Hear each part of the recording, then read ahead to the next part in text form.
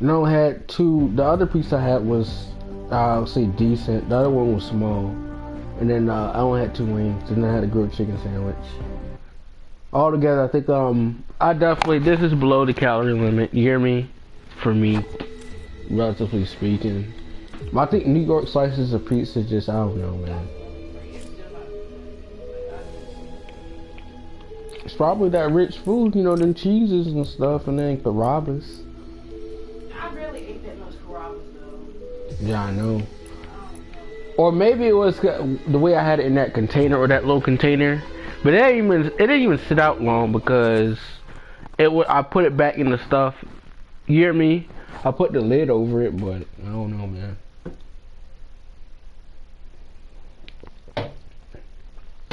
How do you feel about restaurants and certain stuff when they talking about like the person said talking about the specials before the the coronavirus stuff? Like we don't make that much money. The servers when the specials come, we don't make that much money because everything is discounted.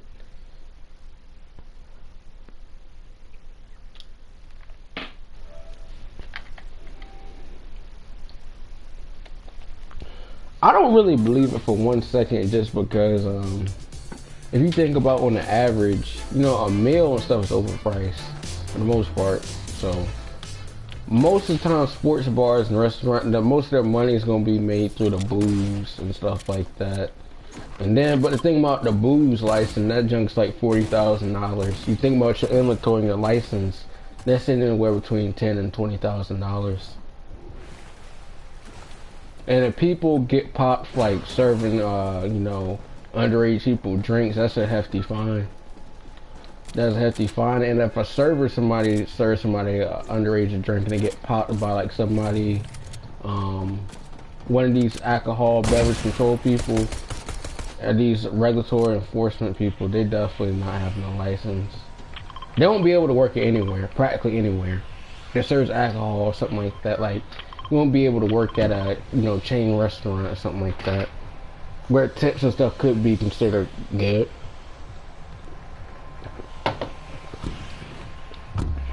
I think fine dining in a experience is, but I definitely think a whole lot of stuff is overpriced for what it is. Like ribs and stuff is very good. Like I love me some ribs, some solid baby back ribs. Well, it's really that expensive in my opinion. They make a killer steak. The ribs and the barbecue sauce is good. It's to die for. And the bread.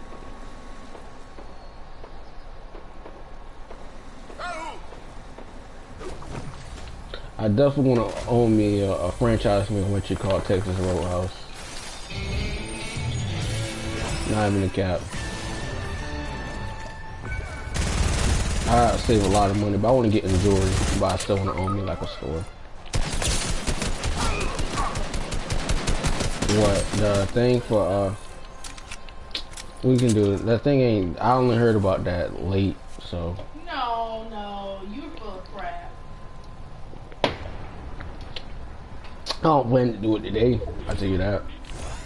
I'm not gonna lie about that. I won't plan to do it today. It was honestly ridiculous when I heard about that. You gotta jump through loops. I don't even think the last couple scholarships that I applied for, like that other one.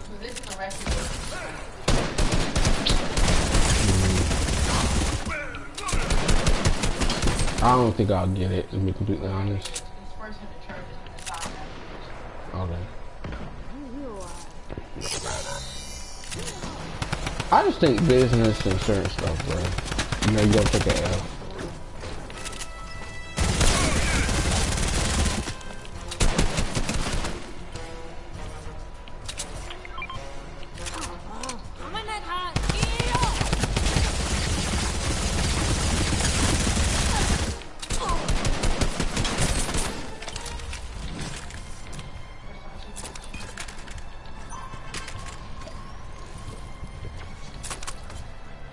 JC.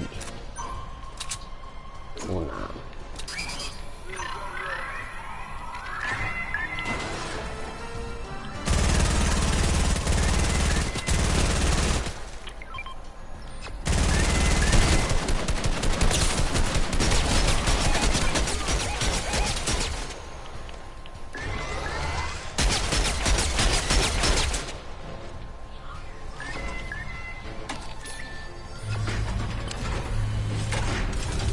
Oh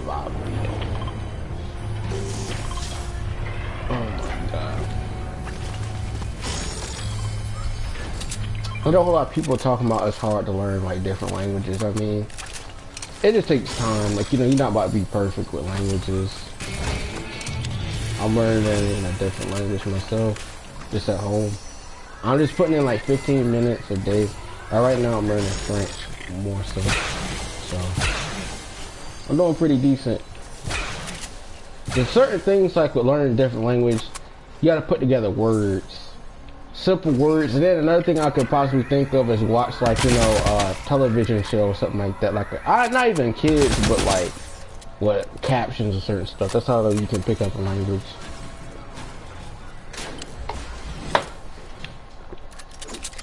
I know a couple days ago, I watched this little French thriller, not thriller, but French action crime film. It's pretty decent. So I could understand a little bit of what they were saying. So that was half decent.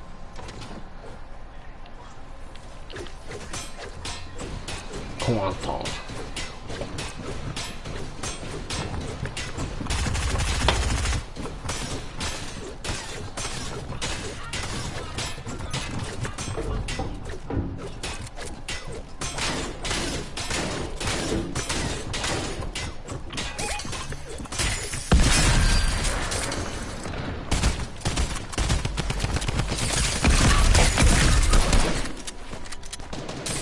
Man, you can't even get me, bro. See that guy, bro. I'm done. I'm done.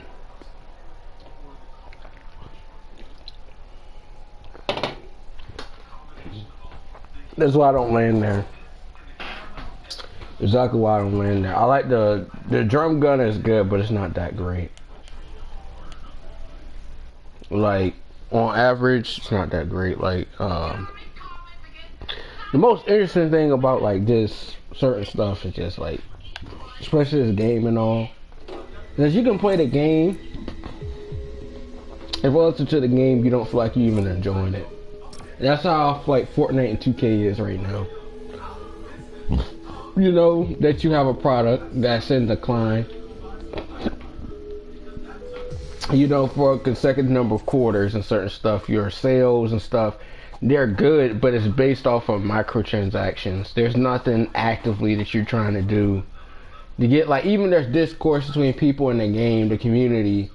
You know, Fortnite's quick to address it. 2K doesn't even do that. 2K don't give you opportunity. New content is put behind my team cards, microtransactions, and you have to wait for the next iteration of the game to drop at full retail price. I don't know if I'm 100% buy 2K when it come out. I'm not.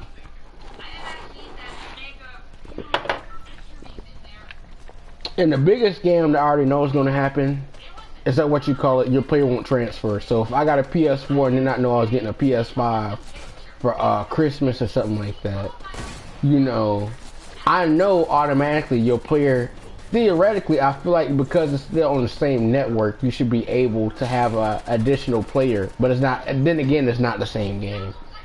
Now, I would not expect that from 2K. If 2K did that, that would be good, but we know 2K might do that though. That's not even the cap, so I'm not even surprised. So the thing about me, especially like playing these games and certain stuff, I mean, the games and stuff is only gonna go with so far, I think. You got people with lucrative business deals to play and support these games. To be honest, games and stuff is not supporting the games. They don't want to. They don't need to. If you can get people to lie about a game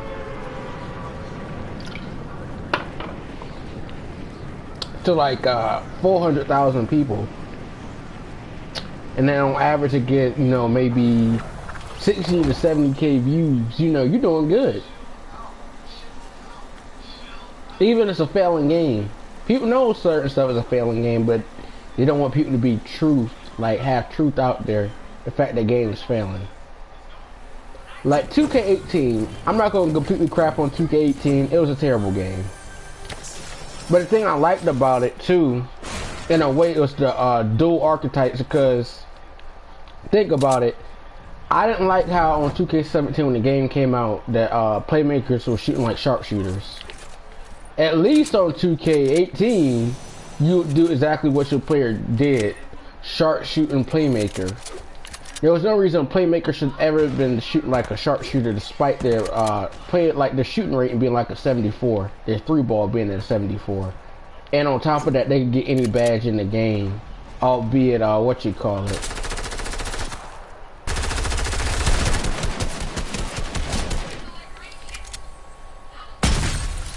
What? That's fake. There's no way I two-shot at him. That was a one-shot. I shot him straight in the head. But my biggest thing with like games that I'm playing now, I don't really have a knack for playing. I have no honest reason to play certain games. Like 2K, I tried playing 2K the other day and I didn't like it. And I'm being genuine, I didn't like playing it. But I think 2K is a great game. In theory, it is, but they're not doing anything for it. They're not supporting it. They're trying to just milk the franchise. 2K could easily be a great game if they just, supported it, and then stop waiting on people for the next iteration of the game for them to do something. Because by then, people had already left. That's what happened on 2K18 with me. I could have got the 99 overall. It was 50% to 95. Well, I was in my 95 bar, but I was 50% to 96. And I quit for Fortnite. I legit did not enjoy, the thing. And they barely had any double rep days. And they had double rep on July the 4th. By that time, people was already done with the game. People like me had left.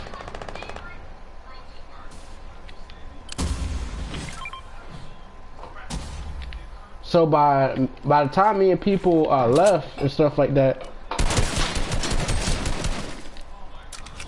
there was nothing people could do.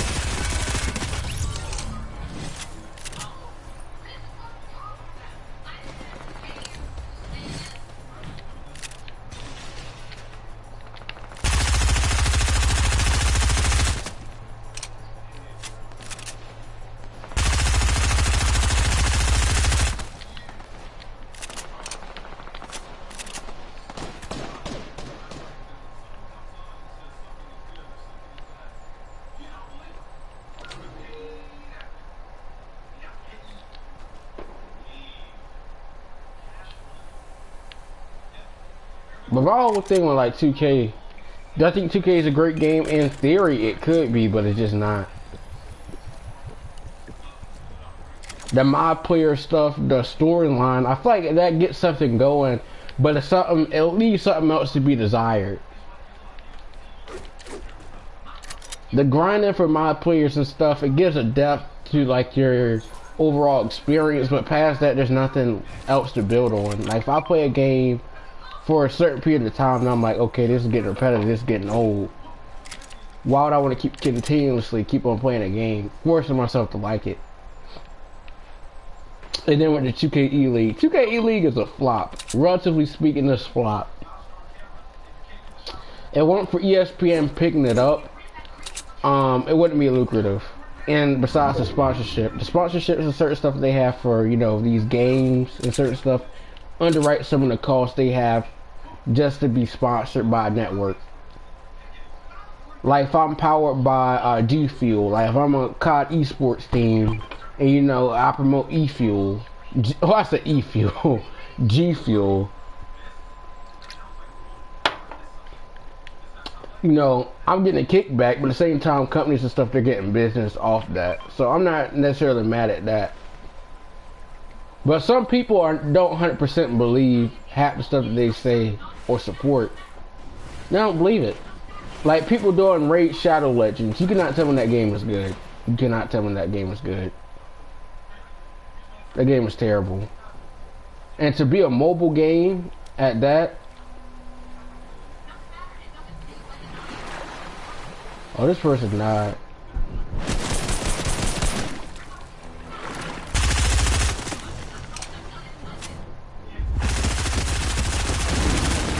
I really want a sponsorship for certain companies. I just don't.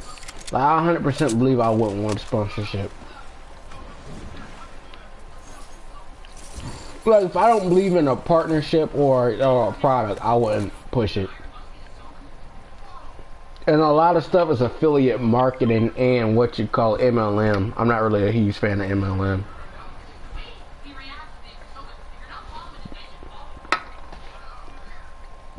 There's a lot of MLM fads out there, like right size smoothies, Herbalife. Could I go on?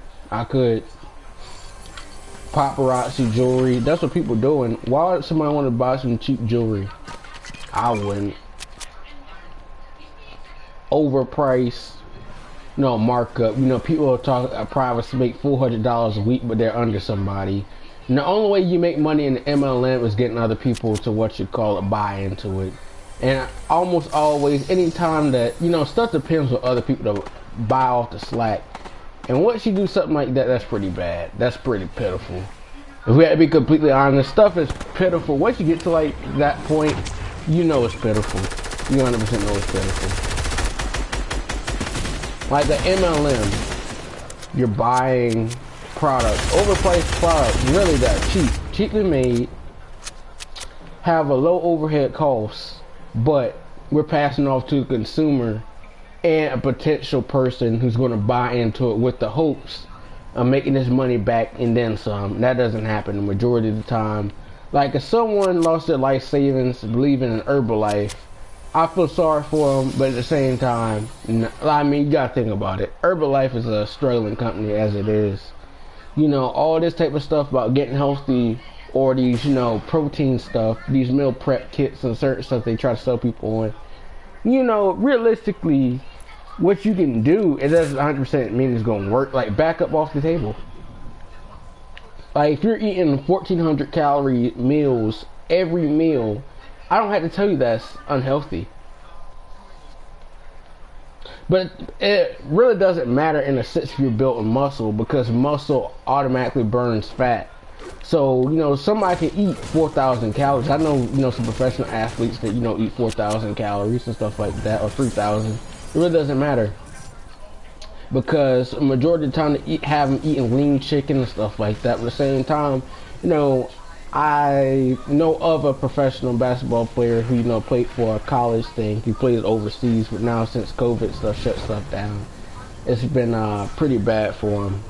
But in college and stuff, they was giving him like 3,000 calories and certain stuff like that. He went from being like 6'3", 170 to like 6'3", 195 or 200. That's not good. That's not good. Gain weight, lose weight, gain weight, lose weight. You're gonna take an L. You're really gonna take an L. Like Zion Williamson, for example, he's really muscular, but at the same time, there's no way that you can be 6'6", 285 and not have knee problems. There's another player who was tall. You can't be tall and stuff like that and have a lot of weight on you. Like George Muresan, he was like 7'7", 7'6". He was really skinny, but he was like basically like 300 pounds. And he used to dunk and certain stuff, but his career got halted by injuries and stuff like that. So that's why he wound up getting out of the league quick. Not a bad player, but he was a role player. So, big difference.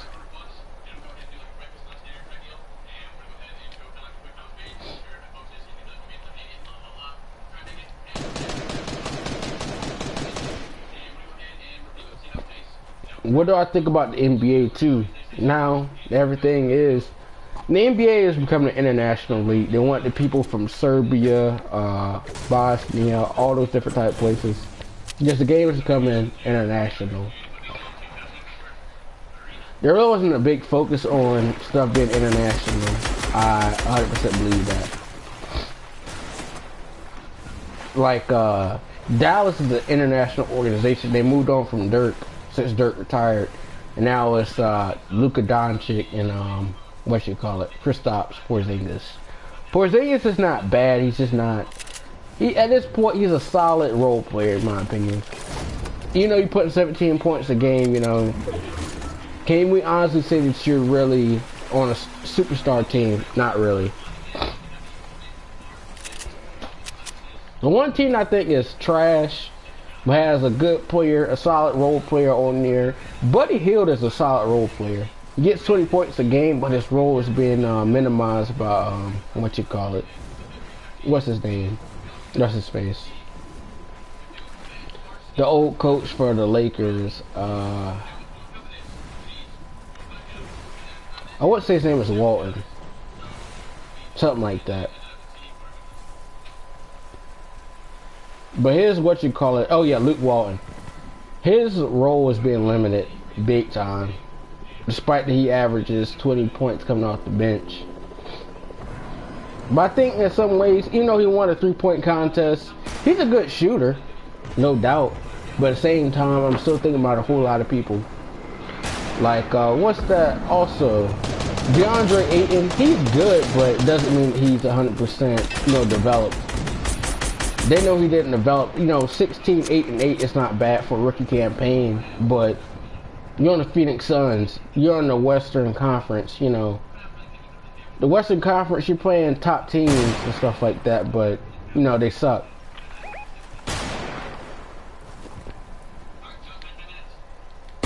No, I think they beat the Lakers last year in regular season.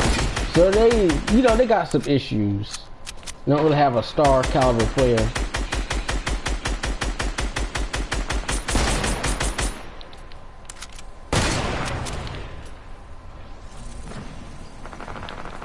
So I can see why people certain stuff are like, you know they're not playing for a contender. Like I think Anthony Davis gonna have to wind up getting out of the Lakers for a while. I think it's about money. I really think it's about money at a certain point. It's not about a ring, it's about money.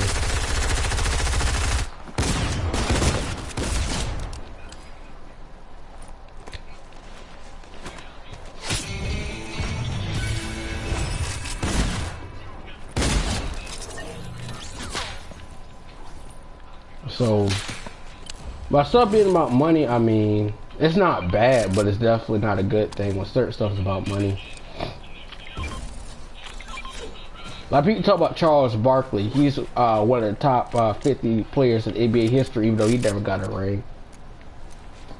But the thing I think with like players like that, like Charles Barkley, it's their off-court antics that got them in trouble, like DWIs and stuff like that. That's a L. You know, if you get a DUI, you know, that's terrible. And that's irresponsible at that. Driving is right, not a privilege. You know, you can't be out here drunk driving and stuff like that. And I feel like Charles Barkley weight gained too. There's a whole lot of players that getting a lot of weight. He got out the league quick. Charles Barkley's kind of one of them. Sean Kemp is definitely one of them. I remember when Sean Kemp went on strike, he was talking about he eats steaks and certain stuff, try to eat lean, but Sean Kemp was eating more than steaks. And besides, he kept on getting women pregnant. That's a L. That's a L. That's a L. You get 6 different women pregnant? No, that's a big L. I'm not against having kids, but you know, 6 different women with kids, you know, I don't want to talk about that. But from a legal standpoint, like for me, a person can't get mad when you know a court's like basically requires people to pay a certain amount of money. And you done had a kid.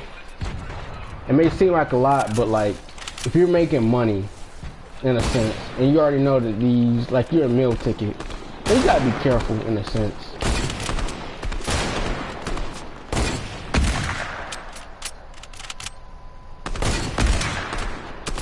You do have to be careful.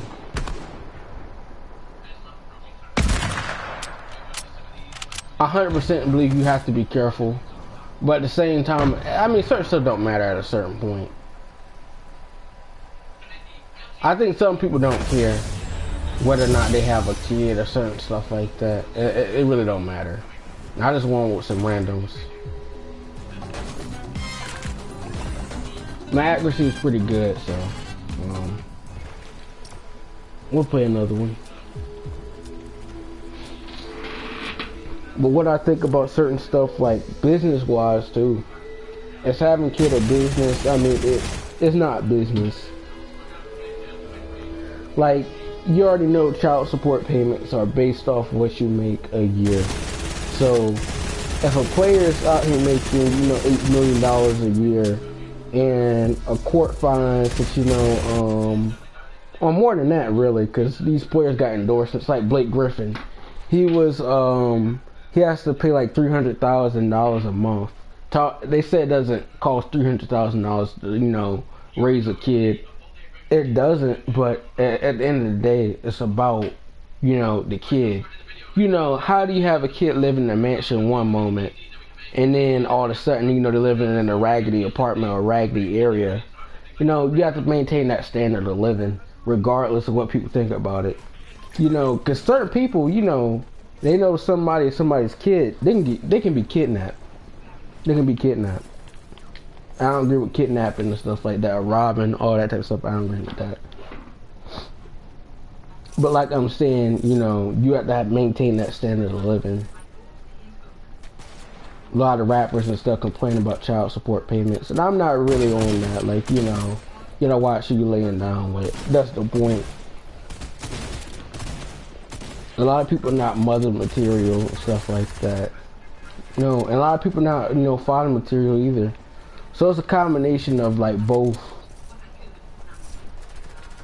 You can't be mad at family court what you have to pay out, because at the end of the day, child support is income based, regardless how people feel. A lot of people not gonna be like, oh yeah, I admit I messed up. You don't get that from too many people. You really don't. In this day and age, you don't get it from too many people. People are not gonna admit that they messed up. Both parties, at least. Because someone 100% in their heart believes, they made a mistake, they shouldn't pay no $300,000 a month. A court, ordered you to pay that. If you don't pay that, you go to jail. There's only a certain amount of stuff that you can claim or try to, go against that. But in the day, it's an L, so, I mean, I really don't care what celebrities and certain stuff are doing. Because, certain celebrities, like, we have to be honest, not saying they aren't smart, but, you're not smart with managing your money, relatively speaking. And that could be a number of ways. Like, you staying at 5-star hotels and certain stuff like that, eating at 5-star restaurants, running up a tab on, a credit card, like TLC. Let's use them for example. They talking about how they made $50,000 a year, but they were traveling and staying in 5-star hotels. I admit that is bad, but at the same time, you know what the game is. People are not spending a lot of money. They're making money off you.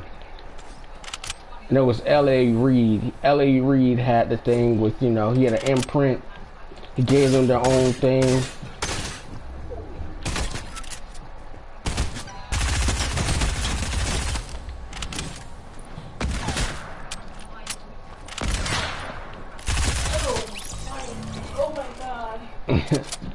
What? There's something that's crawling over you that I just saw on the pillow.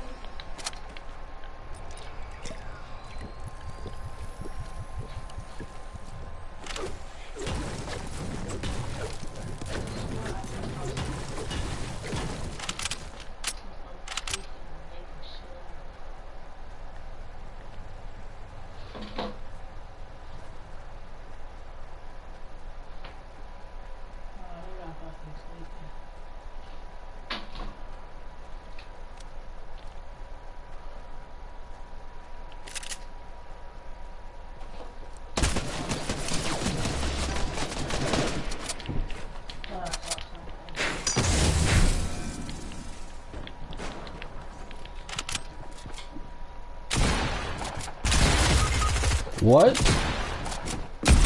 No, you can't win them all.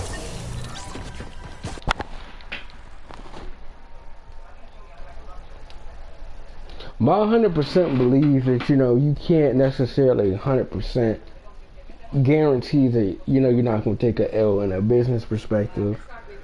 Like, for instance, your cost, can you turn that down a little bit? I ain't say you gotta completely turn it off, but like, thank you. But like, artists and certain stuff, like they're signed with Island Records or something like that. You know, Island Records may have a distribution stuff, like Universal Music Group may partner with Island Records to distribute people's music in a new market in the Caribbean. Because Universal is a subsidiary of what you call it, Island Records. You know, they own it. But that's besides the point. So from a music standpoint and a business standpoint, a lot of people, they get in legal disputes about, you know, music, what they're owed and certain stuff like that, merchandise. It really becomes a bad, you know, state where people are at from a financial standpoint. But at the same time, yeah, I don't know, man. 100%, you know, people should be able to make their money at the same time, but if you're not managing your money, you're not, you know, you're not critical of, you know, management. There's certain stuff that people got, you know, automatically what the deal is in terms of like music. Like you got people like I don't think Jay-Z is 100% bad, but managing, no, there's no way. Rock Nation artists, no way. But a whole lot of people want to be signed with a major record deal. The person I could think of that was smart with their money, in a sense, and they realized they didn't need the success of a major music group, who was a rap artist, Master P. He sold his what you call it own albums out his own car. Now I don't agree with that, but at the same time, what he did is basically no better than self-publishing a book. How overhead costs and certain stuff, you're taking a hit, whatever you produce, but at the same time, you have to have people believe in your book or whatever your product is. So, do I 100% believe that it's bad? I'm 50-50 on certain stuff, deciding whether, you know, stuff is bad or not. I think I am pretty critical about certain things. I think I'm pretty fair at analyzing, you know, data and my claims and certain stuff like that. But that's besides the point. Like if I'm making a decent amount of money, as soon as like a vice president of a company, you know, vice president of a company, like my business thing, cool guy and certain stuff, but I think he was burned out from you know, corporate. He was a vice president of PepsiCo, you know, he worked for Quaker Oats, all these different companies and certain stuff like that. But you know, he told us that $150,000 a year is just not cutting it. That's exactly what he, like, even if you make 100, even though that puts you up there. Not necessarily the 1%, but that definitely puts you up there, because a whole lot of people don't make, you know, $150,000 a year. And there's simple jobs people don't even know about. You can make that type of money. But a lot of people don't want to do that. Like landscaping. You can make over, you know, what you call it, $150,000 with that. At the same time, your clientele and what you're offering has to be up there.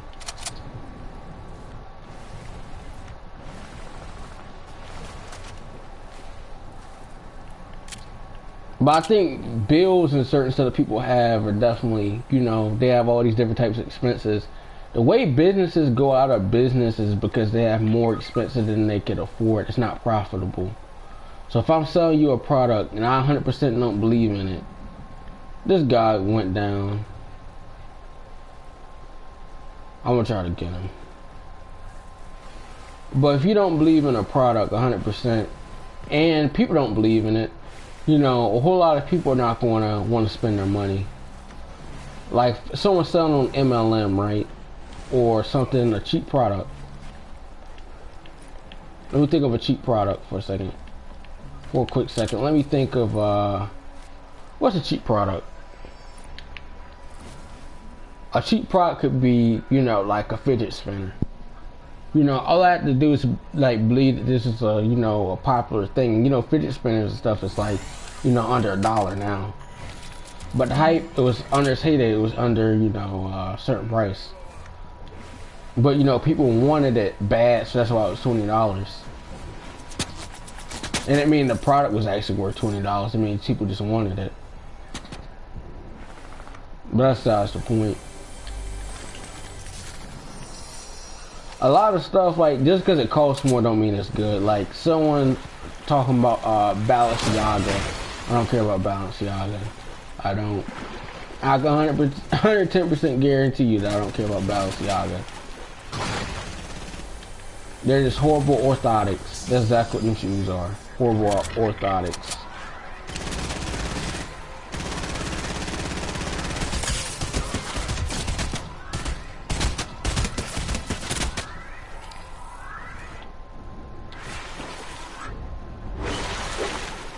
Just because you pay a lot of money for certain product or good does not mean that it's going to be 100% good. Like, if I don't believe in a product and I'm selling it for, you know, $45 or something like that, like if I produce an overpriced good, $45 like a t-shirt.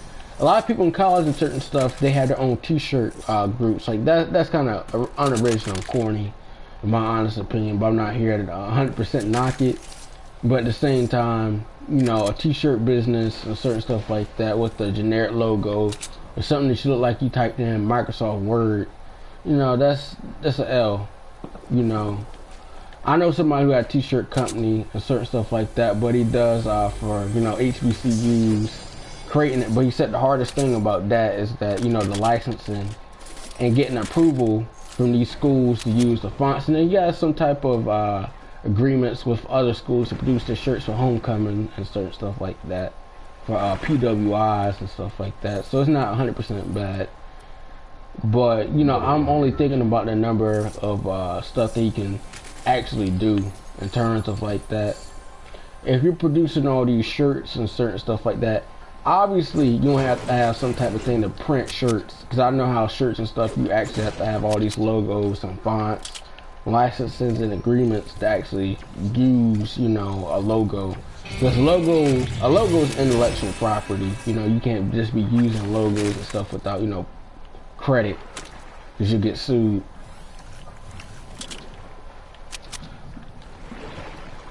But there's a lot of stuff that's pretty bad. I 100% believe it's bad. This is a purple.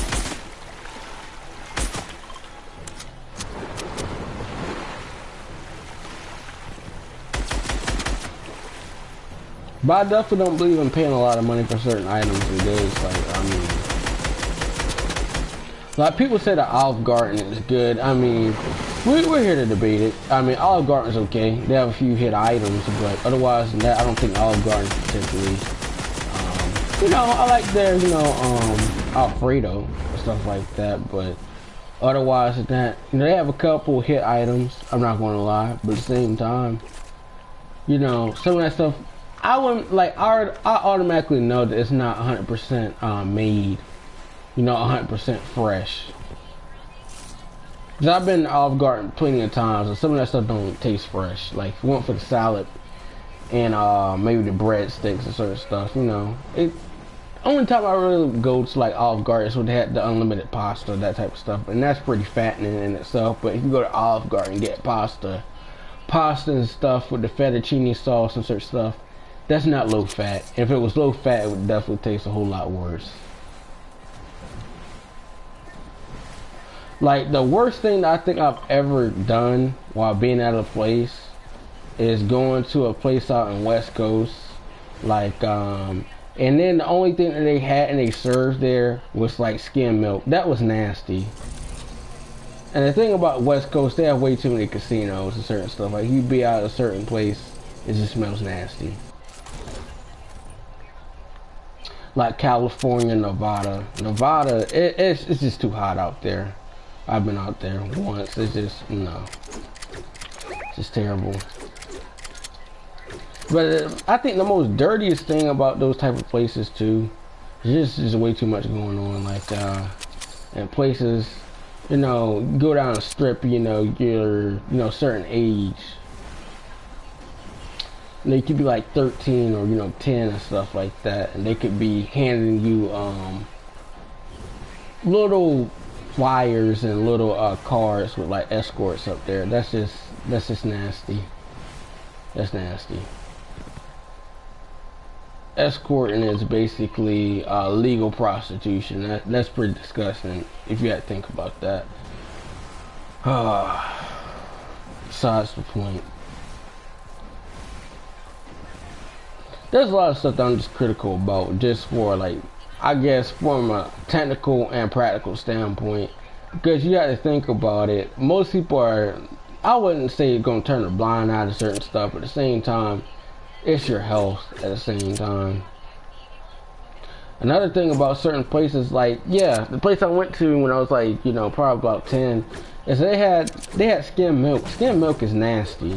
And someone said the skim milk isn't nasty. Yeah, I don't know. Maybe they got acquired taste. Let me know about that. But skim milk is definitely terrible. It tastes sour. It tastes like spoiled milk basically. It's no better than spoiled milk. If I get milk, it's 2% fat.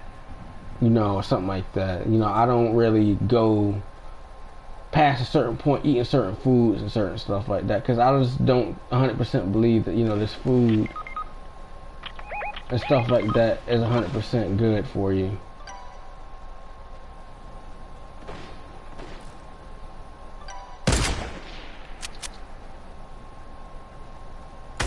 Man, I'm about to leave. Look at all this, because those people, bruh, they just went down. They just went down like some noobs. So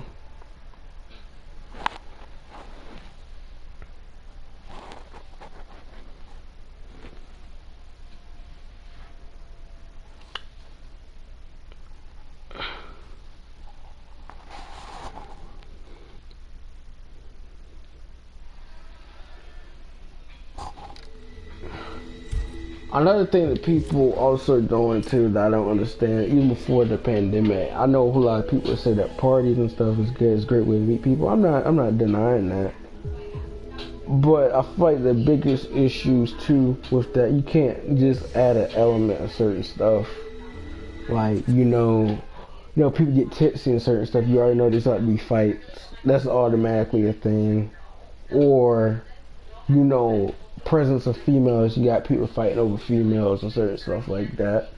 That's another thing. And then when you have people just inviting anybody, that's an L. And then you got also, I don't know, places like have notoriety for just having a bad reputation. And then I'm to the demographic, because there's not, to me, at a certain point, parties and stuff phase out. And then the biggest thing with parties and certain stuff, especially during homecoming in my school, I had people driving 3 hours not coming to class for a computer class I took. And the requirement for, dang, let me repeat what I just said.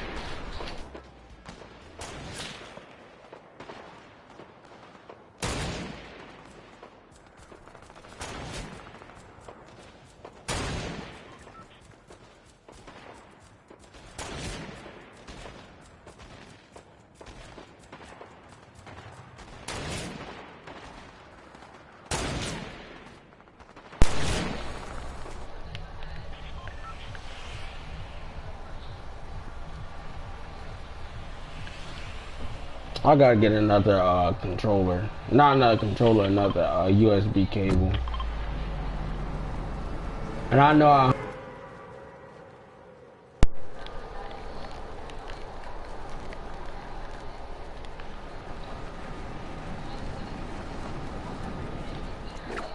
I didn't even realize my thing was low. But if I don't get another one, I'm screwed.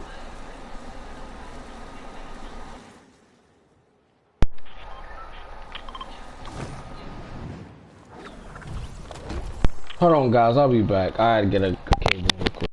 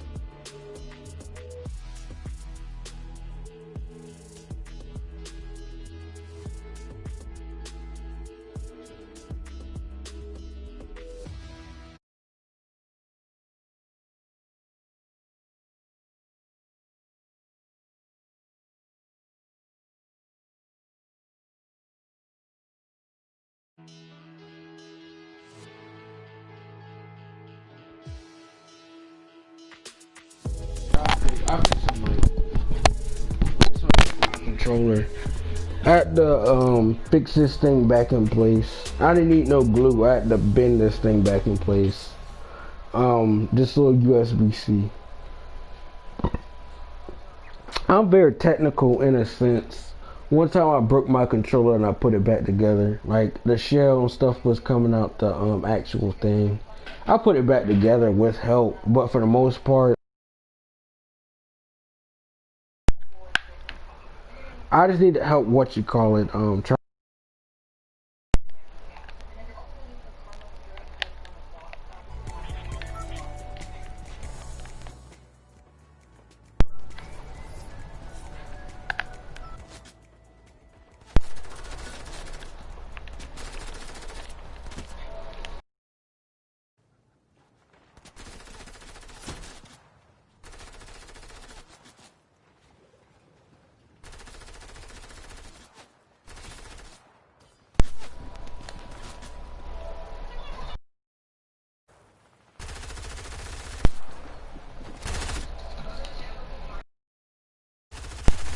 Hold on, y'all. I gotta find another cable. I'll be back. Gotta be back in a second. Hold on.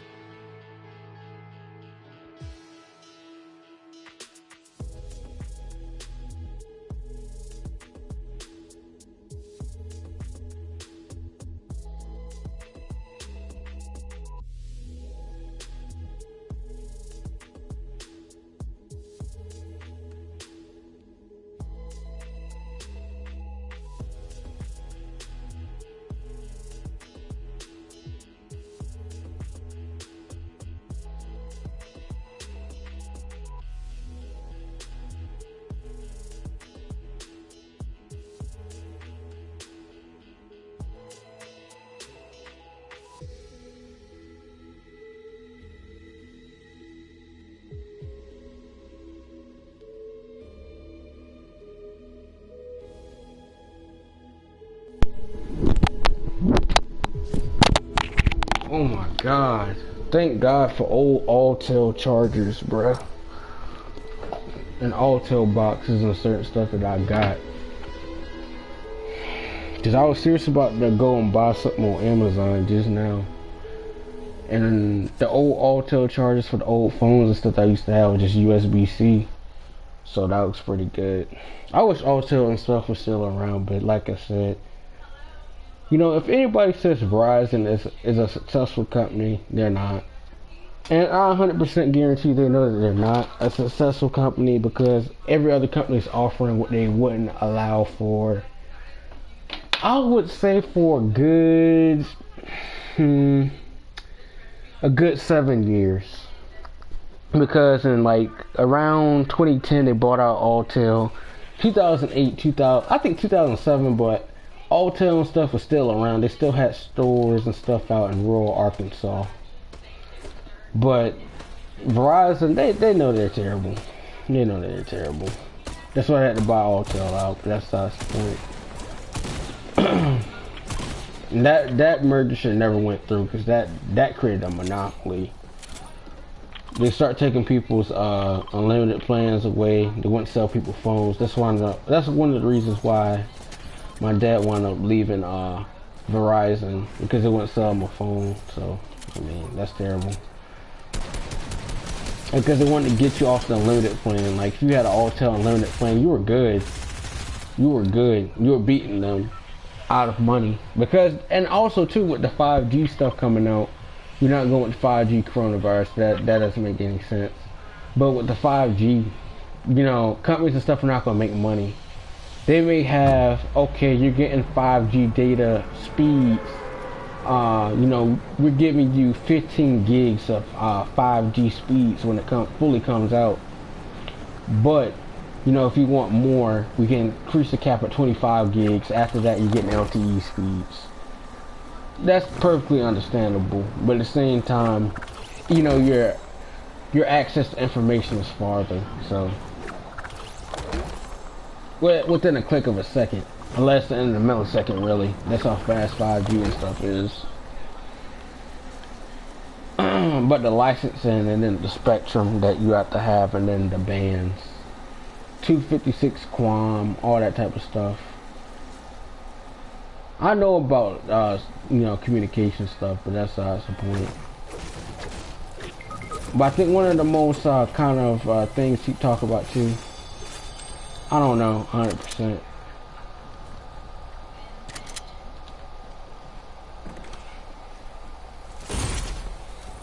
Mass communication is not 100% bad. But and encompasses a whole lot of other stuff like telecommunications. You can know a whole lot of stuff with a communications degree.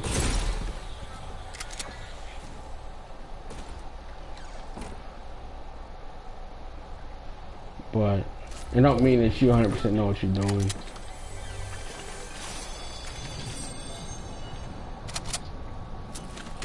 But I'm still thinking about it like too, these jobs and stuff that people get. And especially these networking jobs. I know people talk about, you know, going to these parties or these events. Not 100% all parties and stuff is bad, you know. But like I said, you mix drinks and stuff, like around a certain element of people, and you know, you're obviously gonna have some problems. That's given. You mix alcohol, you know, people get drunk. You know, somebody says something, or you know, get gang members and stuff at this party where, you know, people don't discriminate because they're trying to make $1. You know, it is what it is in that part, but the gangs and stuff, in my opinion, stay far away from gangs and certain stuff. Because these people, you know, a lot of people do stuff that, you know, they have problems with, but they can't because they gotta, you know, have this thug energy, reciprocate this thug energy, and stuff like that. Before you know it, people get hurt. People get hurt. I mean, that's the point of gangs and stuff. People get hurt.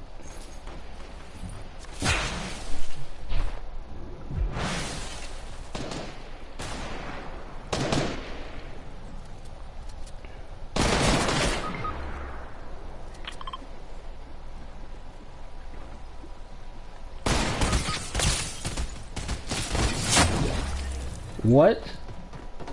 He had to do it with a hunting rifle right there. I mean, it is what it is. I can't do nothing about that. But definitely. And then I feel like there's also major issues with certain stuff, like especially college. Like I said, like there'd be people in my class, I wouldn't see them for a whole entire class, like whole entire week of class, because they would go down in a place. They'll even be sleeping in their car just to go down to school and party and certain stuff, like 3 hours away. And you know, homecomings are a big deal for schools and certain stuff. I know that, you know, and alumni giving. But I feel like the thing I'm more excited for, I'm not excited about the parties. I'm just excited for like the tailgates, who cook food and certain stuff like that. But I also question sometimes, like, you know, the food, because you know you can cook, and you know, chicken and stuff. You can't leave chicken and stuff sitting out. Cold piece of chicken, you know, that leaves a problem there too. You know, people can also get sick off that. And there's also places and stuff that I don't get, in a sense of why they be charging, you know, a certain amount of money. Like, I can't be mad, you know, if a school charges $5 or something like that for, you know, people to get into a gate to get tailgates, because, you know, certain people they go to with the full intention, you know, getting drunk and then other activities, certain stuff like that. And you know, having a good time, I guess, enjoying the youth. But at the same time, you know, some people can end up with babies, and that happens. You know, that's an L in a sense.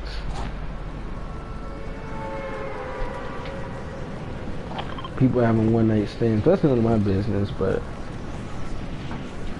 I don't 100% believe the narrative that certain people are, you know, gold diggers. Now, there's some people that are, but like I said, you know, certain people, they just don't care. Like I said, like people talk about females trapping dudes, but some dudes trap females, and that's 100% the fact. It works both ways, in my opinion. 100%.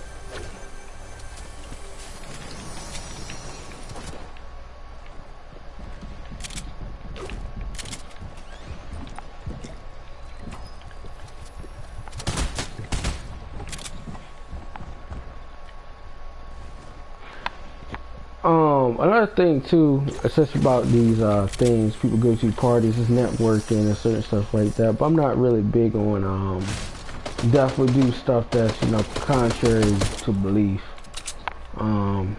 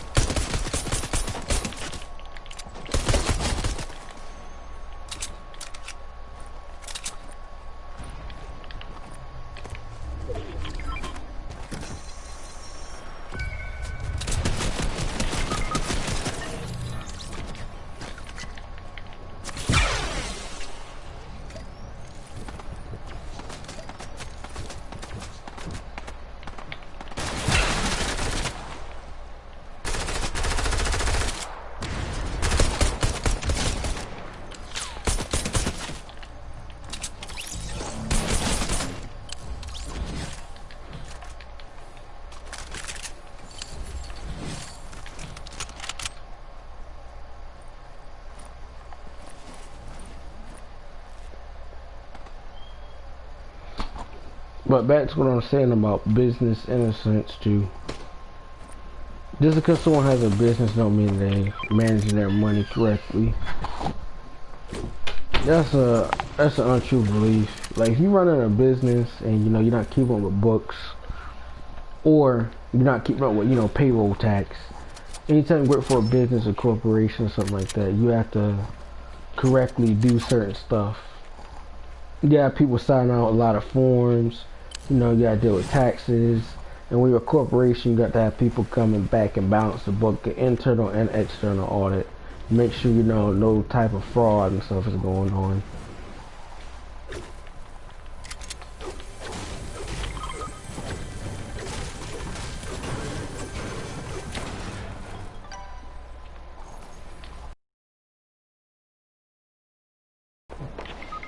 Oh my god.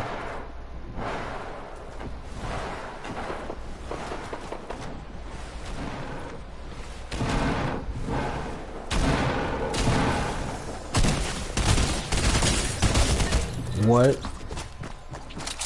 Stupid people.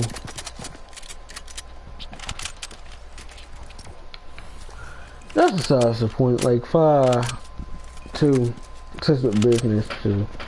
You know, you can never be too careful with checking books and certain stuff, or going back and checking. You know, making sure that financial stuff is right. Or, like, for instance, if a restaurant and certain stuff is, you know, making between, you know, $75,000 a month, it just depends. But the total, you know, business expenses is totaling, let's say 40,000. You know, because they have chicken and certain stuff. You know, they buy booze. They got employees and stuff they need to pay. I know businesses outright. Some of these businesses and these restaurants, they don't own buildings outright, so they have a steep, you know, rent that they have to pay. And you know, they're making a lot of money. I can see renovations, but you know, I feel like if you opening your spot like a restaurant in an area, and you know your food and stuff from one location is terrible, from the original location you got a problem. And I know that's the case with a restaurant that I probably never gonna go back to again. It's not anything with I even know I did have a problem. Well, at least with my family when we did eat at the place, it was terrible.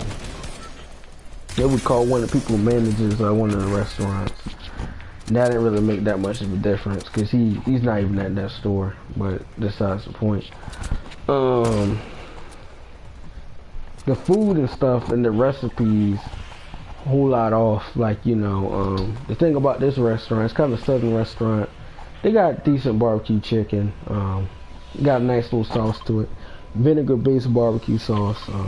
Pretty decent all around, but the peach cobbler is to die for. It's pretty decent. But besides that, like, the brand and stuff is going down. If you open, you know, 3 different, you know, same chain of restaurant, you know, you got one in the north side of a restaurant, you have one on the south end outside the restaurant, and you have one in the heart of a downtown area. And you know, you took your best cooks and your best managers out of a store, your original location, and have them go to a, you know, a location where you're trying to build your name at, you know, 20 minutes from, you know, downtown area. You know, that doesn't sit well. You know, people who support your business, you know, you have 2 different iterations of you know, of a restaurant chain or whatever, you know, your own brand. And you know, you're serving subpar meals, you know, and it's terrible. Like, if you having turkey, smothered turkey gravy and stuff like that, and the food and stuff is bad, you know, a lot of people not gonna go for that, man. And I know a whole lot of people, they know that. Like, if you're serving terrible meals, there's only so much you're gonna sit up here and do. But having terrible meals, and you know, you paying the difference for it, you know, you're not gonna go back. Like, if you spend $17 on a meal, the meal stuff that it's not $17, it might be at most like 10. Stuff like that, like smothered turkey. It's hard to mess up smothered turkey, but you'd be surprised. Runny gravy, that's nasty.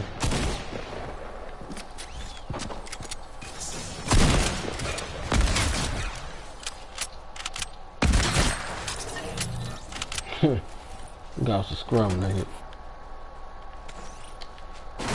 Quick scope.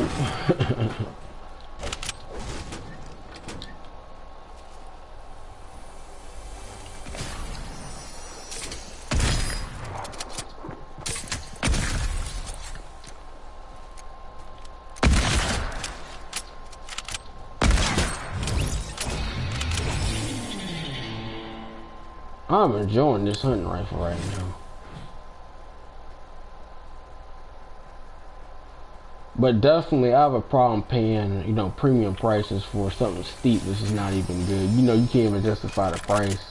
But I guess that's the price you pay when you eating out and stuff like that. Like, let me see if a place is kind of a struggling brand right now. All things considered. Yeah, like Outback. Outback, I mean, when I go there, it's subpar. It's not great. You stick with what you know. Like, steak and stuff like that. But, if steak is, overcooked and just tastes burnt, tastes like grilled juice, nobody's going to pay a tab for something that tastes like grilled juice. Or the steak is burning up like a hockey puck.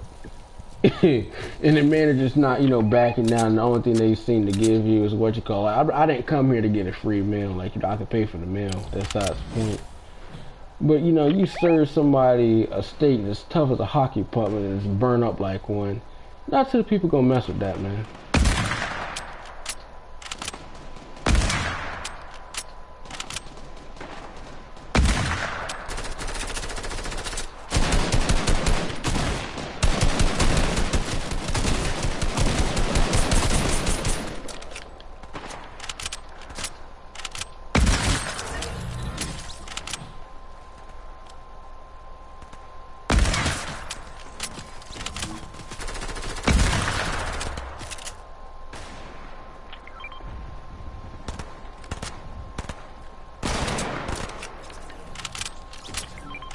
Yeah, but that's back to what I'm saying about these, food prices and certain stuff like that. If you burn a steak up and it, it's as slippery and rubbery as a hockey puck, yeah, there's something wrong with that.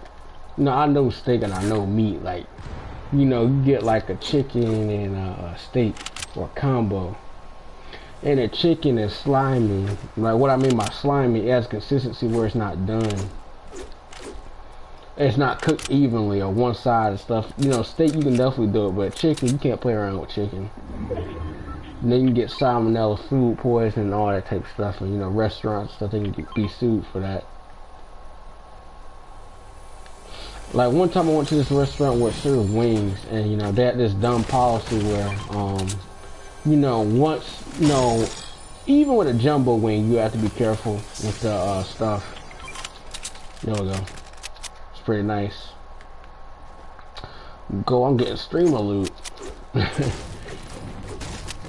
But that's the point. Like, with the wings, you can't. They had a thing, once the wings and stuff were dipped in sauce and certain stuff, like, and they drop them, they were not allowed to be put back in the, back on the grill for, I guess, cross-contamination. That's at least what they tried to say. I think it's just a cost-saving measure. They weren't trying to give people, a benefit. You can't toss no jumbo wings with some sauce and cook them like it's a regular wing. Or the chicken wing it's not cooked thoroughly. No, that's just not gonna happen. Or the chicken and stuff is still pink. It has the hue of pink on it.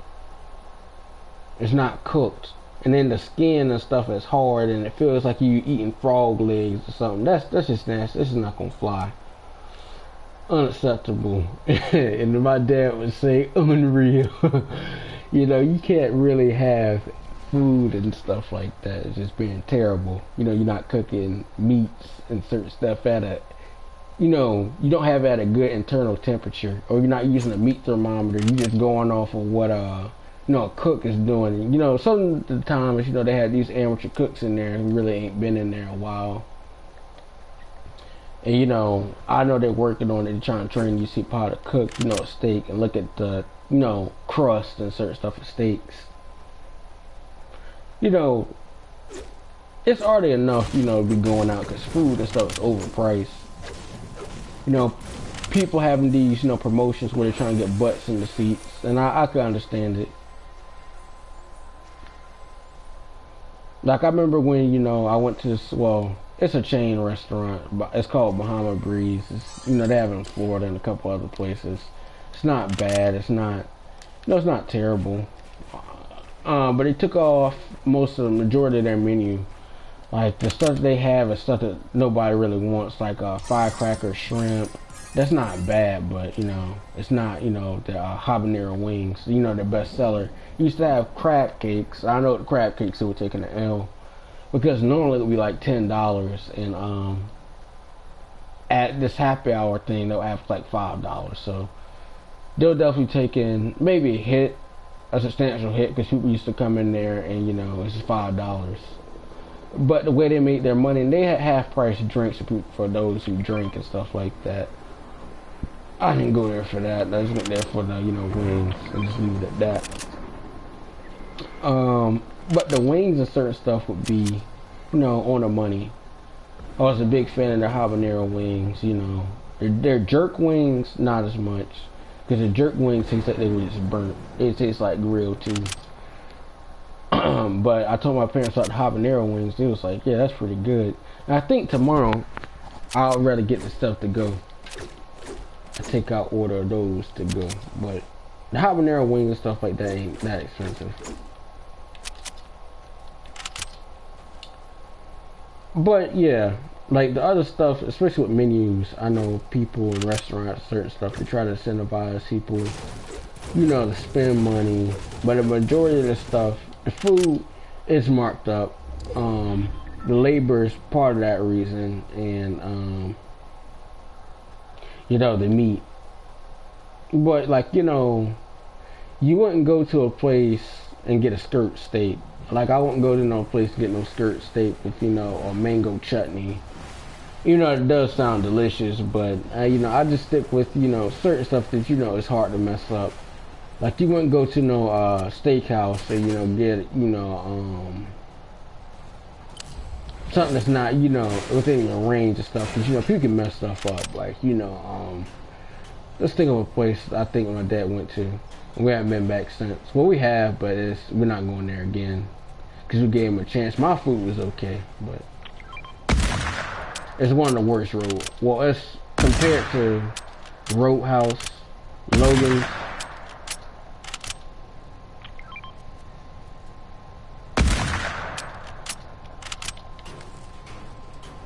I know my dad's not gonna go there again.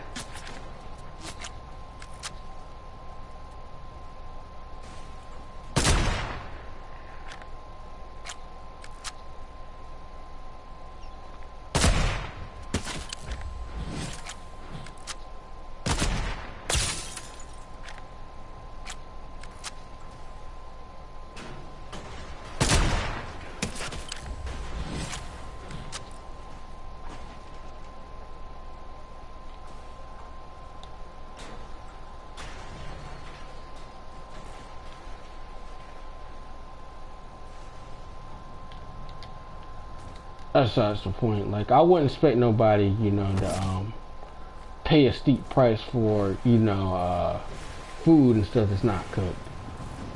Like you toss the wing in a sauce. Another place I'm not really fond of too is Wingstop. Wingstop is just terrible. And I wholeheartedly believe they're just terrible. Not one location. I feel like it's multiple locations, or at least the ones around here, 'cause they're just terrible. The fries and stuff taste like they're glazed or something. Like they got like a sweet sauce, or it's dipped in like some type of sugar or something like that.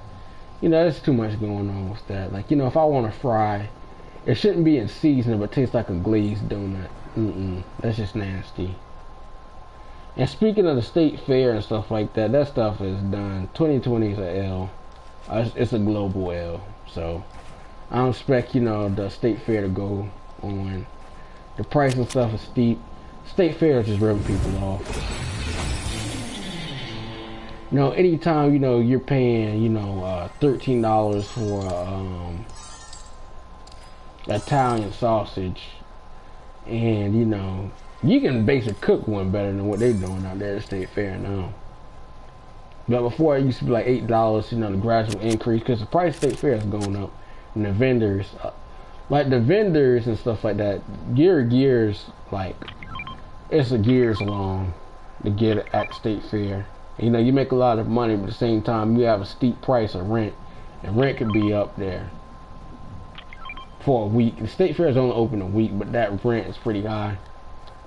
And then you gotta remember that you have other options.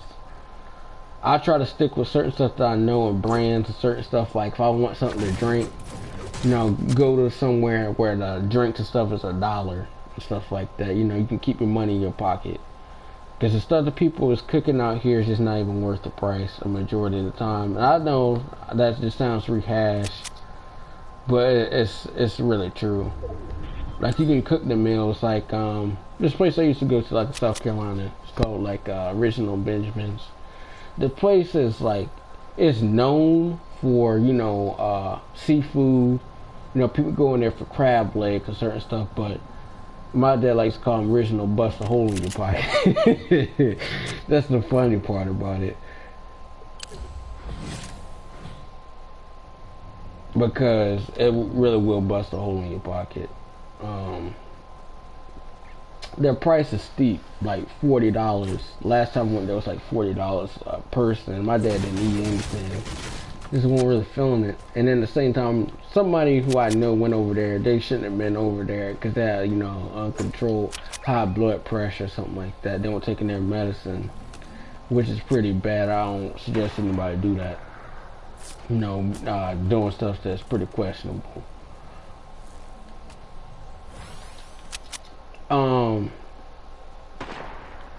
And not really just thinking,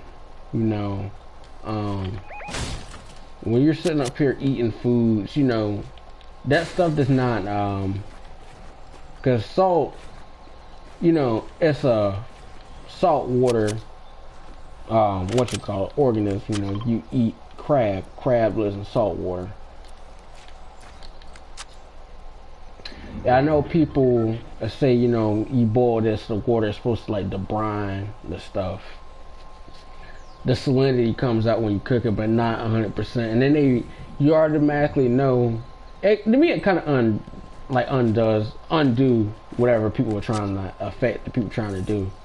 Like if stuff is already salty, and then you put a whole lot of Old Bay on some seafood, that basically defeated the purpose. And nobody can tell me otherwise. It really defeated the purpose.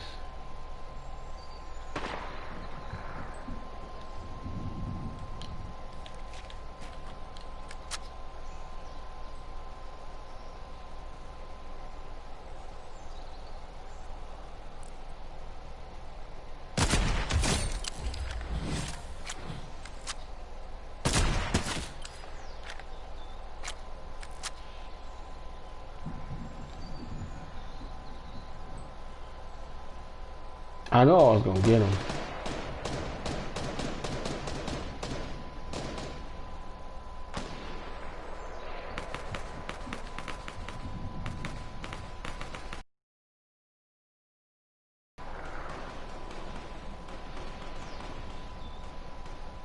They're pinched.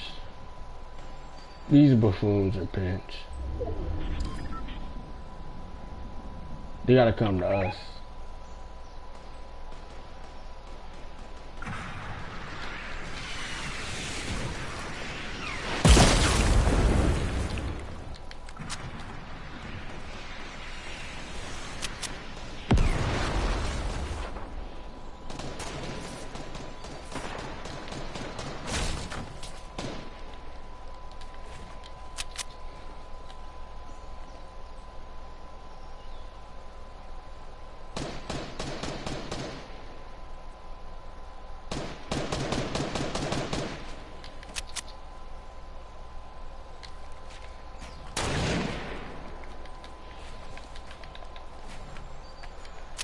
But like I said, it defeats the purpose in my honest opinion. If you're dealing with salt water foods and certain stuff like that, fish, crab legs, lobster, stuff like that. And, you season the stuff with Old Bay, and then you put a ton of seasoning and salt on this type of stuff. You defeated the purpose. You really did. And nobody can tell me otherwise. So, I mean, this type of stuff, you gotta be careful about salt and sodium. You really do. This person said that their, blood pressure was up there. And it was ridiculous. Like, almost stroke level range of, that was ridiculous. You about to have have a stroke over some, Crab legs. I think not. You said he ate a couple pounds of you know, seafood. I don't agree with eating you know, that type of stuff. Eating pounds of seafood. Seafood is good. You know, crab boil, whatever you got. But it's not worth, you know, losing your life over, you know, some crab legs, crab meat.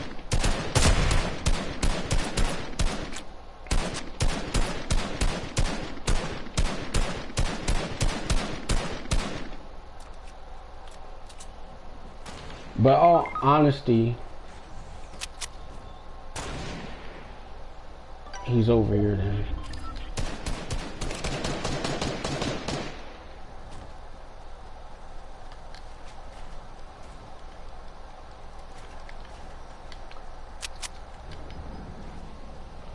We should just stake out over here because there's 3 of us.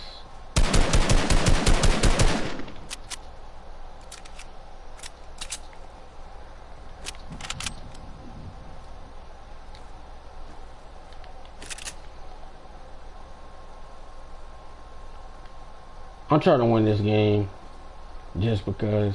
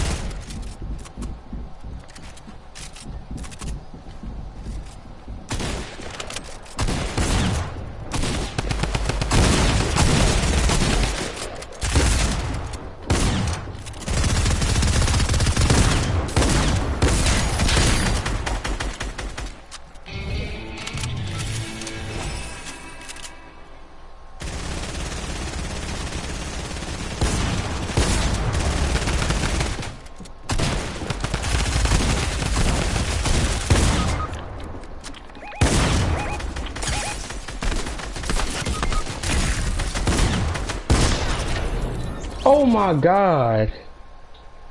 We folded. There was one more person. It's whatever, bruh, but you know, I can't go back and do it all over again. But I messed up because I didn't know that I had a scar. I didn't have that much ammo.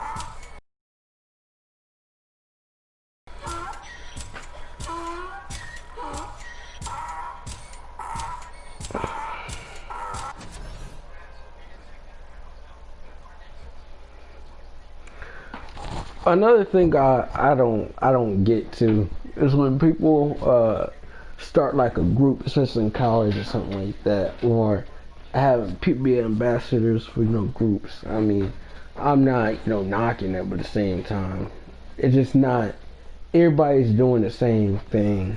Like, you're a party promoting group, you know, you're doing a T-shirt, you're doing a brand. You know, you're talking about you have models, you know, you have a female associative group. You know, that at that point, that's kind of getting old. It's the same thing. That's not the type of thing I'm into. No. A lot of the stuff is just networking, but at the same time, I just like, even at the thing with it too, especially, it doesn't really matter what school you go to, certain stuff like student government stuff, or, you know, or being part of student club, that stuff is a clout fest. And I mean, I hate to say it like that, but, you know, what do these people do after that? You know, I hate to put it like that. I don't mean to be vague or anything, but that's real.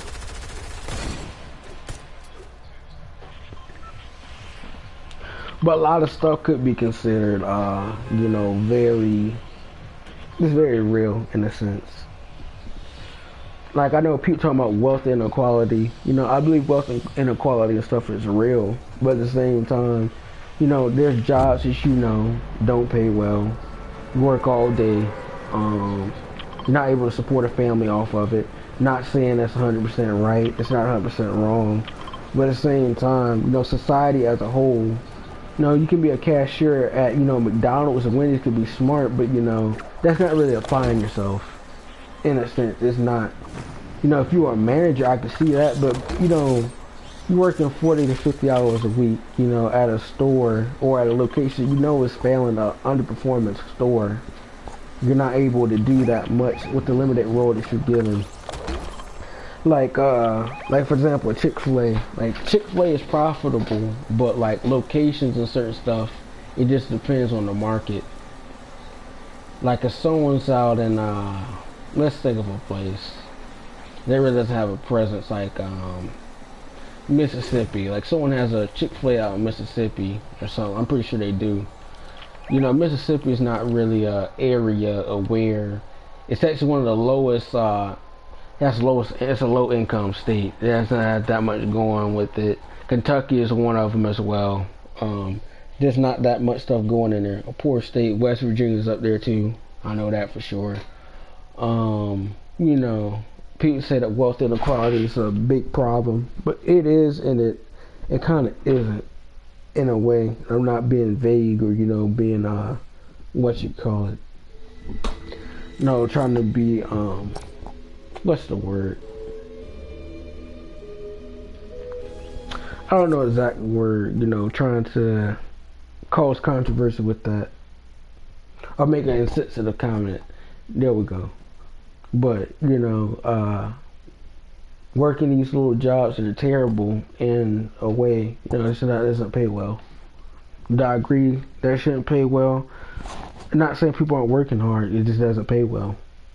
You know, from a societal standpoint, you know, we don't, like even before this coronavirus stuff, like a janitor doesn't make that much money. But I think a whole lot of people are going to have a lot more respect for a janitor considering that they're cleaning off infectious stuff. But at the same time, look at the resources and stuff they're given. You know, less than desirable stuff at that. You know, you clean up nasty toilets. You deal with people's crap, both figuratively and literally. You really do. Like I remember this guy, I was in this little program, this mentoring program, when I was like my formative years, I guess between the ages of 14 and 18, yeah, between 14 and 18. Yeah. They did a lot of stuff, like they incentivized you to get good grades, like if you did good in school and certain stuff like that, if your GPA was over 3, you get a movie pass, you get some recognition, get a gift card, a $25 gift card, Visa gift card, and you know, you were well on your way. And then if you had 3.5, you get all the things and then maybe a $50 gift card. So I 110% didn't believe that was 100% bad. Like, why would you go to the authority, idiot?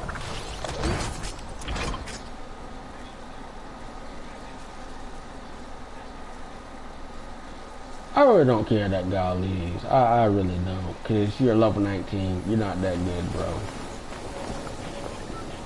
And that's not me smelling myself. That guy want to be an idiot.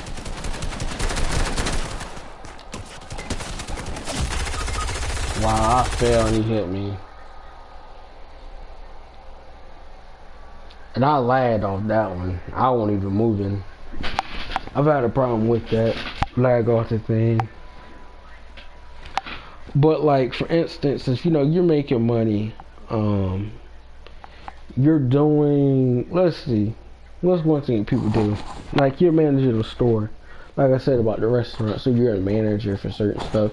You might have to be sent out. Your assignment is to definitely improve you know, stores profits. Well, not stores profit, but the quality service and increase the morale at an underperforming store, so you can get more team goals or company goals or sales performance, increase it.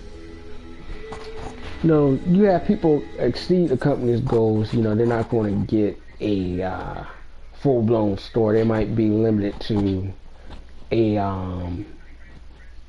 no, I wouldn't say a flagship store, but like, you know, something connected to something like a food mart or a strip mall or something like that. You know, that happens a lot of the time too. But restaurant chains and certain stuff, being a manager at a restaurant chain, it affords you some perks, or just like the movie theaters. The movie theaters, you know, they had a whole lot of managers, they had a whole lot of management, but at the same time, with this cost and stuff, them people got laid off. Nobody's going to the movies. You know, you got these people with these, you know, 100-year leases and stuff like that. They don't own the properties.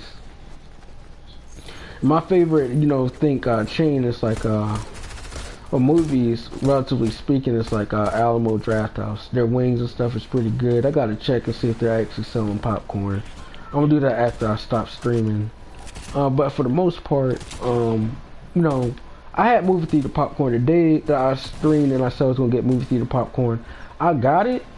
It was, you know, it was a mom and pop movie theater. They definitely had the screens. Like they had, you know, big time reels for certain stuff. Oh, they left because we didn't have a mic. I don't like people like that. They're not that good and they just leave because, you know, you don't have a mic. Like, I'm not talking to you. If I don't want to talk to you, I have no reason to talk to you. That's besides the point. But like, especially, you know, these people have managers like movie theaters. Like if you're a movie theater and, you know, just a chain movie theater, and, you know, you have several different locations, you are making decent money, but you at high rent.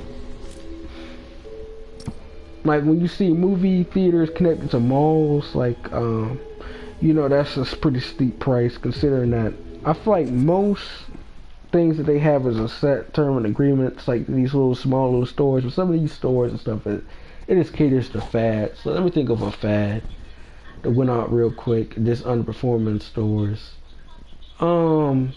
These had like Sharper Image really wasn't a fad store. Technology and stuff really just kind of got outdated, and then at that time, you know, a lot of people, they're going online and getting their stuff. But I still prefer them for like cameras and certain stuff. But a lot of people just wanted a standard camera. They didn't want all that extra stuff that people were looking for. Because the modifications and certain stuff, you know, you really can't justify getting a professional camera. That's why people get Kodaks and certain stuff like that. Because, you know, maybe they like taking a picture, but maybe they're not trying to, you know, start their own photo business and certain stuff like that. Photography, you know, do shoots and certain stuff like that for weddings and certain stuff like that. That's decent, but I mean, give or take, not really. Because depending upon people, and everybody's doing the photography business now. But there's a difference in quality and the type of imaging that people do. I remember there was a person. He used to work for this company. He was a good guy, I think, but he got tired of what you call it, dealing with the corporate burnout and stuff that you deal with, especially working for, you know, corporate America, you black or certain stuff like that. You know, you could be talented, but you're not getting paid. That's the biggest difference. You know, you might be a #1 seller, but, you know, you're not gonna, you know, be promoted. Like you have a glass ceiling and stuff like that. You know, you might go and get, you know, MBA, trying to work for an accounting firm or something like that. You know, you could be #1 in, you know, sales or something for a consulting firm. You're not getting partner. You could have had the best quarterly sales for, you know, 4 years straight. You're still not gonna get it. That's why you just gotta count your losses and not, you know, if you want your own stuff, your own success, you know, don't let anybody shadow it. Like, you know, start your own stuff, because, you know, working for somebody is good, but after a while, you know, people gonna get tired of that.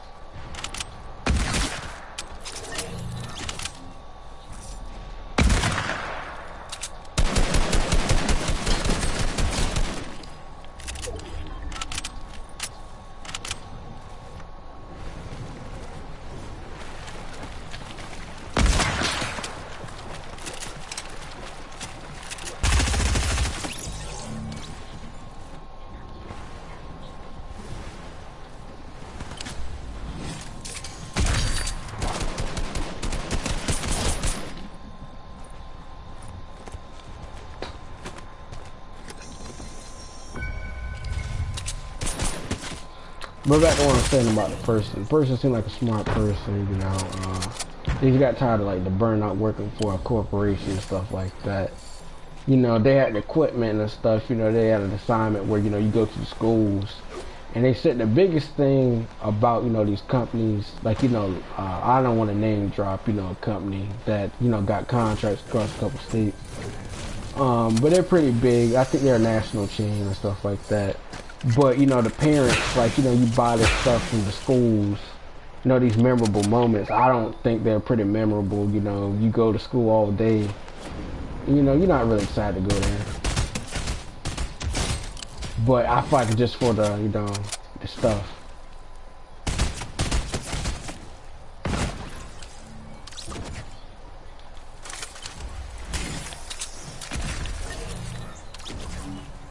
If you just go to school,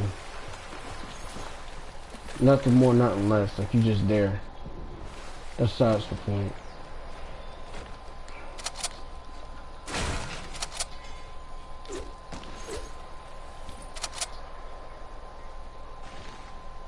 But you said the biggest thing is that, you know, you're not going to make money. Your biggest demographic that you're going to make money off on is the little kids. Like, you know, between the 5 to, you know, maybe 11.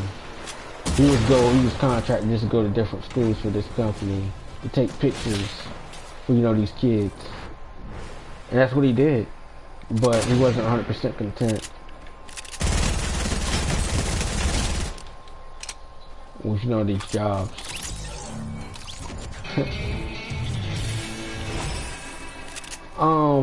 But he also said just, you know, he just stopped working with this person because, you know, he wasn't making the money, and he didn't get counting on miles too. He didn't get counting on miles or anything like that. Traveling to different sites and certain different schools, you know, take pictures, set up the equipment. Like he was like a manager, and he started his own thing, going with the schools, you know, set like rural counties and certain stuff, setting up the stuff. He started his own thing, had the equipment, bought it. He did like, you know, photo shoots of weddings and different stuff like that. But he just said that, you know, after a while, you know, you get tired of it. And then the person he used to work for tried to contact him about, you know, having a new thing where, you know, come back work for him, again, you know, better pay. Won't happen. I mean, I don't blame him. Same time. You know, you already know at a certain point, you know, you're not about to make no money. I mean, it is what it is at that point. But business-wise, you know, you definitely have a lot of expenses and certain stuff. You know, if you're an employee, you know the ins and outs. Like, you work at an enterprise and certain stuff like that, and you have a useful skill. You know, you might not get paid well, but you know how to clean a car because of your experience working at, you know, enterprise or something like that. You start your own little, you know, car cleaning service and stuff like mobile detailing. I mean, you know, that's a good skill to have. You know, you don't have to work for anybody, but the thing that you have to pay is for cleaning solution, that type of stuff. You know, you have to do your own taxes and your own stuff about mileage and, you know, where you're operating at, what your expenses and stuff are. I'm not really mad about that. There's many different avenues and stuff people and approaches people don't want to take, but people think they're about to get, you know, make a couple thousands. We talking about getting rich, but not having really, you know, the aptitude and stuff to even do that, or the skill set. Certain stuff is more practical than, you know, oh, let me make a plan. Like people selling, you know, the ability to be debt free, easier said than done. Because if you have, you know, let's say $175,000 in student loans and stuff like that, because maybe you went back and get your MBA like right after school, you finish your degree, and you know you work on your MBA, you have $175,000 in debt. So you know you get an interest rate, and it's probably between 8 and 10%, and you know you probably make about, after that, you know, you probably make a good $60,000 a year. Let's say somebody has a wife and 2 kids. You know, you're not saying you're doing bad, but you definitely know that's probably about to be a good maybe 15 to 20 years you paying that off. You probably pay off about let me see what's realistic. Maybe a good 10,000 a year. You paying probably about 1,200, and you know you might get some couple programs to knock that price down to 175,000. Try to pay off, knock off as much as you can. You still gonna have that 10 to 15 years. It don't matter. And then another hole that you probably gonna go into, especially if you have kids and certain stuff that pass a certain age, is their college expense. And then you gotta think about the EFC. And that basically, that's like your income, and then the federal government saying, well, this is what you have to pay out of pocket, like it or not.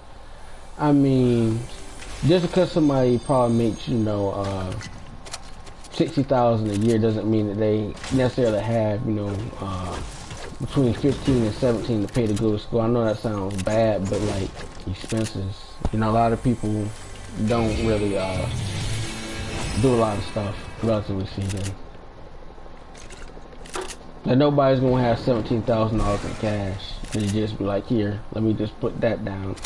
It has to be like a wire or a transfer. There's nobody who does that off the bat. And 100%, 10% guarantee that. Like no average Joe. I just sniped that, mess up that dude. Ain't no more. You tried it. Close the door back.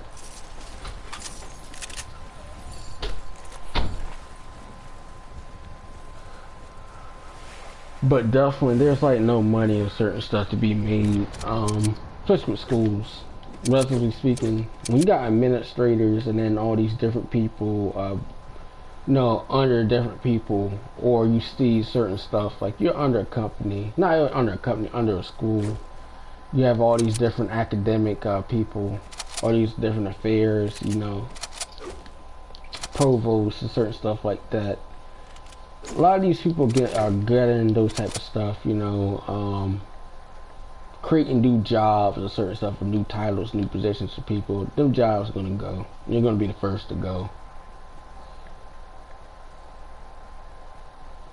Like another thing about some smaller schools, especially like the school I go to, there's like people who found money for me and certain stuff to like continue to go to school. Money has been an issue, but definitely you want to definitely limit the amount of money that you got coming out.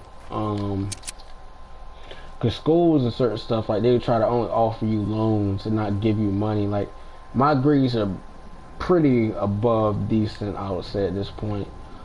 But at the same time, that this thing where, you know, I applied first, I had my FAFSA in, but they didn't. There's whole books and stuff was just so jacked up, and then the way they had it, the stuff wasn't really rolling, like the scholarship. So you didn't get the information. They said they didn't have the stuff on file, which I think is pretty much more than a lie at that point.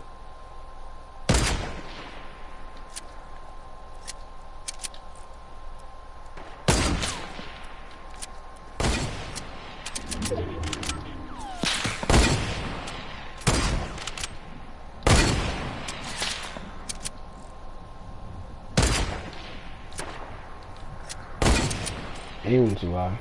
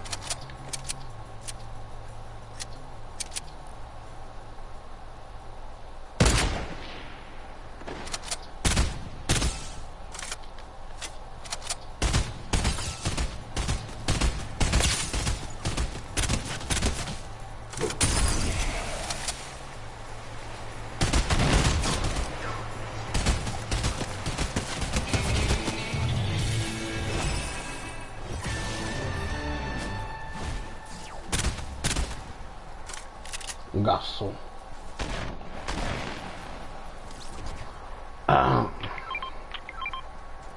Submit.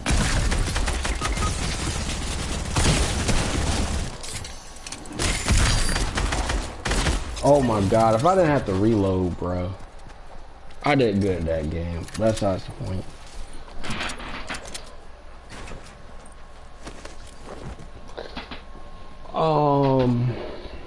But like I said, the biggest thing, like especially working for companies and certain stuff like that, you know, you may have a good idea, or you know, you may have changed a few things around, but you're not gonna get paid more. Corporate burnout and stuff is real. Like I said, like my business thing's a good guy. He's, you know, found some additional funds for me. But, you know, he said a presentation with our class and stuff like that, $150,000 is not a lot of money.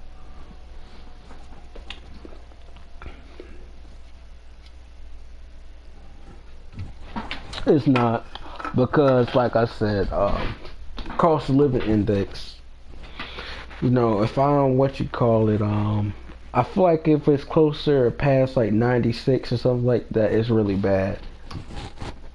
It's not affordable. You know, you can't raise a family in certain areas. Stuff is expensive.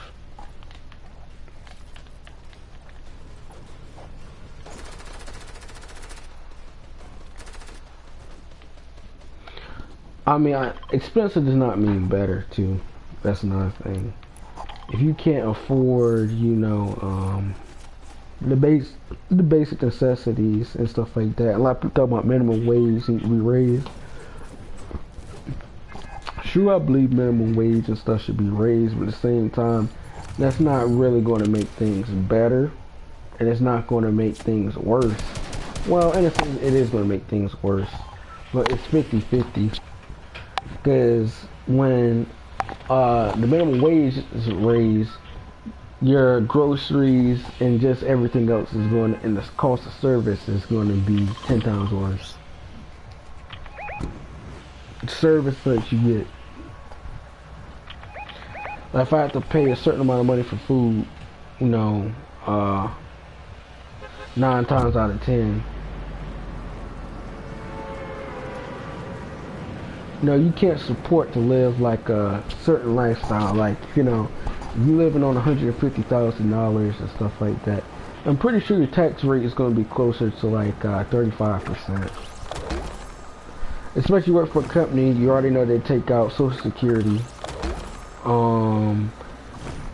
Let's see what 150. It's probably like 10, 12. It's probably like $12,500 before tax, and then after that, you know, you're probably seeing about 10. You probably seeing about 7,500 a month. After taxes, you probably about seeing about 84,000 or something. I'm not sure. Maybe 94.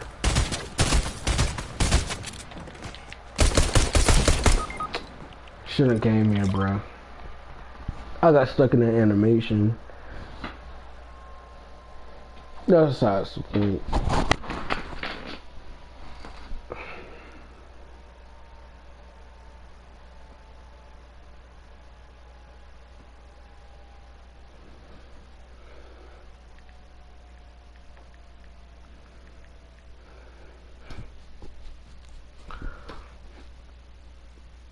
Yep, I definitely knew it was about 35%. It's, I know the numbers. I know the numbers. You can search it up on your phone right now. But like I said, yeah, you definitely are taxed at, you know, around 32-35%. How do I know all this stuff? Is because you know, you have to know this type of stuff for like financial accounting, all this different type of stuff. I would never consider going into, you know, any finance or accounting and stuff like that. I mean, there's money into that, but corporate burnout people got, and the fact that you almost have to be 97% accurate, nah. And then most of the times, like, you know, you really can't hate the fact that people are, you know, think about business. Sometimes business has nothing to do with, you know, working at a desk. Business and stuff can be decided over a cup of coffee, over at a steakhouse, or over at a golf course. So, you know, people, a boss and stuff might be at a golf course, you know, hosted by some foundation or something like that, and talk to different business owners. You know, that type of stuff does happen. You know, you might be doing somebody else's work, but I refuse to be doing that. No way.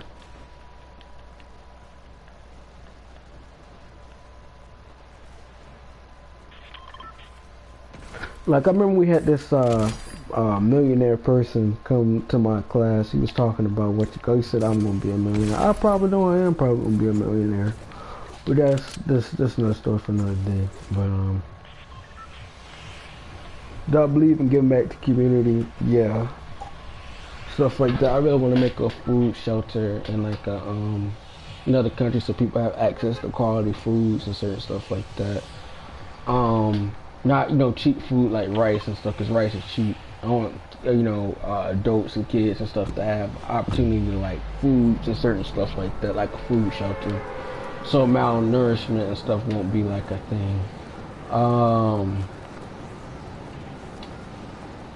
That's besides the point. But he does this thing for like businesses, not businesses, but you know, he definitely does insurance and certain stuff for like mental health services and stuff like that. He just he has contracts and certain stuff like aligned, you know, people within certain networks can see people you know, with their issues and certain stuff like that. So it's a little bit more accessible. And that's $1 million a year you know, salary that he makes because it's contracts. He outbeats everybody. It's all over a state, so he's breaking, you know, a lot of money. But the thing about me, you know, I don't really try to be disingenuous around people who, you know, you make yourself look like an idiot. That's one thing about, you know, certain stuff. I don't really talk about getting rich and stuff like this and that because, you know, you make yourself look like an idiot. Like, you don't really have the skill set or even, you know, the acumen around business.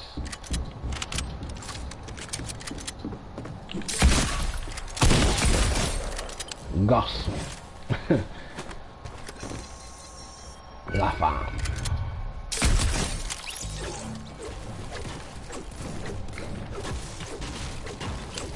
French is kind of, it's throaty. It's a throaty language, but I like French.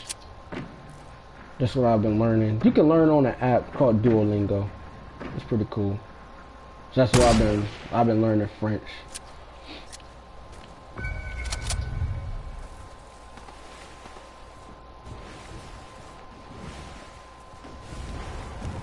Gossip.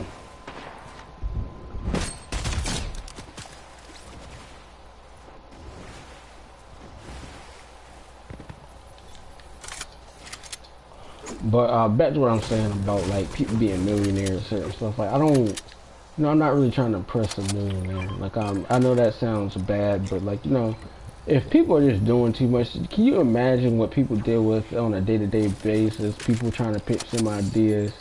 They really, a lot of the stuff is flops. Just trying to, what you call it, you know, that's just not me. That's just not me. The thing about, you know, especially, with just certain stuff, especially if you're talking about millionaires that don't pay taxes, I mean, that's a good and a bad thing, though. Because think about it, you know, they have access, you know, to good tax attorneys. You know, they're not paying anything. You know, you pay more than your fair share of taxes. But at the same time, you know, some of these people, supposedly and stuff like that, when you hear these articles and these interviews they're giving out, some of these people owe back taxes. That's where, you know, whoever they got their accountant and stuff hasn't been on their, definitely has not been doing a great job of stuff. You know, they can have property liens and certain stuff like that. Once people have property liens, the state and stuff basically owns a house. It's basically like, it's like a tax they put on it. And you know, you don't get a lien removed from your property unless, you know, you pay, you know, your tax and stuff like that, property tax. The state seizes the right of like your ownership, and it's called a lien. So unpaid, you know, back taxes, property tax, it doesn't matter. People can have liens on the vehicles too. So that's the point. Not paying vehicle tax, like, you know, to me it makes no sense, you know, to buy like a $250,000 car. You know, not only you have to deal with the maintenance, you have to pay for the tags, the insurance, definitely the vehicle tax and stuff like that. You gotta pay for DMV, all these different fees and certain stuff like that. You know, the dumbest thing I think somebody can do also too is buy a car without thoroughly investigating what is going on with the car. And I mean, no shade by this. You know, you like, if you know that, you know, you don't have all the correct information about a car and certain stuff, like people talk about a title. You know, someone says they don't have a title for a car. That's pretty bad.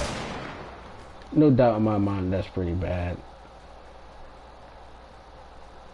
Because that means it's stolen or it's either a rental. You don't never want to get in a position where DMV says that you stole a car. Because that right there is pretty bad. And you can get charged. You know, someone sells you a car, they ask you where you got it from, and you know, you deal with DMV, you ain't got no title. That looks pretty suspicious.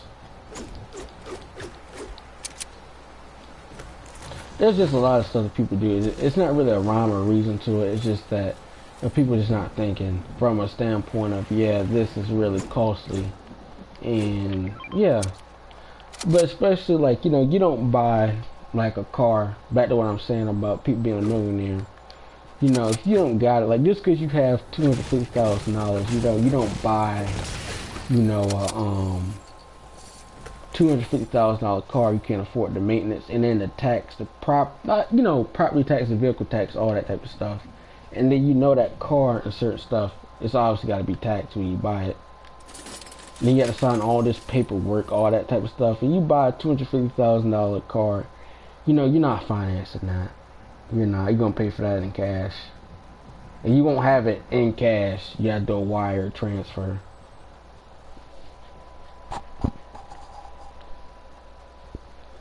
But I feel like the new scam that's going on, people talking about how, you know, essentially car companies talking about how you can, you know, finance a car for 72 months.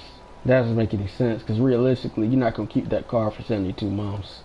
With all the stuff that goes on, the maintenance, you know, the suspension. There's some cars just terrible, are notorious for terrible suspension. People spend a lot of money for cars. It's terrible. Anytime you go past a certain amount of cars, yeah, it's a done deal. I hate to put it that way, but it really is. Because you keep on paying a steep price for certain stuff. You're not...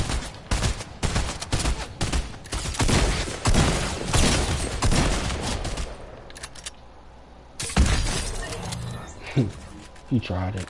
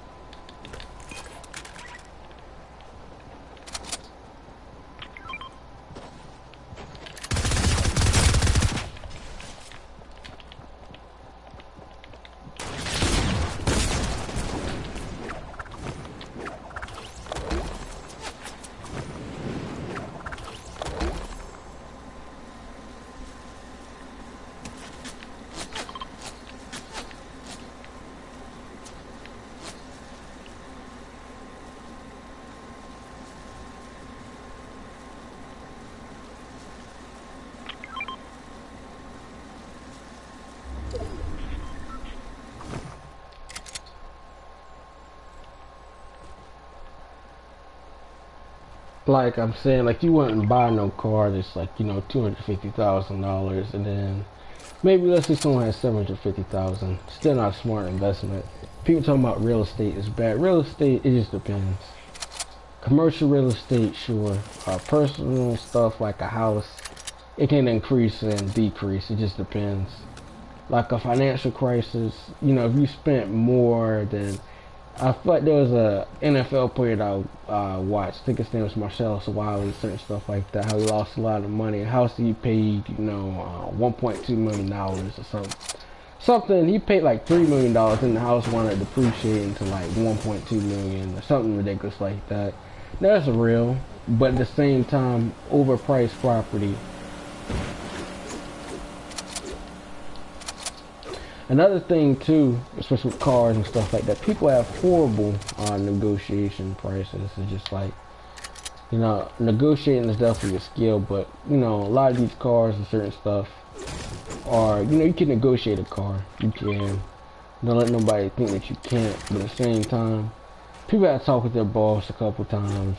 But they really want to, you know, get rid of this stuff, because some of this stuff that, you know, people have, like these BMWs and stuff like that, most of the time they break them cars down and then send them back to the factory and use the car and stuff for scraps. And BMW is not, it is German, but a majority of the cars and stuff is made right here, like a couple hours away from me in South Carolina. So, you know, it's not 100% foreign, but it's a decent car. Like the BMW with the, what you call it, butterfly doors, are, it's $148,000. But we got the coupe and certain stuff like the convertible, all the bells and whistles, probably about 220. So I mean, give or take, that's good and bad. But definitely, I mean, cars and certain stuff, nah. That's the biggest thing. I'd rather have a home and certain stuff like that that can accommodate me and a family more than I do a car. Because a car, after certain, like, you know, you're not about to put X amount of miles, so you know, you're not about to put, you know, let me think, about 75,000 miles on a car. And, you know, especially the thing that how car companies, well, not car companies, car dealerships get you is warranty, get you with a couple extra miles, all these different stuff. And then on top of the convertible and then the finance, and, you know, your credit score is terrible, that's on you. Credit tore up from the floor up, that's on you. Like, there's no excuse. There's no excuse. Now, I try not to be brutal and harsh, but I mean, it is what it is. No bank and stuff's gonna give somebody a loan who can't, you know, pay back what is owed. That's irresponsible. Like, especially if someone has good credit, you know, you don't max out, you know, $50,000 credit line in 2 months. You don't do that. You don't do that.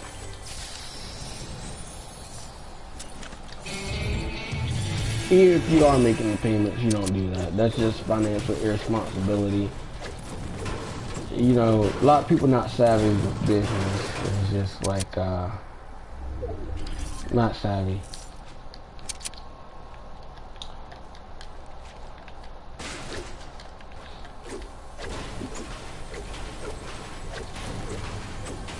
Like, you know, a lot of people can get, you know, American Express for business and certain stuff. Like, you got a number of companies and stuff that give you a business credit card.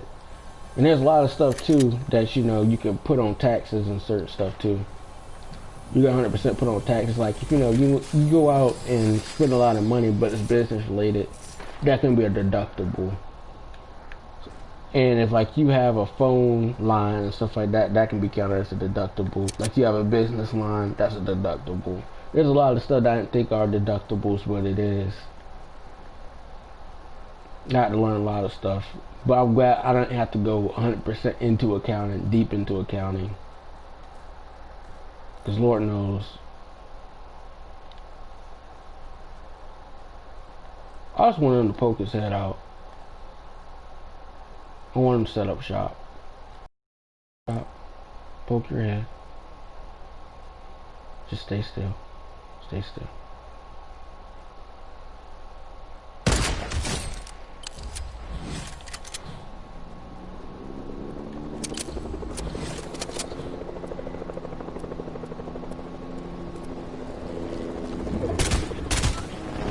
Goss. Quas.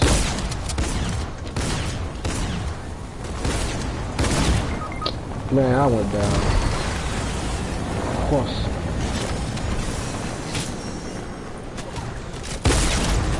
Oh, we get eliminated.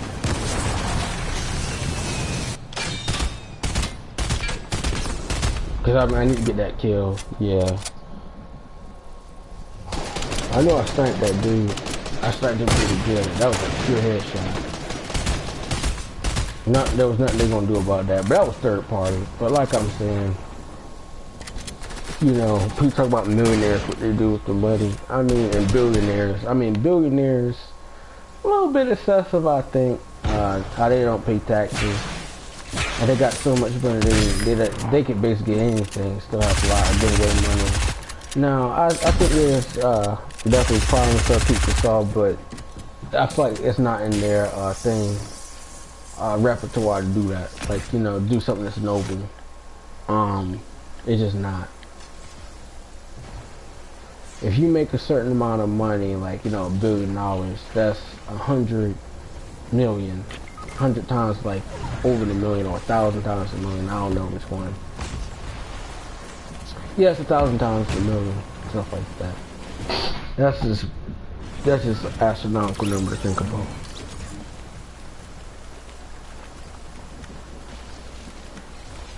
I'm really tired, so.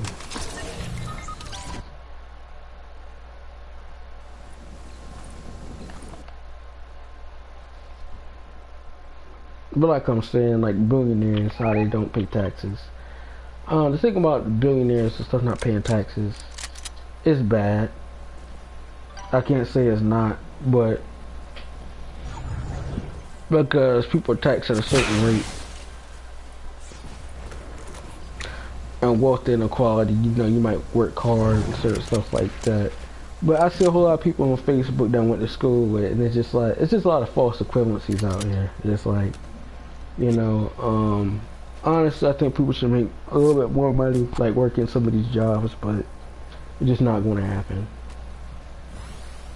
From a societal standpoint, you know, you can't justify, you know, a fried cook at McDonald's making $175,000. You know that's not going to happen. That's unrealistic.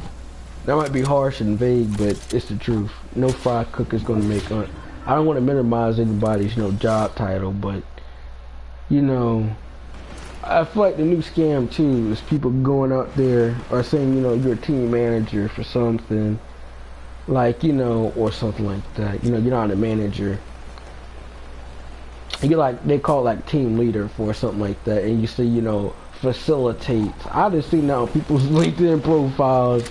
And that has me weak because just it's not even remotely a fraction of what the person does at all,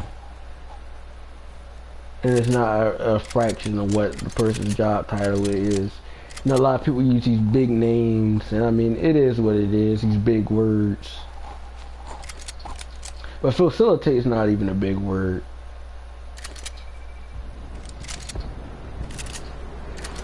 I remember, like, people always talking about, you know, how I'm smart and I use all these big words. Start using these big words like superfluous. That's not really a big word at all.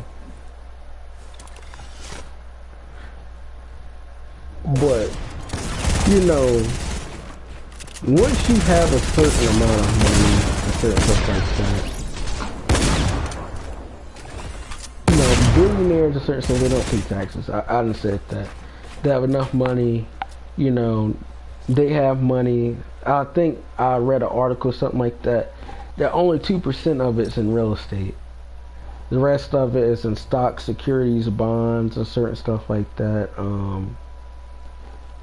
Especially in the business world, you know, you got people who own these different conglomerates and certain stuff like that.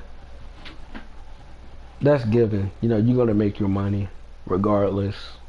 Your money isn't dependent off of any other thing than what you specifically have.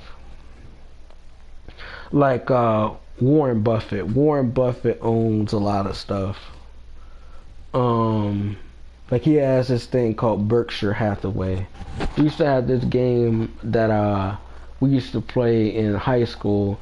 It's really a simulation of stuff like how you have a certain amount of money, how you invest your money. It's based on the real stuff, but you obviously don't have the money. But just a simulation. How would you do based on the market shares and how stuff is going, whether it increases or decreases. And I did pretty well. It's like second in my class. That was still good. Just the teacher that I had, he was really terrible. He was like surprised I was second. How I know about stocks and bonds and certain stuff like that. But this was like 5 years ago. 5 to 6 years ago. So it's been a while. But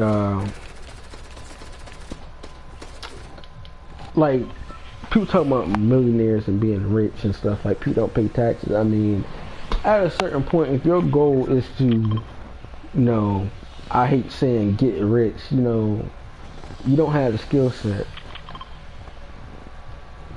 You don't have the determination to, make a certain amount of money a year. Somebody might be a team leader or something like that. Not team leader, let me stop saying that. Someone might try to be a manager or certain stuff like that, and, they can't get assignments and certain stuff done like a report. That's pretty bad. And there's plenty of companies that people are doing that already. Like people who are not even managing material, but they manage. They're in the upper levels of management. They don't own the company. They're not CEO, but they make decent money, like $350K a year. That's pretty decent. But you have a wife and kids and certain stuff like that. You're not doing bad by any means. Lil Wayne said it best, too much money ain't enough money. The feds listening for what money?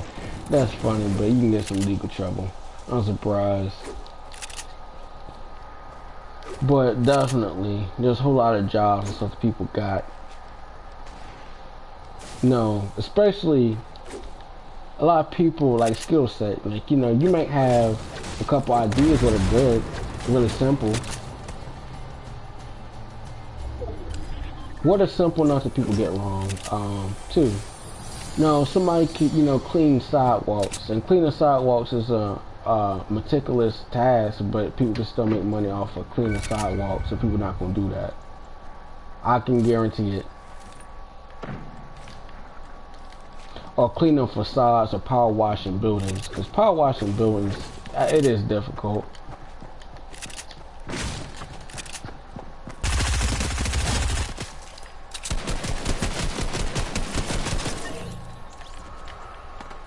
I don't want people to think that's some type of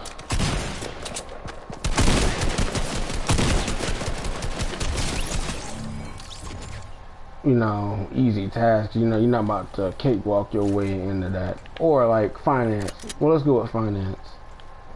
If you're a finance company and stuff like that, you work 20 years or stuff like that, you retire. That's pretty decent.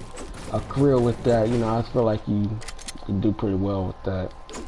People don't have to stay 20 years, but I mean, they want retirement perks. And some people just leave. If they made enough money, they've been promoted. They've done stay that long at a job if you don't want to. And they said that's a more common thing, like, millennials or certain stuff not staying at these jobs longer than what they have to. They might use as a base like 3 to 5 years and then move on. It's not a bad thing. You might want to go something your own pace before, businesses and firms go bankrupt. Because, I mean, there's a whole lot of accounting firms that really are, I don't see myself working at no accounting firm. That's just me. I just don't see it.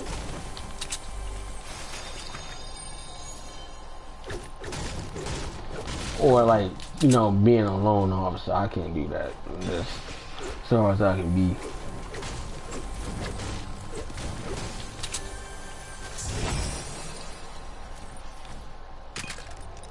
It's not selling myself short, but there's a lot of responsibilities with that. And it's just like, you know, people are burned out, man. That's a stressful job. And if I want to work, you know, obviously I probably have to work for some place or something for us. That's the time I'm going to be stacking a lot of money. Like I plan to go into jewelry and stuff like that. And, just want to own franchise a couple restaurant chains, and then like donate like food and certain stuff to like shelters and stuff like that, so people can definitely have something to eat. Because there's a lot of food and stuff that people have to throw out each night, like restaurants, and it smells terrible. The thing that smells worse too is popcorn movie theaters. They serve food and popcorn. In New York is just nasty. They have this law where they have to double bag stuff, and it still smells terrible. New York is just, I mean, it's a good place. It's opportunities and stuff like that. You know, people talking about Wall Street, how there's a problem with Wall Street, how Wall Street's basically the frauds. Most people are, you know, just America, how they get bailouts and stuff. I'm not here to argue against that, but at the same time, you gotta think about it. If corporations have, you know, political action committees in their back pocket, and you know they can have a lobbying group, you know, definitely vouching for them, and have a, you know, space this political action committee and this let's think about this lobbying group definitely has people in the back pocket. There's nothing you can do really at all.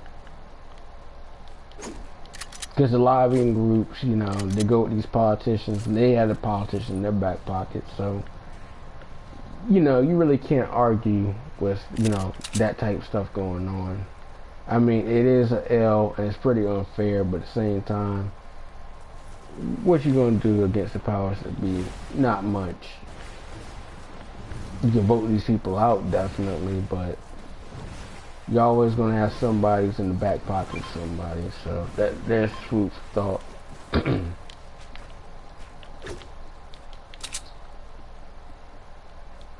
And then there's a whole lot of stuff too going on. Like people talk about let me think about it. Like all these city development funds, like how cities and stuff are sitting on lots for people to go and develop. I mean, that happens. It does happen. But I think a whole lot of stuff, people not focusing on that. You know, people want to make as much dough as they can. Use something as their base. Make a lot of money. Like if I was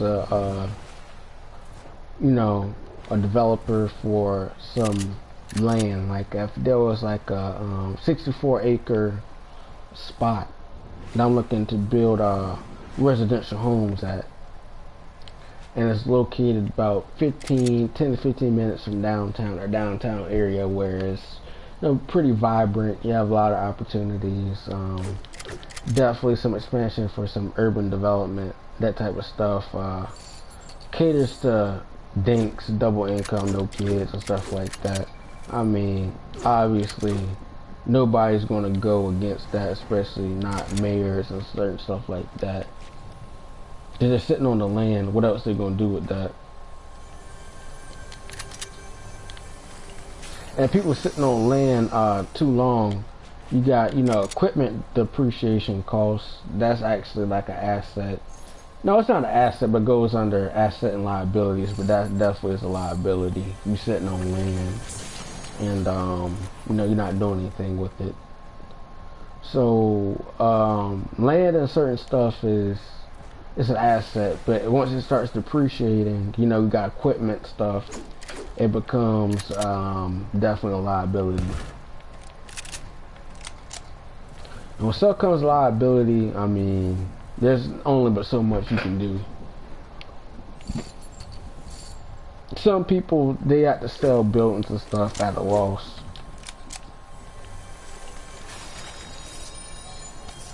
thing about businesses and stuff that you do, like businesses, sometimes it's gonna break even, and sometimes people just gonna take a loss. And I mean, that's just business, and that's just how stuff works. But millionaires and certain stuff, they're not really using money, like their own money out of pocket. They're using other people's money, like a hedge fund, using their own funds, using other people's money, mutual funds and certain stuff like that.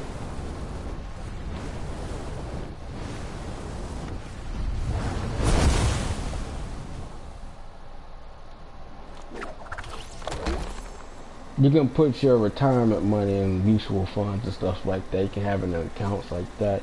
But I really wouldn't suggest that. That's just kind of dumb. And the way retirement money is, yeah, that's just not happening.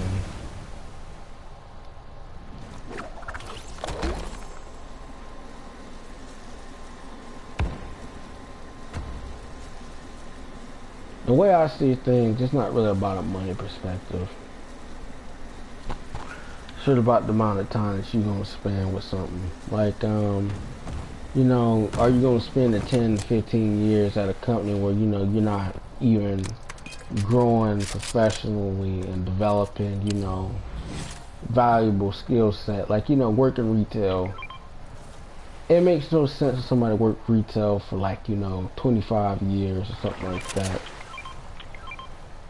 A lot of people don't want to do that.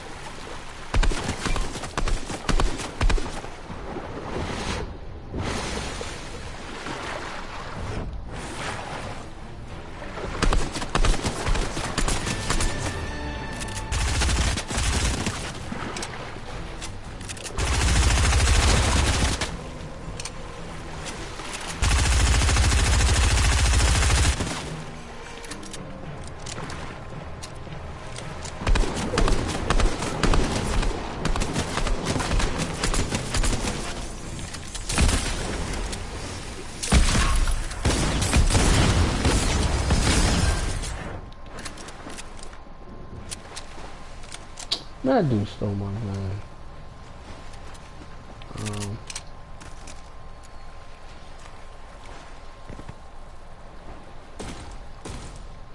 But like what I'm saying, like the people talking about the millionaires want to be deep. They don't pay taxes. I mean, some people, they avoid taxes. Like they get a whole lot of tax cuts. I mean, maybe that's definitely an issue at the highest level of government, Washington. But they're not doing anything about that. They're just not going to do anything about that, because these politicians and stuff are in people's back pockets. So these corporations in their back pockets. So that's food for thought. But I don't really try to be deep about stuff, because I mean, a lot of stuff people be deep about, they're not even deep about certain stuff like the health. But we ain't gonna talk about that one. But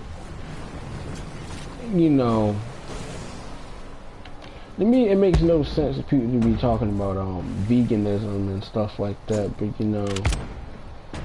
and how they're on their health grind. But they got basically a beer gut or something like that from terrible diet. Like, somebody could be a vegan and, they're eating terrible. All this tofu and stuff they have, this stuff has sodium. Just because something is deemed healthy doesn't mean it's healthy. Like, anytime something is like frozen food, you definitely know it has a whole lot of sodium because it needs to be preserved. It definitely needs to be preserved. Like frozen food, you can search it up. It has a whole lot of sodium in it because they're trying to preserve it. Because frozen food does not stay good long.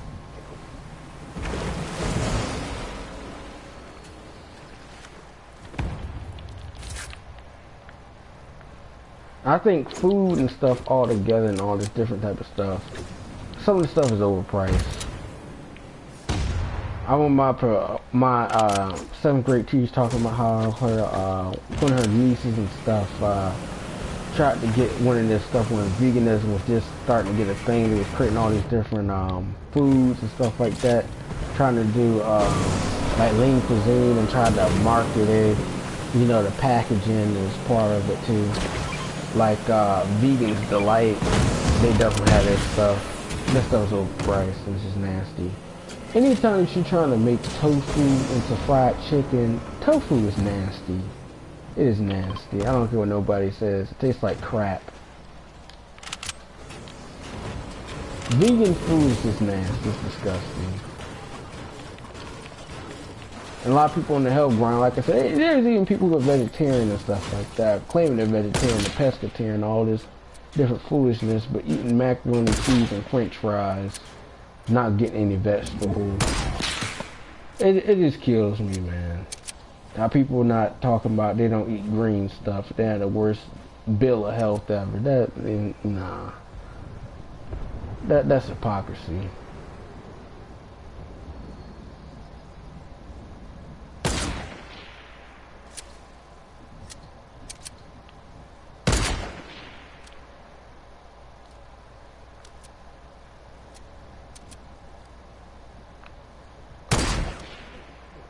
Croissant.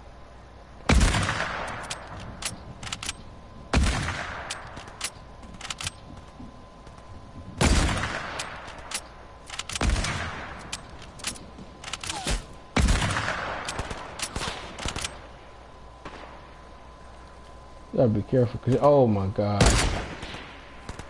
gossel.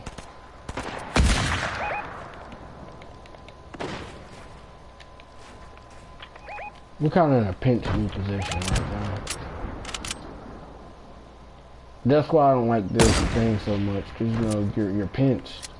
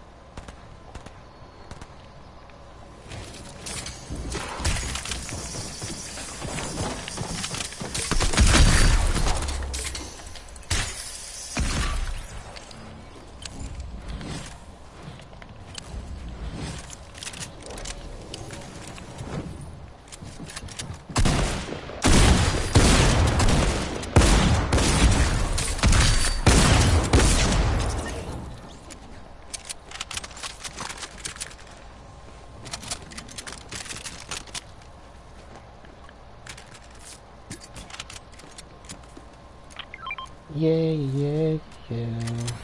Did you see what iron came and the black things left and the white one? But yeah, people talk about these cars and stuff too.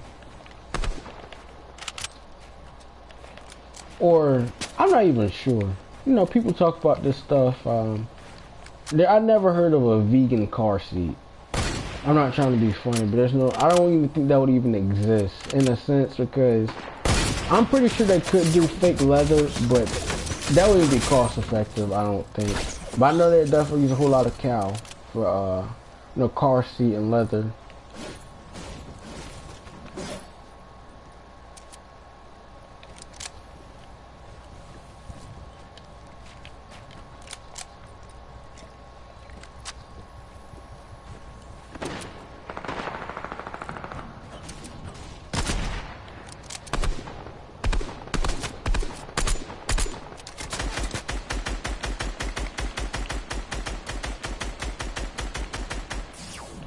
Gossip.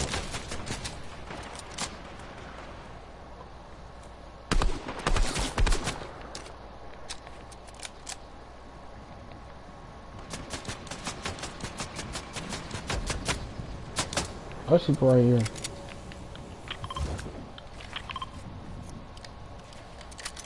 Leçon. Gossip.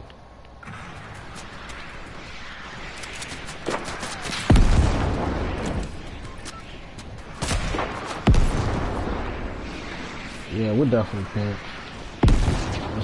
And in a spot we don't want to be at.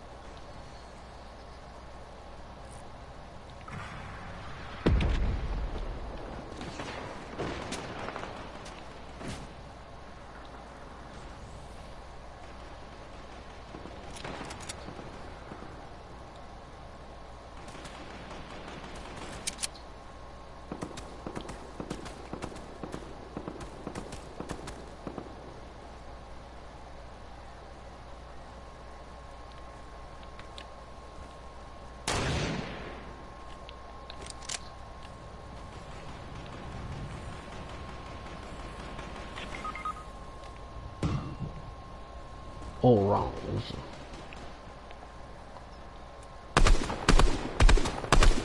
Orange.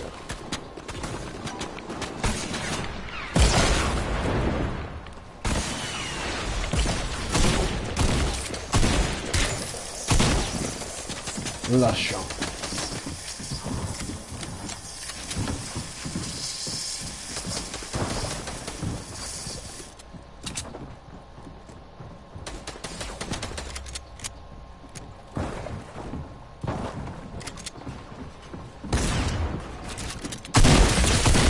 Bruh. It is what it is. Time to It is what it is.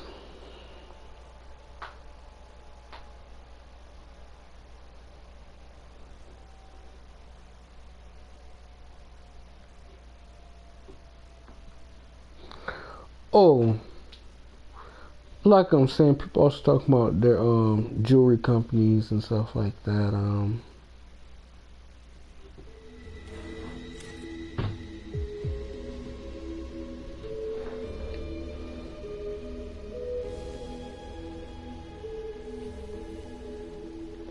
Yeah, just like it.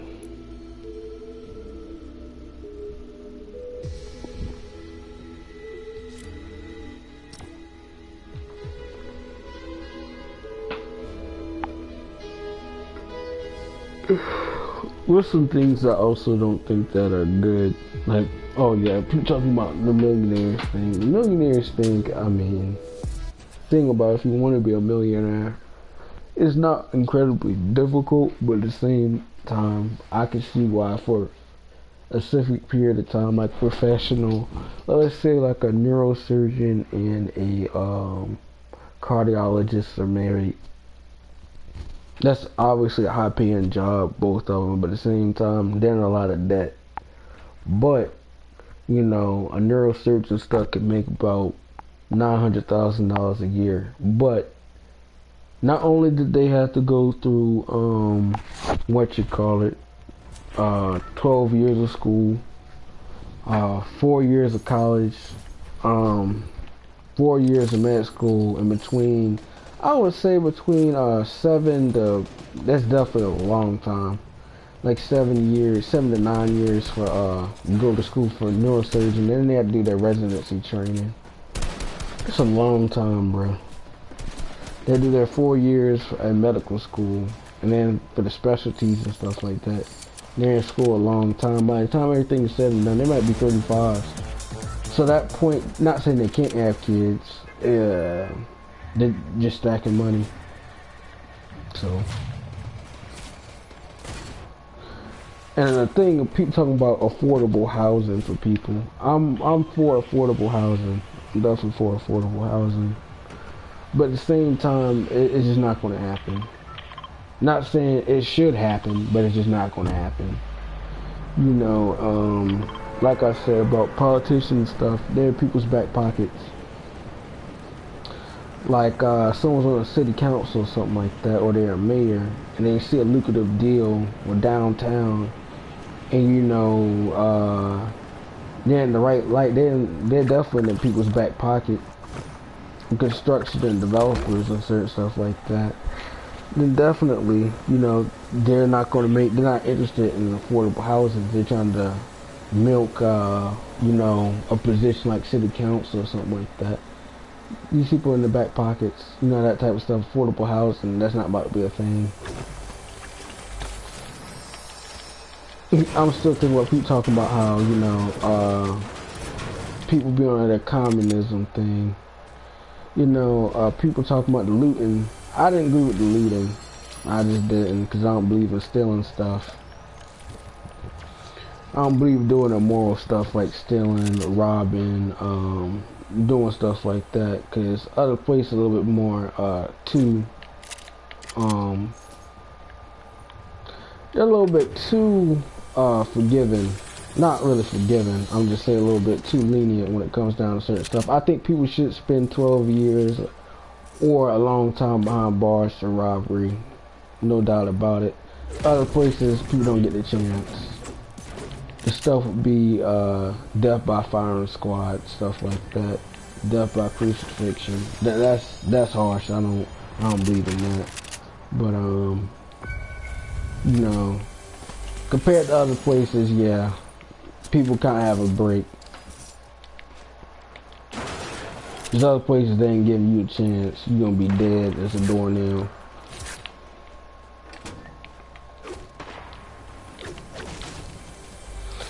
But yeah, with the loot and stuff, people talking about this anti-capitalist. How is looting anti-capitalist? You know, for some people, hitting a lick is glorified. That's not anti-capitalist. Like if you steal a Gucci bag and stuff like that, that's not anti-capitalist. You want it, but you cannot afford it. You have no financial means to obtain it. So by that, and it's like a status symbol. So you cannot tell me that that's what you call anti-capitalist. Anti-capitalist would be burning it.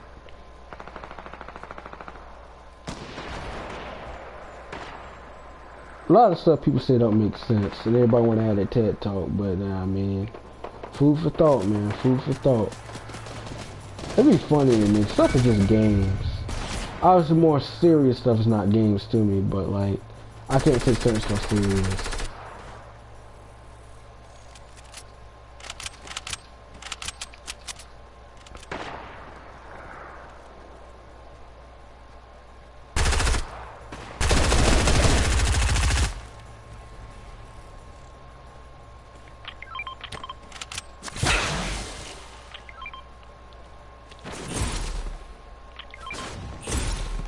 Garçon.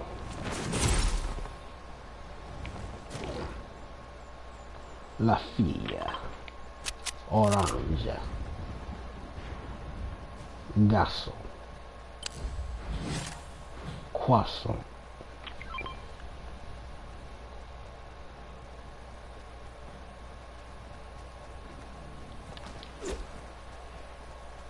But definitely, like, hitting a lick, and people talking about hitting a lick, there's no way that could be anti-capitalist. Nobody can tell me otherwise. Capitalist by any means. Hitting a lick is not anti-capitalist.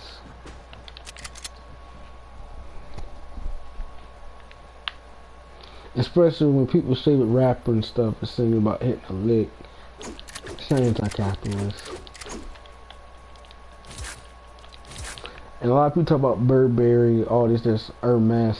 A lot of these, you know, designers and certain stuff, you know, it's overpriced. It's a status symbol. You know, obviously, if you go to a place like France and certain stuff like that, you can get that stuff, not for cheap, because it's a little bit more expensive, but you get money back when you declare it, in the U.S. Like, someone wants to go and get the designer stuff firsthand and bring it back to the U.S., but you can only declare a certain number of items. And that's what happens. You know, you get some of the money back.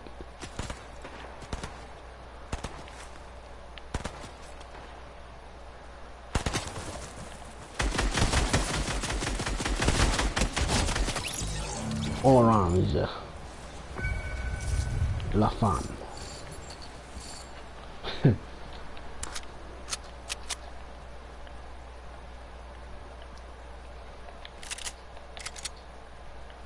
I have to be up at 11, so I'm probably gonna go to sleep soon. These dudes is, oh my god. They have a lot to say right now. I'm not going in there because these dudes fighting somebody who I know. It's not proven for me to win. It's unfavorable. If I have to do a lot of stuff to win a gunfight, statistically I already know I'm going to lose, and I'm at a huge disadvantage, I wouldn't do it. Got your back, broski. And you know me, turn an 02 to an 03. And you know me, they wishing on me. Trying to keep it peaceful is a struggle for me. You know how I like it.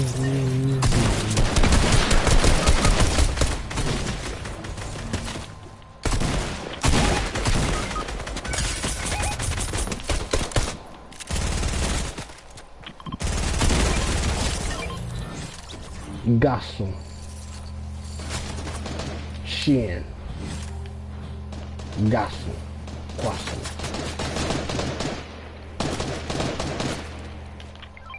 Gasso.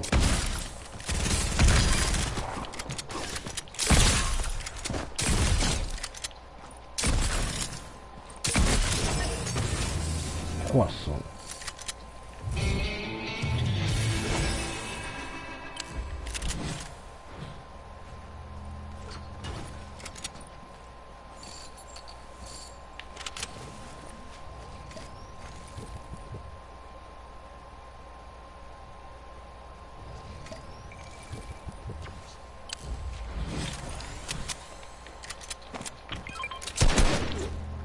And I think, well, yeah, like I said, do I think wealth inequality is a problem?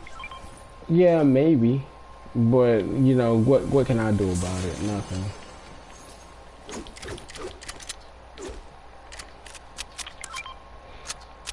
But people talking about there's a problem with capitalistic society. You know, people, some people, like I said, in college and stuff, is communist, but they want to have a TED talk. But you know, places like Cuba and stuff like that, Cuba's not free. You know, people don't even have access to internet. People have to bootleg internet. They can't go to you know, a cafe. Like, well, they go to internet cafes. That's basically like a computer place where they have access to limited. There's a lot of censorship. You're not gonna play first-hand games and stuff like that. You won't have access to a PS4. You won't have access to certain stuff. Stuff has to be brought in.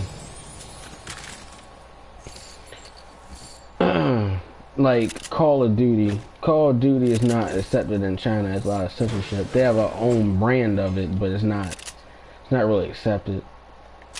And only Chinese people can have access to play it. So it's called Call of Duty Online. I think it's cool. You've seen people play it, like various YouTubers. They have somebody who allows them to use it for a certain time. Okay, you can have that. That was Duty.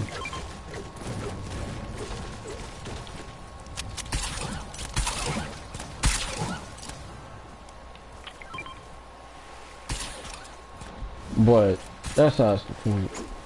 You know, capitalism is not 100% bad. You know, the government does control states and stuff like that. Like, bad thing about communist ways too is that people be hardworking people and stuff like that. Had acres of land the family owned and stuff like that for years, like a farm. And the government come and seize control, and then people don't do like that. They end up dead. You know, I don't agree with that. Don't agree with that.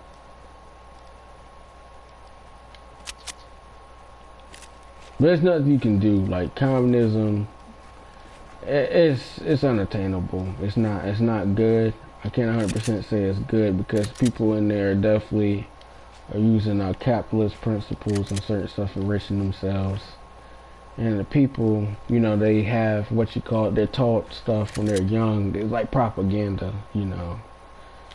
You know, if you're blind or something, you know, you go to a free place in a sense, you know, your honest idea of something won't be of what you previously thought when you've been exposed to, you know, access to free, you know, limitless information instead of suppression. So democracy is not 100% bad, but you know, like I said, there's no place in the world that's perfect. You know, anybody says that they're lying. Like France has its own set of issues. Different places have its own set of issues. The Caribbean has its own set of issues. Africa definitely has its own set of issues. It's wealthy in natural resources, but at the same time, you know, for who? You gotta think about it. De Beers Diamond Company, they had some scandals about them, how the certain stuff they have, warlords and stuff for controlling diamonds, got more say so. Stuff going on. There's nothing new.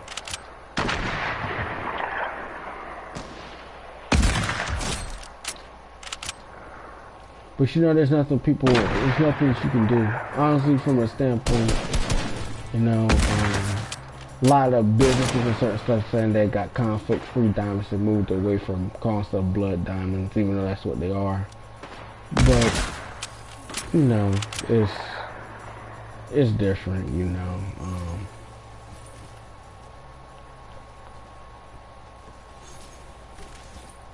Like people say it's South Africa racist. It still is pretty racist, to be completely honest.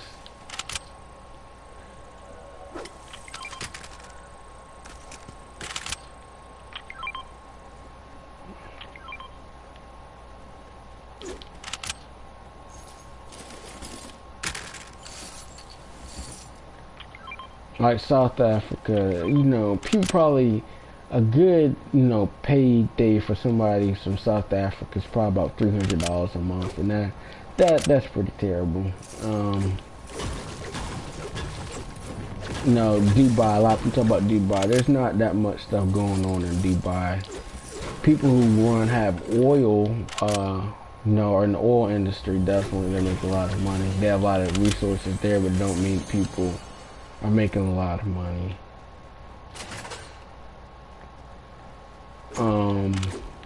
It doesn't mean to make a lot of money.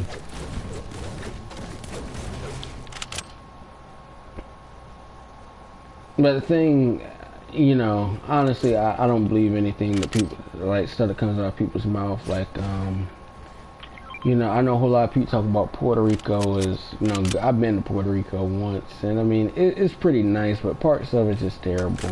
You know, you see it from a perspective of, you know, how people live.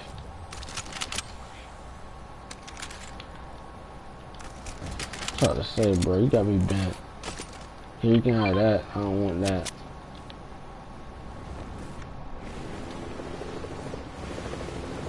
But definitely from a perspective of how people live, obviously it's gonna be different. Like, you know, you go to Jamaica. Jamaica's pretty nice, pretty beautiful, but people live in poverty. I mean, is that an issue?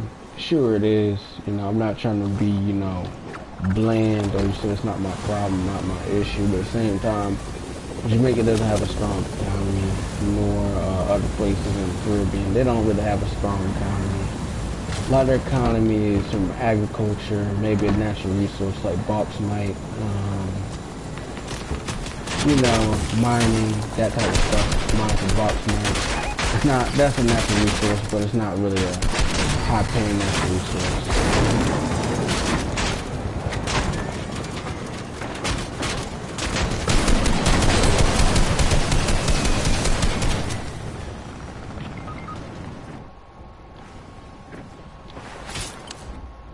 Of course. Oh my god.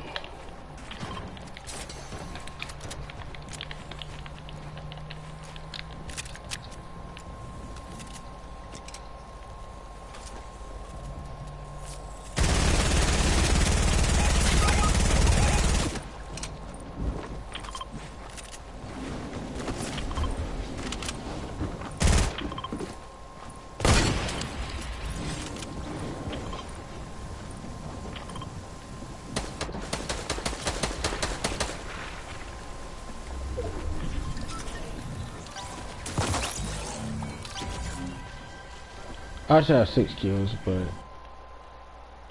I'm gonna leave. I'll play like 2 more and I'm all gone.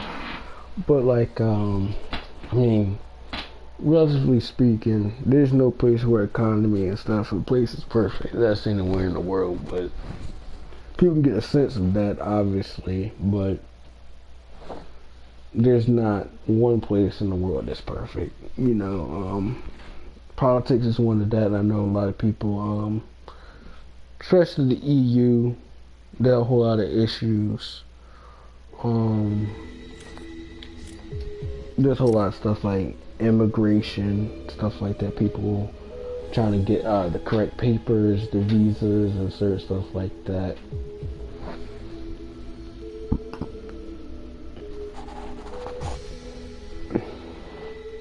Or like, let's think about a place.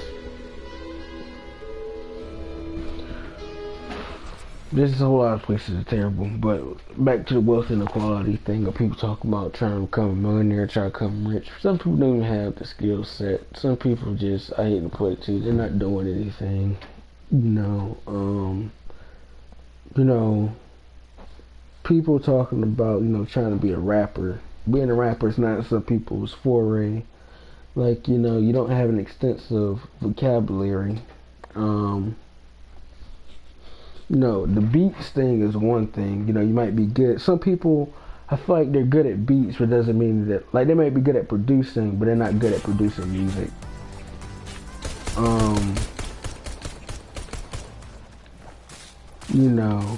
Not limiting, their skill set, but sometimes, that shift, a lot of people are not going to put up with that. If you have a limited skill set or something like that, or for instance, someone is a good, supposedly, if someone can play like only 3 black keys, a couple stuff like that, doesn't mean that they're a professional keyboard player. I hate to put it to you like that, but it's a whole lot. It's more to it than I think it's theory and practical.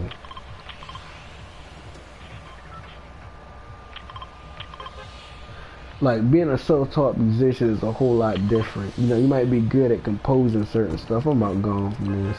I'll play like 3 more and I'm about gone. But like, if you're a self-taught musician, for instance, your skill set might diminish just because, like someone might be good at playing certain stuff, but past a certain range, of like, stuff like that. All instruments and stuff are supposed to come together. Sometimes you try to do a one-man show and overpower, different sounds, have stuff go through a house. You can't do that. You can't, you can't do that.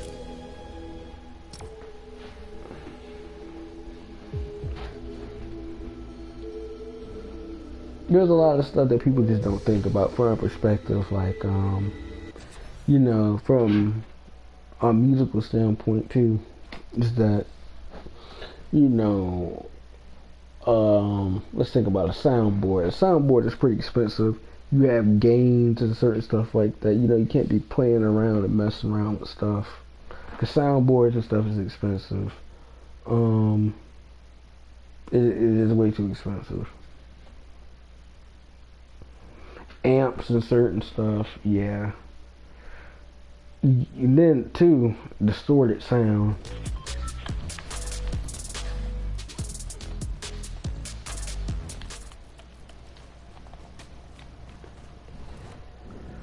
There's a lot of stuff that goes into, like, I think some people are talented at certain stuff, but think about being talented, certain stuff, you can be talented, but at the same time, it's just not. If you don't have the skill set and the ability to work with others, or you're not a cooperative person, you don't have to get out to some places. But that's just besides the point.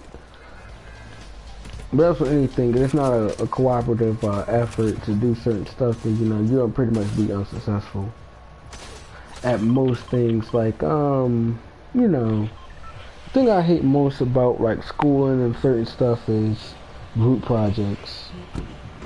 I'm not really a group projects person. Like, not that I can't work with people. I just have an issue of working and not, doing my fair share or more. Like one time I did a project at school. We had to do this thing where we was like a shoe cleaning company. I did the whole thing, graphics and all. I'm not a pro with PowerPoint and stuff like that. I slapped the whole thing together, had the thing typed out about what a budget and stuff is going to be, how we're going to market this thing for my principal marketing class. I put my name on it because I didn't know the other people's name. We barely even had any correspondence. and stuff like that. I know that's pretty bad, but you know, I don't feel 100% led to always have to take heed of stuff. Like that's an unpopular opinion. I know I should be doing a whole lot better than what I've been doing in regards to certain stuff, but certain stuff is just not. I feel like it's not my job to, you know, it's not my job to, you know, have nothing like that. Like I did a project, you know, people won't come to class. I thought the people dropped out. Some of the people did drop out. Didn't come back to school on time. They didn't even come to class. So if you don't come to class, you're paying $1,000 for, you know, class. You're not even attempting to come. Then you know, it's your loss at that point.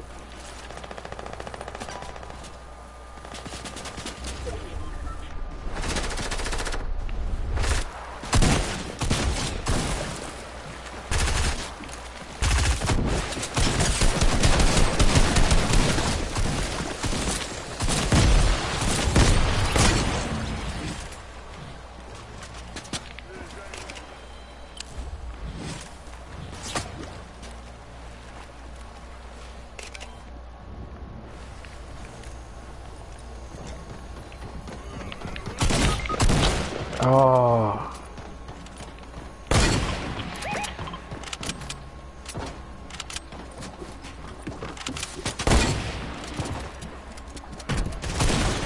You lost. I know you lost.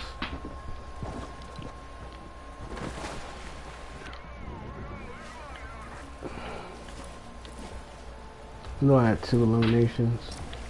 So besides the point, like if I make a certain amount of money, like for instance, or like for instance, people talk about millionaires making, you know, a certain amount of money. A millionaire make a certain amount of money. Now, do they pay their employees well? Probably not. But at the same time, me, I feel like I take an ethical approach about certain stuff. But you know, as long as people pay it well, they get like vacation time. You know, they're not overtaxed. A lot of stuff people don't want people to have too. Why people are opposed to people working at home, because people want to be monitoring what people are doing now, working at home. You know, I can get more done paying less. That's what people want to do. Since the businesses or jobs want to do, they want people to do more and pay them less, and also the ability to monitor. Like I don't want you to have paid sick time, you know, stuff like that. Or you can take time off. Or people who don't take vacations, like, you know, that's not good for people's mental health, not to take vacations and certain stuff like that.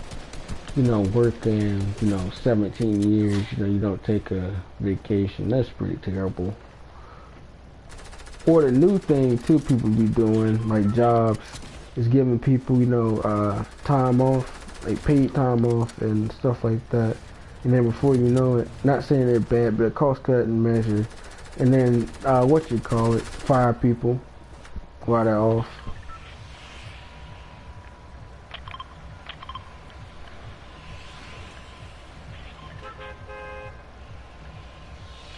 Do I think firing people is bad? Yes and no. It just depends. Because sometimes businesses and stuff, I'm not even trying to make an excuse. Some people just terrible altogether. Like one time too, I went to a place. It's like, yeah, and the person literally had a world star moment. That I seen somebody, you know, there was a waiter, a female, well, a waitress. Let me go ahead and say that. This is not just a waiter; it's a waitress. Was getting in a fight with some swole people. I'm talking about some linebackers. Nothing against my big people out here, but these people were big. Like, I'm talking about 340 pounds. Like, the person, like, they played some professional ball big, like 6'3". And the women were big too, but they were like 6'2" or something like that, 5'11" or something like that. And maybe like, 275 pounds. Something. They weren't skinny. It was a big family. or whatever. I think it was just a night out. You know, people ordered drinks and certain stuff like that. These people ordered $800 worth of food, and then a waitress and stuff. I guess they had been cussing match or fuss match rather. And you know, it got pretty nasty up in there. Person spent someone's drink. Not the waitress didn't do that, but the person in argument spent someone's drink, spent someone's food. You know, the loud, talking too loud, and you know, got nasty on the person. The people wound up leaving and didn't pay for the food. They didn't even touch the food. That was $800 worth of food and drinks just lost.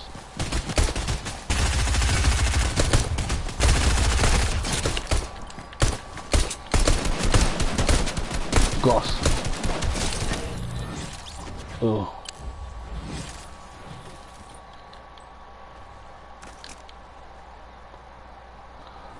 But back to what I'm saying about the stuff,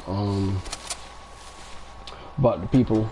The people there, yeah, like I said, $800 worth of food. The person got fired that night, and that was pretty bad. They took a L. And then the service was bad as it is. They didn't do anything to the people who were right there. I was sitting right near the people, like maybe in the middle section, part of TGI Fridays. I've been at TGI Fridays since, but that was an L. From a manager standpoint, $800 worth of food, and people walked out of there. I mean, they had to leave. They had to go, because it really was looking bad for not only the customers and the just the overall business. You know, the latest, you know, restaurant drama that I had was at Chili's, and you know, my food took like 2 hours. I kid you not, like it took like an hour for the food. They put in the order, and by the time I got my food, the food was hot, but everything was backed up in the kitchen, and the people, the waitresses was out there fighting and talking about I'm tired of you, you know, not working on the same page. And you know, the managers and stuff trying to save face and not have people walk out of there.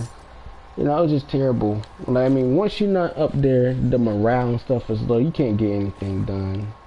You know, you can't get anything done for the most part. So it was so long before crap hits the fan, and you know, what happens there, all things is lost, relatively speaking. You know, you can't expect people to be faking, you know,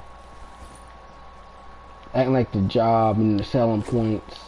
I remember one time I went to this factory where, you know, people produce what you call it, goods and stuff like that. And it's like a cash cow for people. It's like a soda plant. You know, you can take a tour, and I think they had like stuff too. It was in not another country. It was in Puerto Rico. They have like Coca-Cola factory and certain stuff, you know. Puerto Rico had stuff for the adults. At that time, they had, you know, Bacardi too. They had the thing out there too. Their little partnership with them, because, you know, people with these, you know, drinks and stuff like that. Bacardi, people don't drink rum and certain stuff. They mix it in a punch or something like that, or Coke. Because by itself, it would be just terrible. But that's not the point.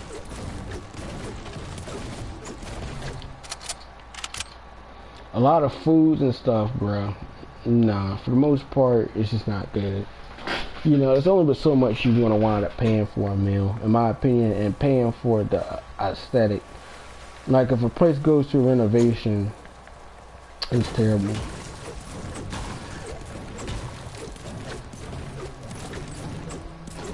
But the TGI Fridays, it's okay, but I feel like a lot of the stuff, like the deals they have now, are a whole lot better than what they have been before, considering it's a pandemic.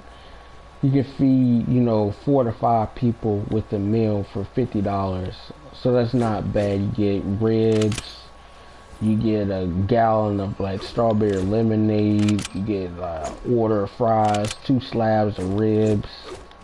Not 2 slabs of ribs, but a slab of ribs, full ribs, chicken. It's pretty good. But TGI Fridays running on the skeleton menu. You know, they can't offer, you know, salmon, or stuff that's, you know, maybe not the most expensive. I don't know if it's wild caught or farm raised. If someone tells you that there's not a difference between farm raised and wild caught salmon, they're smoking something. They're smoking something. A wild caught salmon has more of a flavor profile than just a farm raised. It's not the same.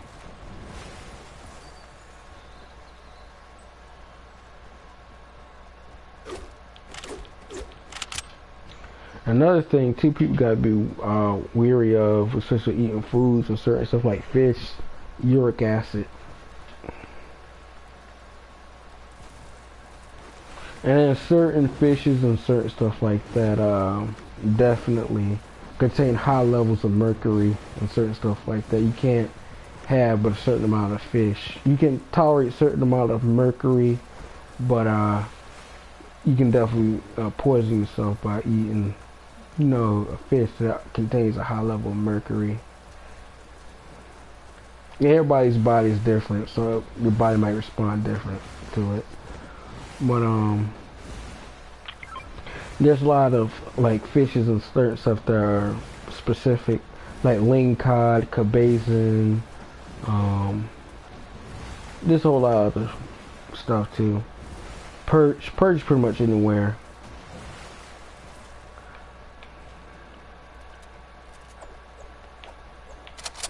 Largemouth bass, bluegill, catfish. I mean, I like going fishing. I need to renew my fishing license, but ain't nobody going fishing in no pandemic. I'll tell you that. I wouldn't go fishing. You know, the interesting thing, 2020 is a global L, and like they already said that people are going to have, you know, it's going to affect the psyche, like people's mind. And they already expect their medical workers to have, you know, have some difficulty coping with the amount of people dying. And then at the same time going back home, dealing with the amount of death they have. And, you know, they probably have to take sedatives and for the more serious stuff. I don't know. I'm not really trying to speculate on that, but you know, I think medical care is too expensive, give or take maybe, but at the same time, when does medicine stuff not be cheap? I'm not skeptical of medicine, like people talking about holistic medicine. Like, I don't have to tell you that eating a piece of fried chicken and, you know, eating, you know, Kentucky Fried Chicken with a lot of sodium, you know, eating chitlins or eating grits with, you know, 2 pounds of bacon is unhealthy for you. You know, that's stroke level type of stuff. That's stroke. You're gonna have a stroke eating all that food. That's not even funny. Can you say aortal blockage? 75% blockage. You got 75% blockage. You're gonna need a heart transplant. You're gonna die. That's not funny, but at the same time, some people do it to themselves. And that's why I'm skeptical about organ donors, because certain people, just the lifestyles that they live, ain't nobody gonna be cutting on me. I'm sorry. Even if I'm dead, like, nah.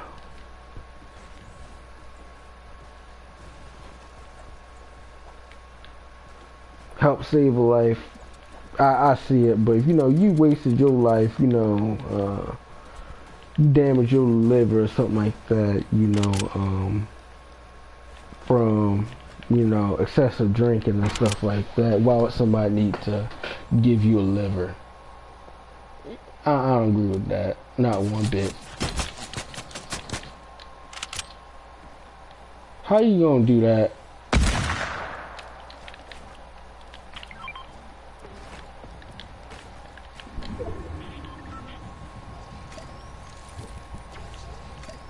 Then be hiding behind a tree. Person.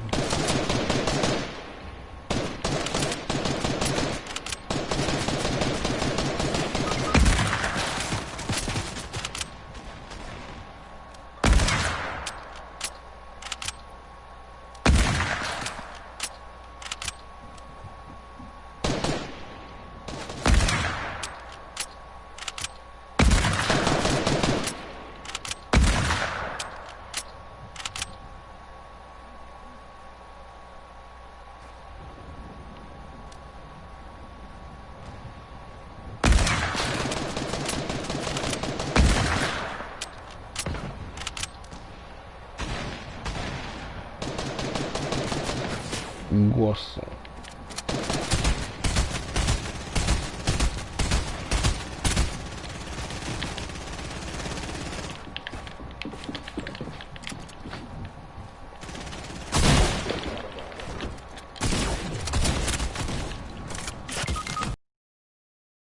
Like, see, if I gotta do all that, I don't feel like I want to play the game.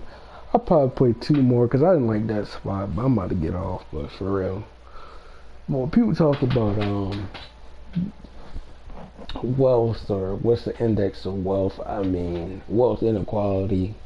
I hear it, I believe it, but at the same time, there's not that much you're gonna do. Not that much you're gonna do.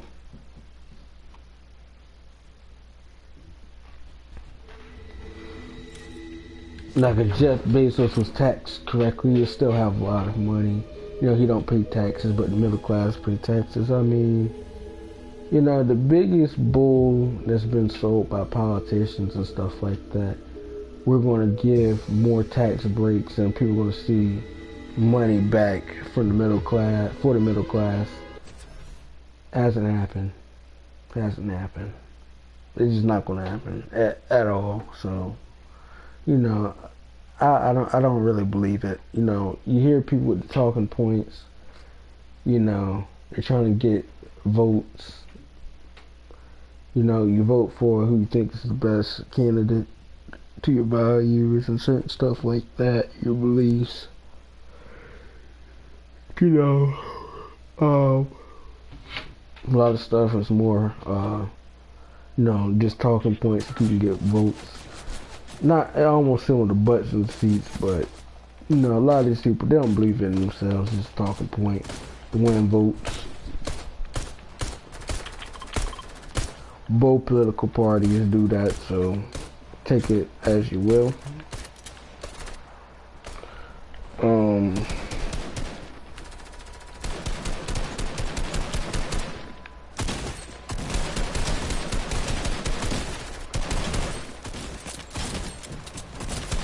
Some people talking about America's the best country. I mean, opportunity-wise, sure, but I don't, as an American, I don't 100% believe that, you know, it's 100% the best country. It's the best country for people to start businesses, companies, and certain stuff like that. But at the same time, you know, I feel like a lot of stuff is broken. You know, stuff can't come back or operate in a way that used to. Like for instance, you know, you can't operate a business. Like if a country and stuff like that, if a business is operating in, it's a U.S. company. Like if Apple makes their factory and stuff, they move it from China to India, you have to both pay India's taxes and the United States taxes. They don't get a break because it's an American, like it's an American company. They still have to pay taxes, so you know you're not getting away from that. Even if you live in another country and stuff like that, you still have to pay taxes. You still have to pay taxes. You get any type of income, you still have to file taxes in the U.S.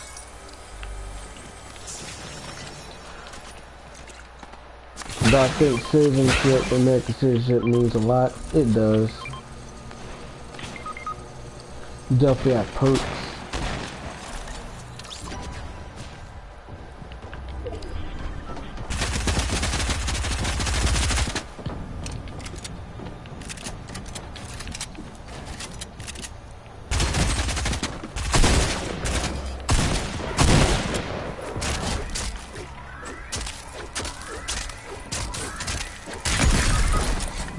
Oh my god. Your game into me.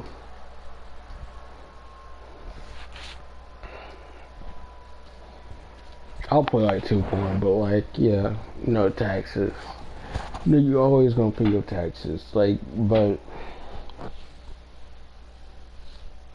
You can try to reduce them, try to get some deductions like charitable giving, um, stuff like that.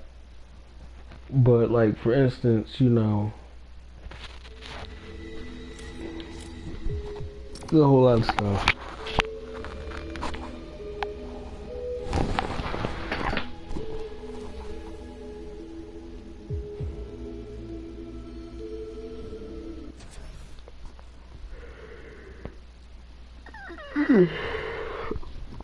Like I know a whole lot of people talk about people talking about people smoking weed. Now, in my honest opinion, weed is not it's not for everybody. There's obviously people who can get the work done and stuff like that, but no, there's no 100% way that is people claim to make them smarter. It don't. There'll be people, you know, toking a joint all day. They have a 2.3 GPA. That's doo doo, absolute doo doo. But claim to make them smart, it don't. If you graduate with a 2.3 GPA, that's doo doo. That's 100% doo doo. Maybe they got other stuff going on. Maybe they stressed, but 2.3. At that point, if you have a 2.3 GPA in college, maybe you got some stuff you weren't taking it seriously, but that means you about to lose your financial aid. And you only have one semester if you're under financial, not financial, but academic probation, get your grades up, or they kick you out of school. So take that how you will, and you still have to pay that money back. So you know, you do bad in school, then definitely, you know, you're not making any money.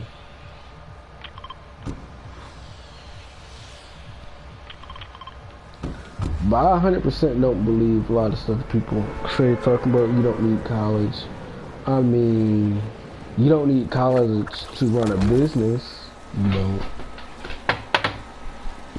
But like, you know, like I said, if you want to be in what you call it, investment banking, or you know, working for an accounting firm, you're not working, you're not doing that without no degree. You're not. If someone tells you that and they 100% believe that, there's something wrong with them. Like I don't know what to tell you, because I mean, at the same time, like, nah.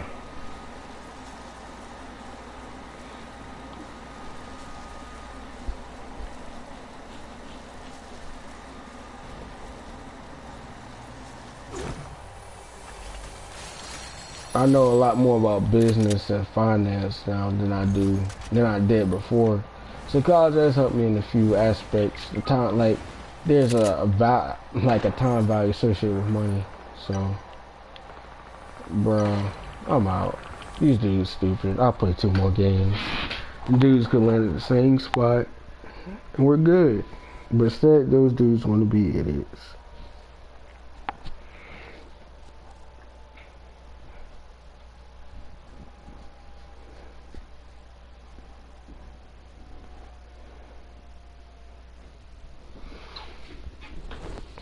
Like, let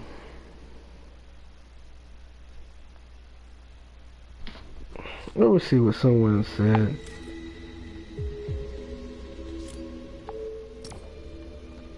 Let me see what someone said.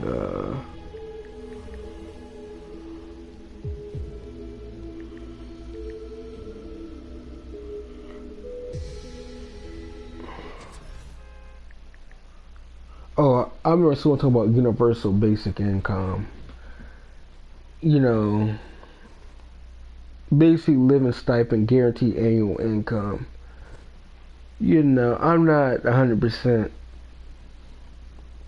against that. You know, Puerto Rico has that. You know, certain people, they don't even have to work. They seriously don't have to work. Don't mean that they're living good, but they have the basic necessities. They have a decent program.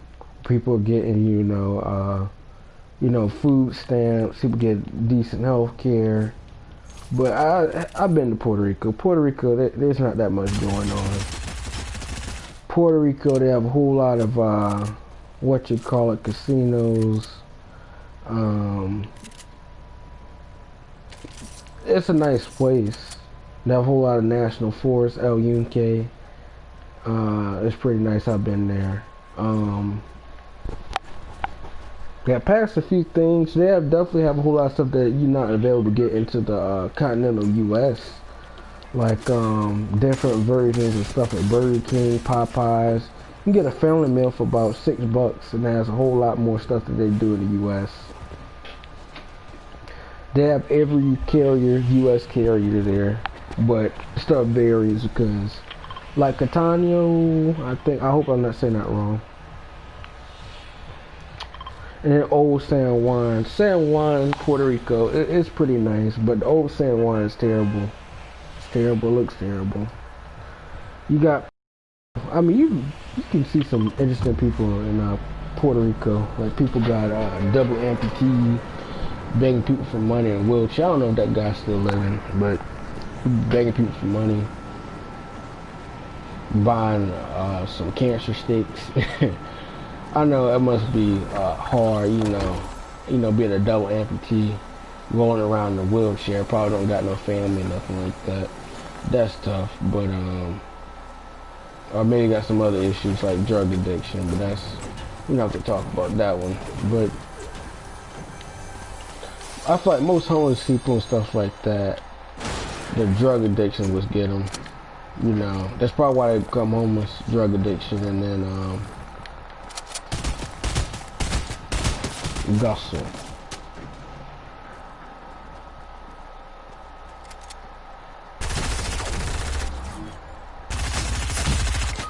Bruh.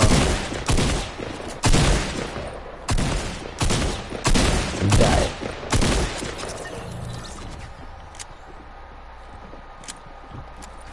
Who's at the end Gussel? I can't tell, man.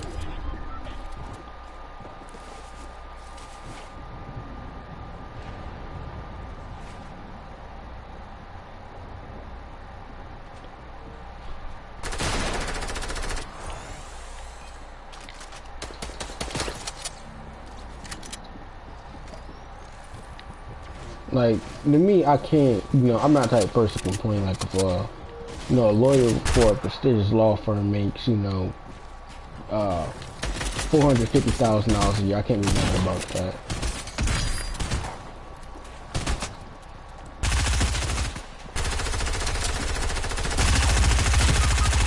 Man.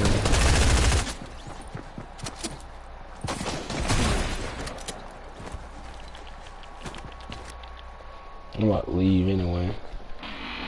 I'll play 2 more, but for real, I'm about to get off. Yeah, that was bull. I'm about to play 2 more, I'm about off, but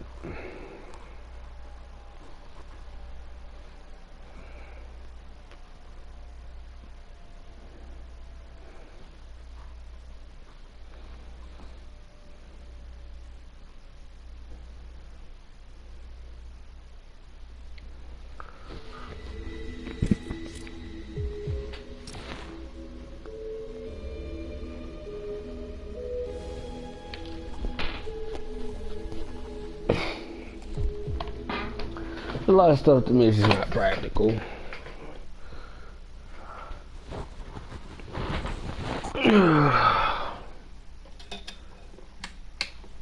My teacher was talking about she has a cousin that has 6 kids with every child has a different father. That's messy. That's nasty. That's just nasty. And how people are just abusing welfare. I'm not against welfare, but at the same time, there's I don't think people get that black people not the only people on welfare, or how people are taking money, they're paying taxes, going to welfare. You can't really say where your money is going to, whether it's not. That's the government's fault. So be mad at the government. If you don't pay your taxes, you going to prison. It's simple as that. You know, you may not like something. I get it. But at the same time, welfare. What do I think my honest opinions on welfare? Welfare, I feel like it's a good idea in a sense, but at the same time, poor execution. No, the more money people have, the higher their tax, and it goes to programs. Now I agree with, you know, certain stuff being, taking care of your senior citizens, definitely. Taking care of your senior citizens is definitely one of them. I'll play two more because that didn't even count. I'm not talking to people. You got mics? We're not doing that.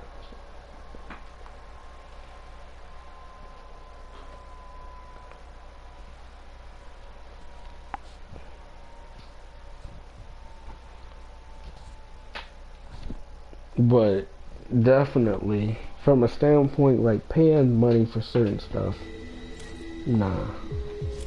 In terms of like too, people talking about the programs and certain stuff, food stamps. People selling food stamps. You can't sell food stamps. You sell food stamps, you're going to jail.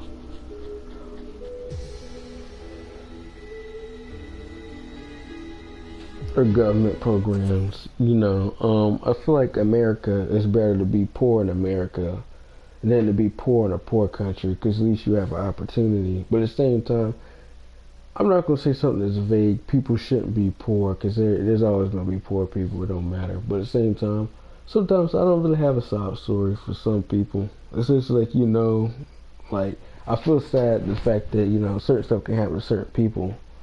Like, people can have a drug addiction, but at the same time, like, some of these homeless people, it's like, obviously they didn't wake up one day and decide they want to do drugs.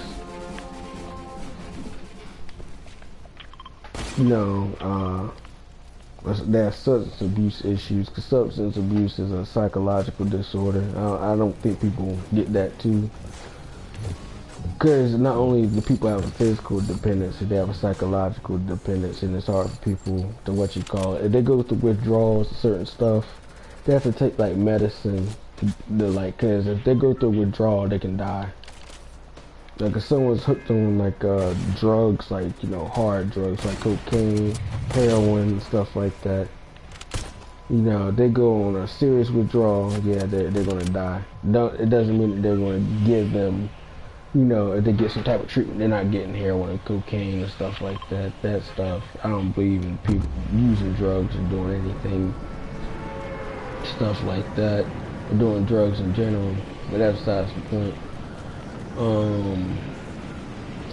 But the biggest thing too, especially in terms of like health, a lot of people are curving towards definitely trying to get people, like there's also too people on high on drugs and stuff like that, they give people Narcan and certain stuff. That's if they overdose.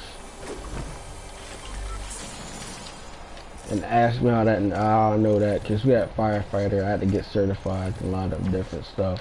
It was in high school, I was like, I had certification to become a fireman. I still had those certifications, but at the same time, he can leave, I don't care, bro. Nobody told you to go over there. So you, it's a done deal.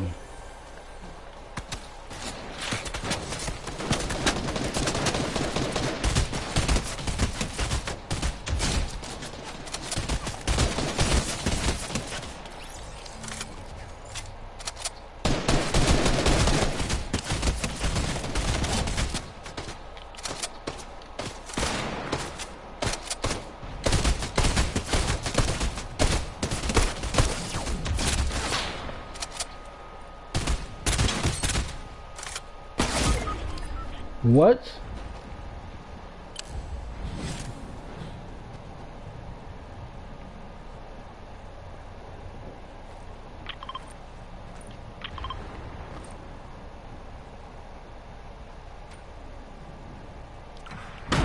Now I'm going. Okay. Good.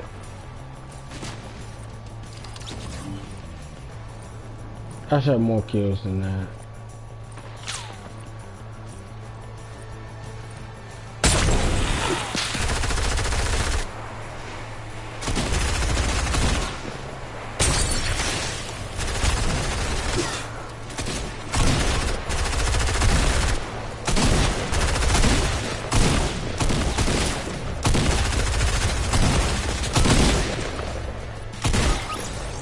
Man, I'm not going. I'll put 2 more. Because that right there was just pathetic. But like I'm saying about games, well, not games, but like people talking about income and certain stuff. Do I believe in income is a factor? People talking about building wealth. Thing about people wealthy, the thing about it is that there's some people who are flashy with their wealth, and there's just certain people who are minimalists. Not like Mayweather. Mayweather, it doesn't mean like, just because Mayweather is, I feel like he's savvy enough to orchestrate deals, but practically in skills like reading, writing, math, he may understand, if I get $150 million for a fight, is good, but otherwise that outside of that, getting strippers and stuff pregnant and stuff like that, that's an L. Either way you put it, to me it's an L. I mean, I don't really care. But at the same time, I like Floyd Mayweather, but at the same time, he's a good fighter, good athlete. But past a few things, probably not the best in terms of like managing certain issues and certain stuff like that. That's an L.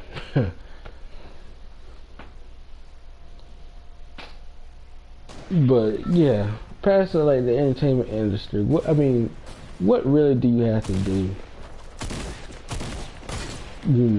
Just because you make $1 million or more for a certain thing does not mean that you're smart.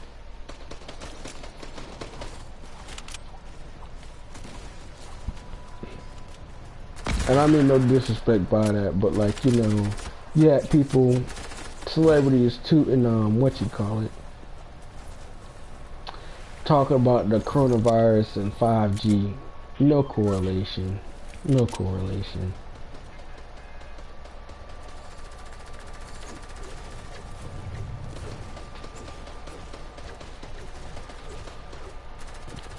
Bonsoir.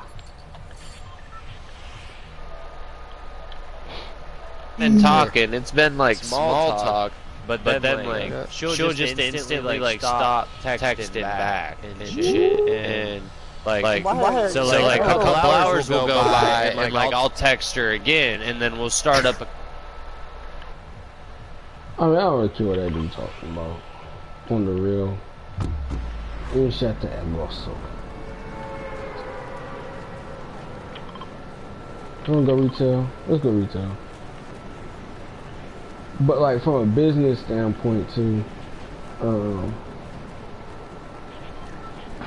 promoters and stuff had to get a fight. The fighters and stuff make money through pay-per-view and endorsements and stuff that they got. Just because a lot of people don't have a lot of good negotiation skills, and then a lot of deals fall through. Let's think of a deal that fell through, like Tiger Woods. I think he's a good athlete in terms like he's been doing better, but for the longest time, Tiger Woods, he sucked at golf. It's terrible.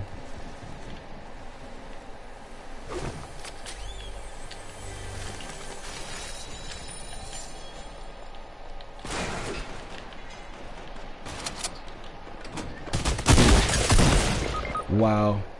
Shotgun to the face.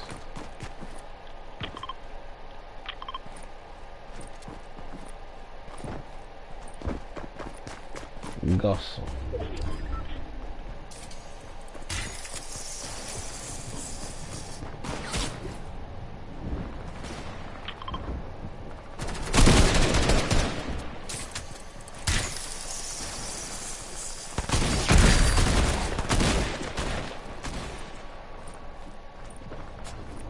But like people also talking about a language barrier too. I think language barriers and stuff is like good, like learning another language.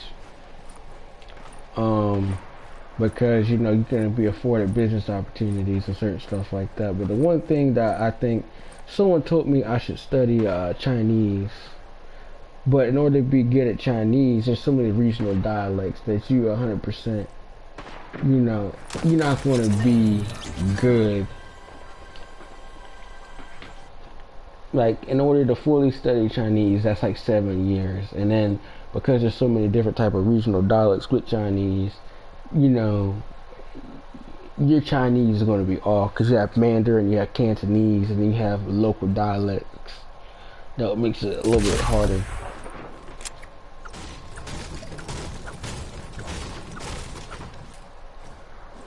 But the thing about like schools and certain stuff, too, the language requirement. People talking about the language. The language thing, I don't think is bad. You know, having people learn another language because you go to other places. Certain people think that Americans are the most dumbest people ever. Just the way that they conduct themselves. Because on top of other people's language, they have to learn English, and English is not their first language. And besides, too, it's like no, I feel like it's wrong, and again, it's not wrong. You got certain people trying to be correct. Well, in a day and age of PC political correctness, it just only got worse. But I don't know, man.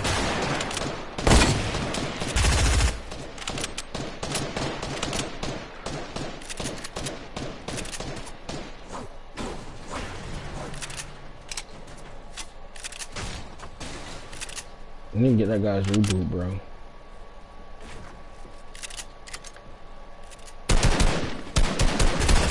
That guy's reboot something we got. Joker.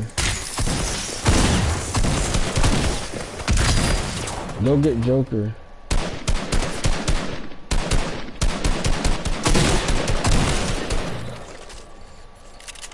He needs to get Jokers.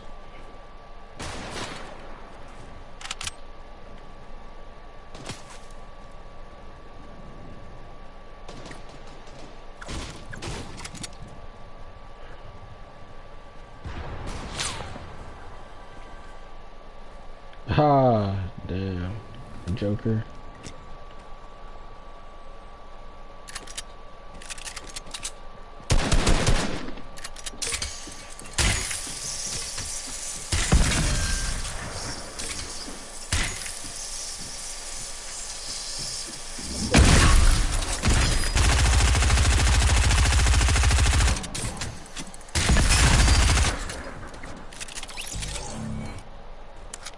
Gossel. Shut that gossel. But like I said, I learned French, a little bit of French. I'm doing a lot of exercises and certain stuff like that. I do it on Duolingo. That's give me a chance, to learn, different languages and certain stuff like that. A language barrier. But another thing too. A lot of people want to do international business, and I think that's a good thing to do. International business. You have the skill set. Like I said, like learning Chinese.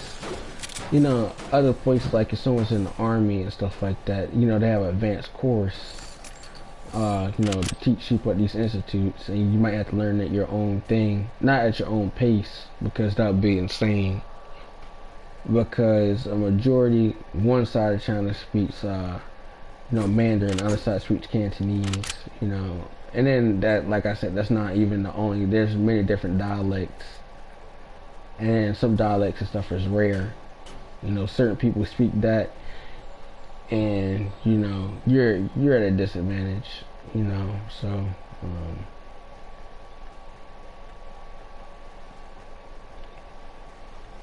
pretty bad. So with the language thing, I think from a language perspective, definitely you have a whole lot of opportunities in different places. It just depends. I think opportunities anywhere if you're you learn how to do a few things.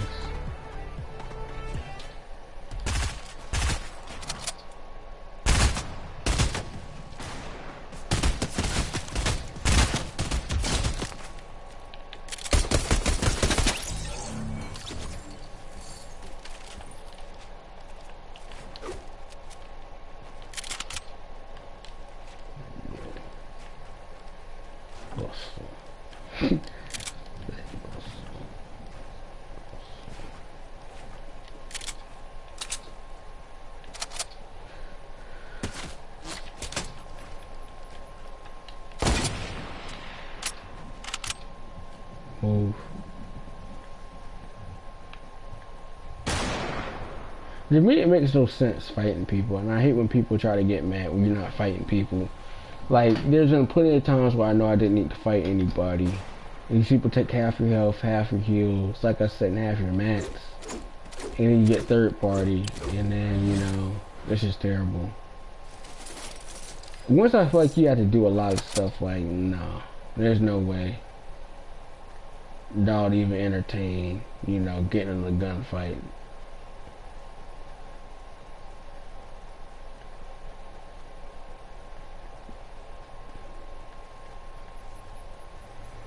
But I'm still thinking about it, like, too. I mean, what Goon Squad at? I don't want to keep shooting at me.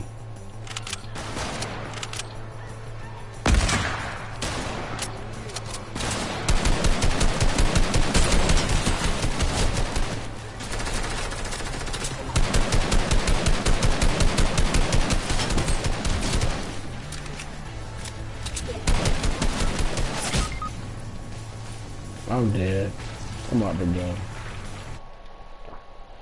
But that's the point. Like, I got one more game left and I'm about to go because it's late and I gotta be up at 11. But, like, going back to the millionaires thing, millionaires or certain stuff, I mean, they make their money work for them.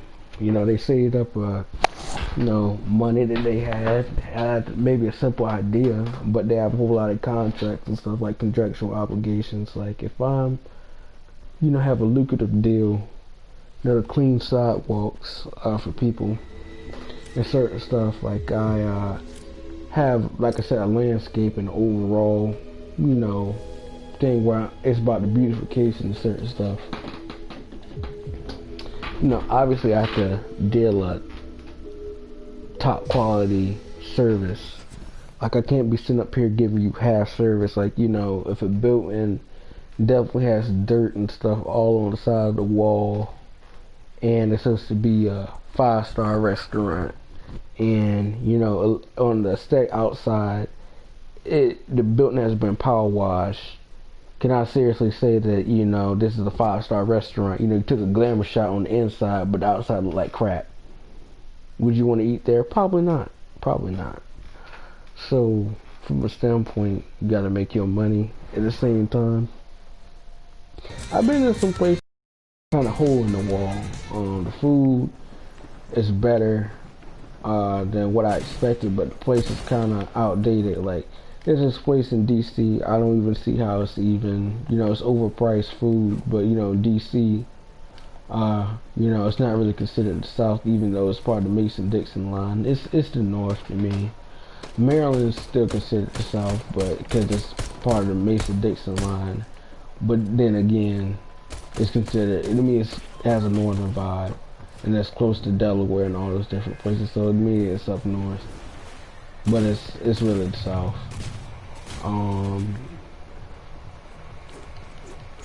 This place called Florida Avenue Grill, and then they have this place called Crestfield. Crestfield, the glory is departed from there. You know, Crestfield is a place that was featured in The Wire, and, you know, they got this thing where it's a crab cake. It's like a crab cake, and it's a jumbo shrimp. It's pretty decent, but it's overpriced. And then the one thing that I hate about certain stuff, restaurants and stuff, try to be old timey, is they don't serve you actually a drink. Like, if I said, I know sweet tea, but this place is Southern, so they did add sweet tea. But the sweet tea that they had was Snapple, and it's not refillable. So if you drink that, it's $2.95 a pop. Like, nah, I'm good. Nah, I'd rather you not try to do that. That's not savvy to me. You know, you can't really be affording somebody to do something like that. That just means I won't patronize your business again. Another place I didn't quite understand too, when I, you know, and like, there was this place, you know, too, where, you know, people talking about this is the best soul food place, and the place was nasty. The nastiest thing I think I see someone did at a restaurant, a soul food restaurant, I pointed out a live roach. It wasn't a cockroach, it was just a roach. I pointed out a live roach, and then what you call it, squished it with the rag to a worker, and then continued to clean it with the same rag. I just wanted to barf at that point. That's just nasty. And clean surfaces down with roach juices. I don't even think about that. That place should be out of business. One thing you also have to be careful about too is restaurant stuff with like a 80 grade. These people go down, I'll probably play another game because people are just sorry.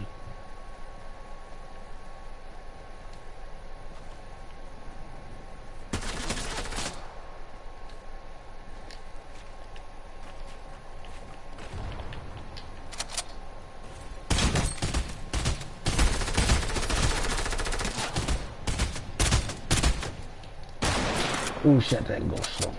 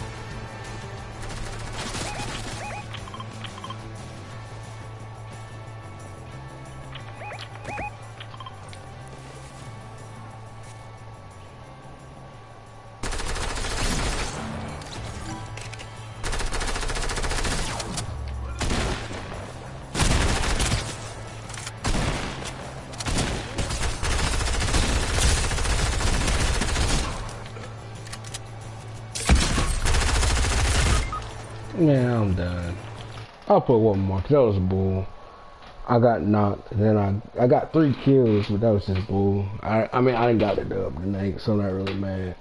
But besides the point, like, from a business standpoint too, back to the stuff is that I don't think, like, people understand, especially with businesses and restaurants, you know, restaurants and certain stuff can't operate in a way that's just, you know, people not finding value. Like, you can't be sitting up here serving overpriced crab cakes and certain stuff like that. You know, you're using crab meat and making it to, like, you know, a little patty. That's easy. Crab meat and stuff I know is expensive.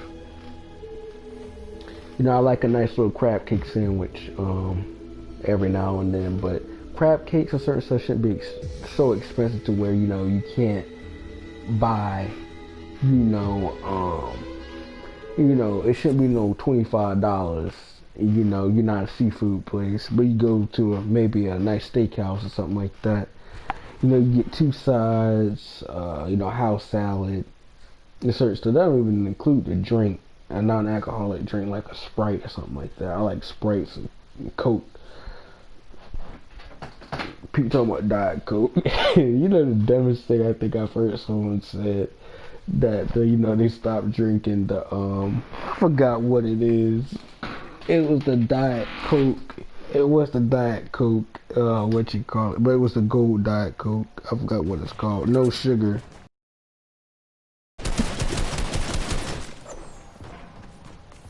The caffeine-free Diet Coke. Talk, you kidding me? I don't know about all that. I don't know about all that.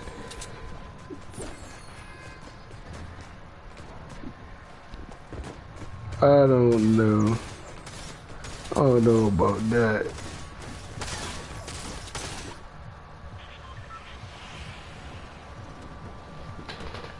I've seen a study about it, but like the person, that, you know, it's people be on there the health kicks. They could have been smoking cigarettes and stuff like that, unfiltered cigarettes.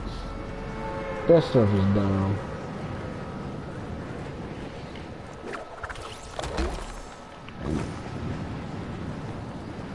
To me, that's a lot of that stuff is dumb. It's really not even a point. There's no basis in it.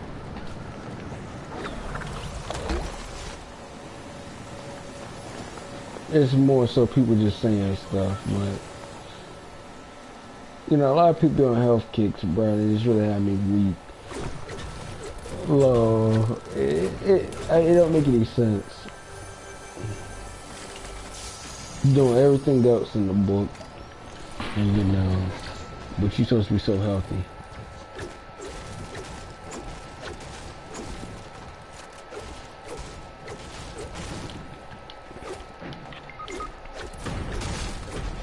You probably didn't get a gun. I don't want this dude.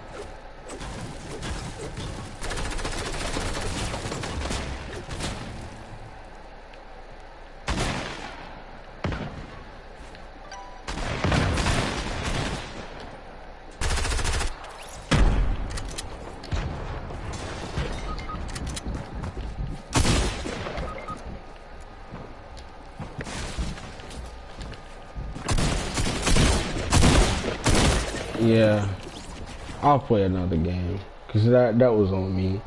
That game was legit on me, but back to what I'm saying, you know, people be on the health kicks, man. It is be having me weak. Or people be working at factories for like 35 years. Working at a factory, who works in a factory 35 years? You know, I respect people working at a factory job 35 years, but you know, you're not gonna see no pension. You're not gonna see no 35, you know, years of pay. Like I said, my professor was talking about how Ronald Reagan was good. Ronald Reagan was terrible.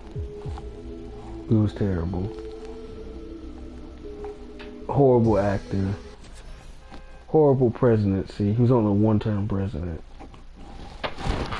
Terrible. Followed by George Bush, another terrible administration. Terrible. I think he only had one term. Wow. He actually had 2 terms.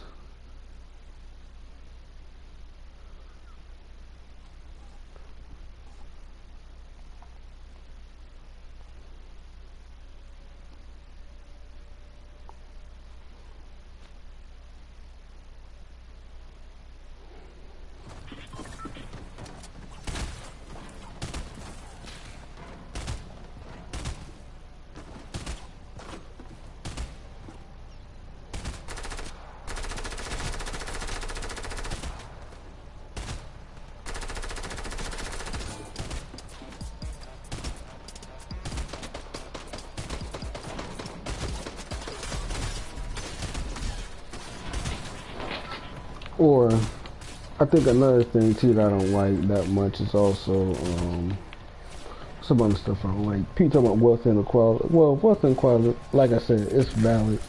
But at the same time, there's not much you're going to do about it. From a perspective, okay, we know it's obviously real. If it's some boy, I play another one, but then for real, I'm gone. But, you know, like I said, if somebody's a millionaire, you know, a lot of people, imagine the amount of people that kind of on the daily talk about, hey man, can you invest in my business and certain stuff like that. It's ridiculous. This is terrible. Or people talking about, you know, what type of businesses and stuff make people millionaires. investment banking and stuff makes people millionaires. It don't mean that you're gonna make $1 million a year salary. That's just not gonna happen. You have to have a contract. You have to have a company that has prospective clients that are paying a lot of money.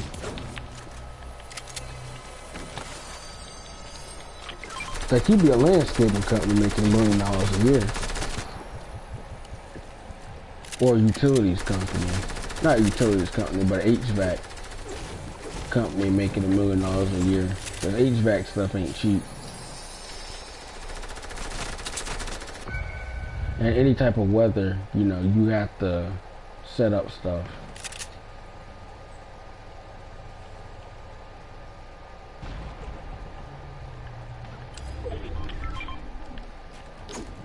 That's besides the point. But I definitely don't think that, everybody has a chance in America to make money. But at the same time, because it's a capitalist society, you're gonna be able to make your money. But the thing is, certain companies and stuff have market share, but don't mean it's gonna be making money. You shouldn't have done that, but oh well. Certain people's points are valid, but at the same time, I don't go and try to be act like people are, doing God's work and stuff like that, trying to be deep, because a lot of people, they're not even that deep about their health, and that's pretty honest. Like I said, people be on the health kicks, but they're some of the most unhealthy people you ever meet. But health is more about what you eat too. I don't want people to think that, you can look healthy, be a healthy weight, but it don't mean that you're healthy.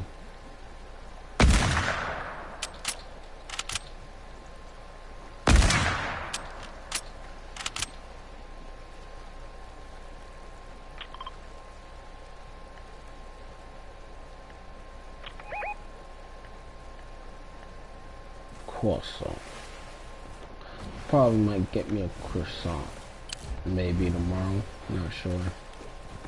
But I'm still thinking about a lot of restaurants and stuff that I may have patronized in the past that weren't good at all. Like, Another Broken Egg. That place is overrated. Overrated. I don't like the way that sausage tastes. The andouille sausage is terrible.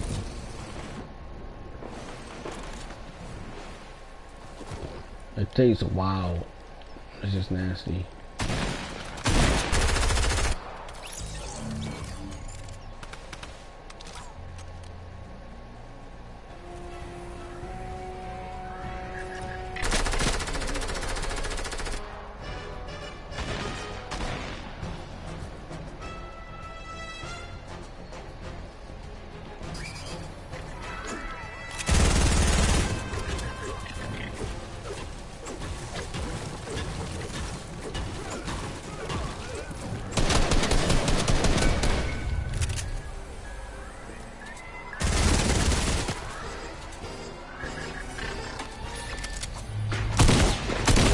Yes,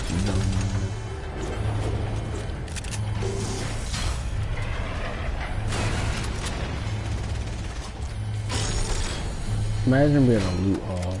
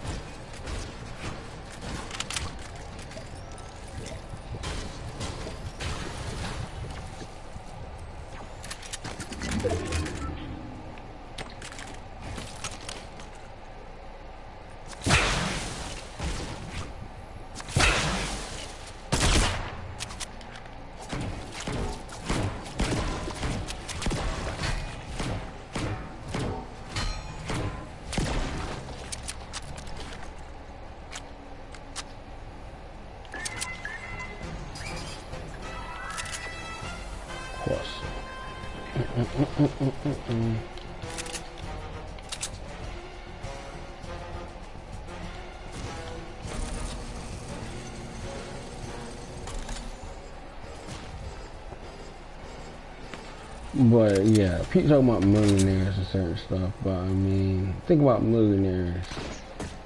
Millionaires have a good, to come up with solutions that make a thing more easy, not necessarily mean more affordable, but more convenient in a sense. Maybe not more convenient, but a more, I would say, a more unique way of business. Like Uber, for instance, it's really ingenious what they did. They're a company that have a fleet of cars despite not owning a car. You know, other people work for them, and they're independent contractors. You know, you work for Uber, you have to pay for your own, you have to do your own taxes. You know, you don't get count for miles. You have a thing of maybe earning tips. No, but you're not really making money with Uber. So I'm talking about what's the extra $500, you know, they could do some things with an extra $500.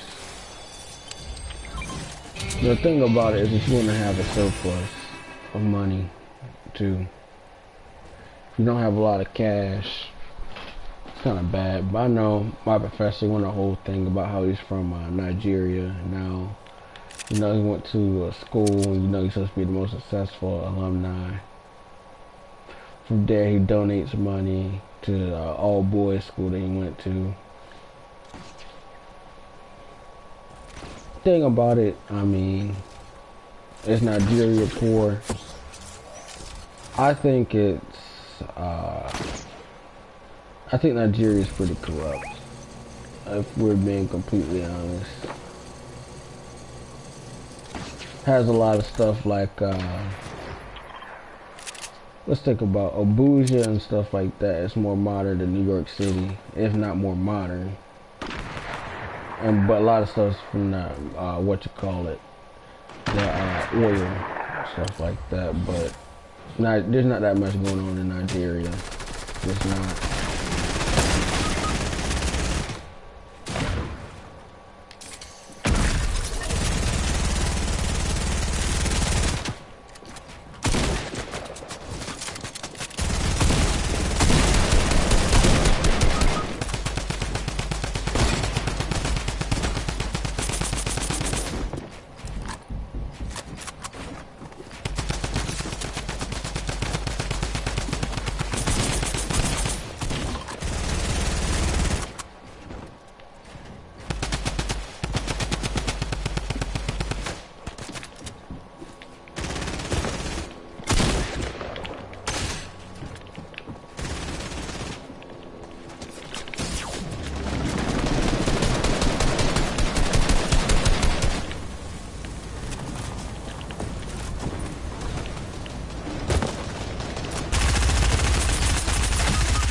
Man, I just got taken out. I'll put one more. Nah, I'm for real gone. That's not the point, because this game is terrible. At a certain point, it's just terrible. Like, for instance, if you play a game, not a game, but like, let's say, for instance, you're an investment banker. An investment banker may make on a range between 180,000 to maybe, I'll probably put the 575,000. That's pretty much the range that I assume that they make. That's pretty decent.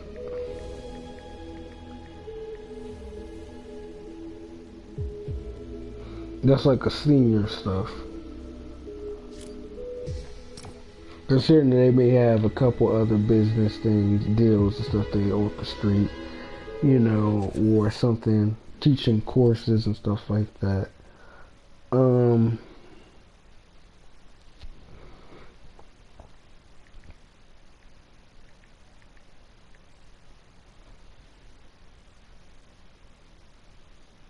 People talking about hedge fund manager. Hedge fund manager probably makes about what?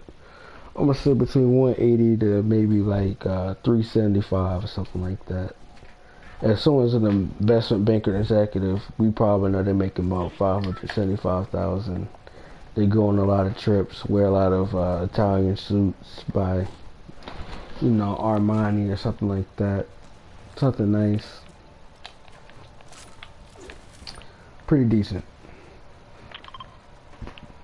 But at the same time, there's a lot of stuff people don't think about that's more practical than, you know, just making $1. But not saying people aren't making $1, but you know, you gotta be smart and savvy to orchestrate business deals. Like, no business deal goes down without people looking at quarters and then people looking for failing brands to liquidate, like hedge funds. Like Sprint, to me, was a liquidating hedge fund. Terrible quarters, crappy brand, they know it's crappy, horrible deals altogether. They took on failing businesses like Radio Shack. Sprint owned Radio Shack, and where's Radio Shack? Gone. Nobody was buying radios. And you can believe that. Nobody was buying radios. So, Sprint definitely had a lot of debt. You know, you would basically rent an iPhone.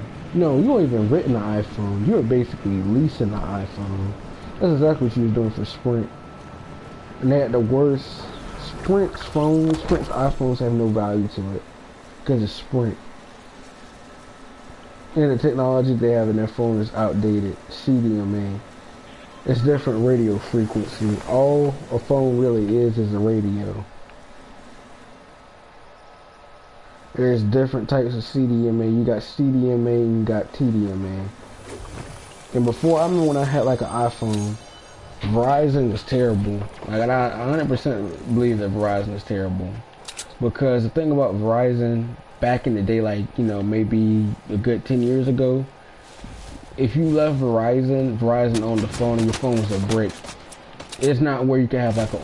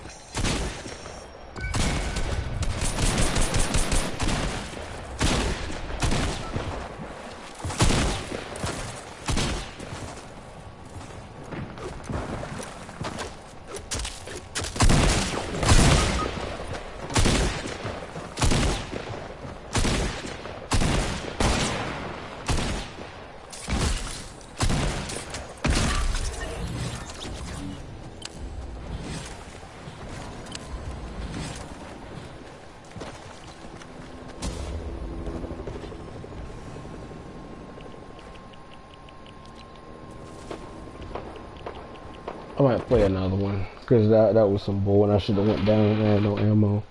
Besides the point, another thing that I felt like was pretty bad too is also just overall. I feel like businesses, like if you're a business and I don't know, there's a lot of stuff that businesses and certain stuff do. I know people talk about investment banking, the biggest crooks. I mean, they're no more crooks than the people, you know, who are politicians. And, you know, they got them in their back pocket. So, you know, the people that you send to Washington, the senators, they're up here pumping stocks into certain stuff. They sold their stocks with information knowing the stock market stuff was going to crash, like Richard Burr. He wasn't the only one who did it. I don't agree with that. That securities fraud all day long. And Richard Burr is about the what you call it. He had to give up that phone.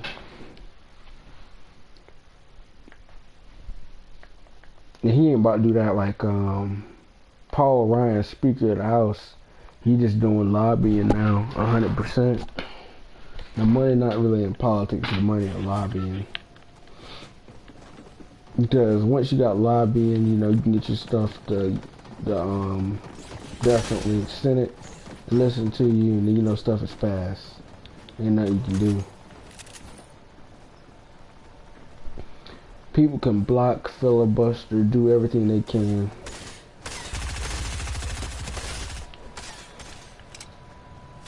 Veto, it don't matter.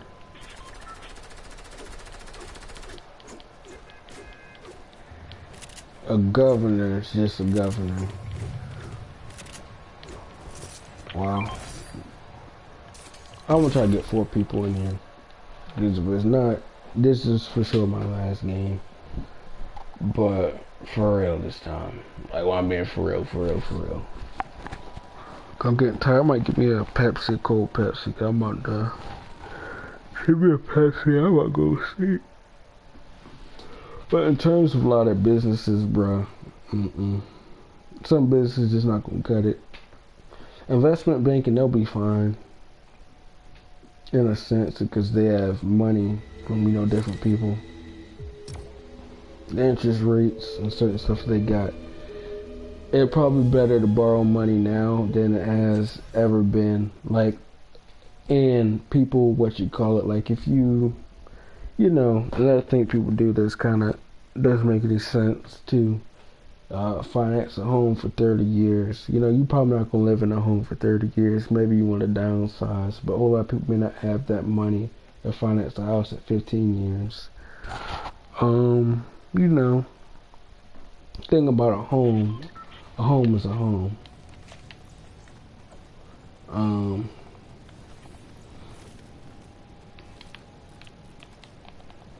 I know people are, you know, not traditionally going with homes. The thing where, you know, home ownership, like, you know, you sell it to a company and such, so they deal with that. You leave a lot of money on the table. You leave between $25,000 and like $40,000 off the table if you sell with one of these companies and certain stuff, like an open door policy. That's really bad. Because, you know, if you dealt with real estate person, they're going to get anywhere between, you know, I'll say 5 to 10% of the proceeds. So if you had a $300,000 home, the commission they'll get is about $30,000.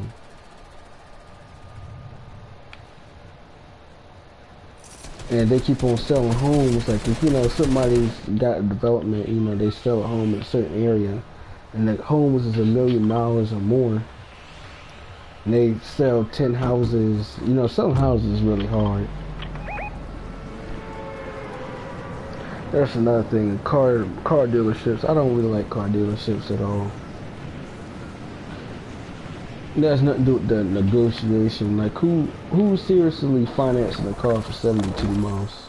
You're not gonna drive a car 72 months, and then at the same time, certain cars have horrible stuff. And then, to me, what doesn't make sense when people get on their thing talking about how they want to have a Lamborghini and certain stuff like that. I'm not mad at anybody's success and stuff like that. I really don't care, because Lamborghini to me is just a car. I'd rather have a, you know, 15,000 square foot home or something like that. You know, a lot of beds and stuff like that, and a family, and especially if I want to have like 6 kids and stuff like that, and have like a lot of stuff for my kids to do. Like maybe a movie theater inside my home, a bowling alley, a basketball, like actual gym inside my home, stuff like that. That's better to me. I get more of a value than a home. And then at the same time, you're not about to have like a Lamborghini accommodating 6 people. It's only like a certain amount of space it has in there. There's no Lamborghini XL. And from a logistics standpoint, it don't make that much sense to have a Lamborghini. It just don't.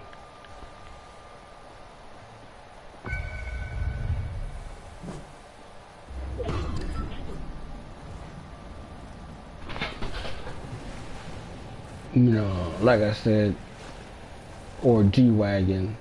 A G-Wagon is, you know, I'm not even saying it's too much money, but it's definitely not something I'm into.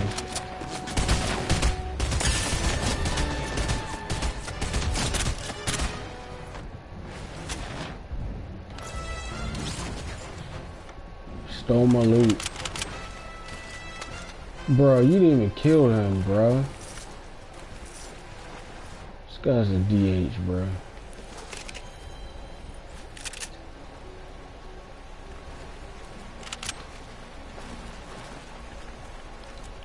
He's not even in there, so he's in a party more than likely.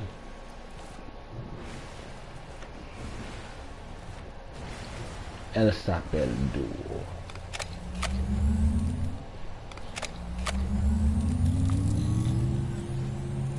But like for instance, you know, businesses and people trying to do business, it don't make sense, bro.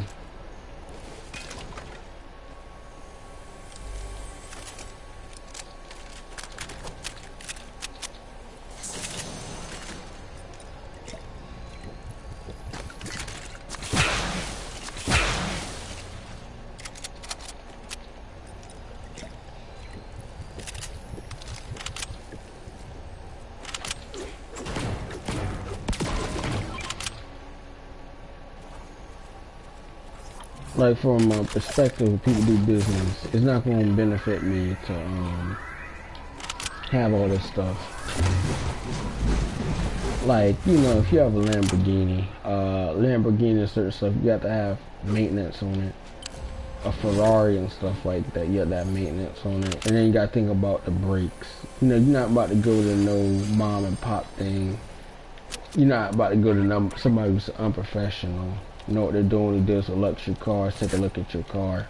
Or you think, yeah, you about to go to some cheap thing, like you're not about to take that junk to Walmart to get an oil change. You're gonna take that to the dealership.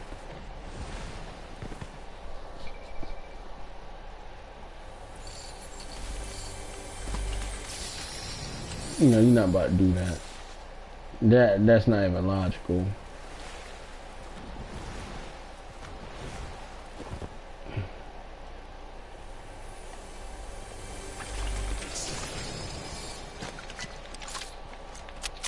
I just want to ask how many kids I want.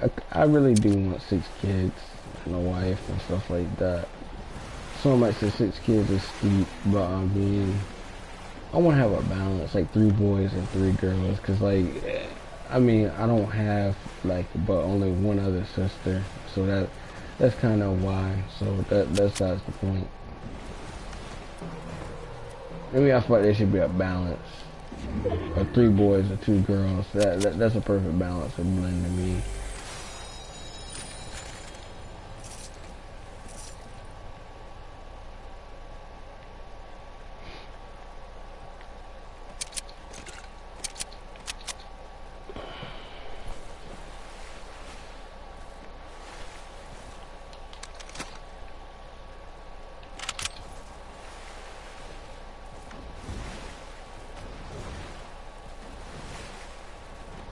But it doesn't make sense, like I said, you know, people buy. I'm not saying how people spend their money, but like, you know, someone has a Lamborghini and stuff like that, but they don't live in a nice home, and then the area where people live at, they get cracked beside the head.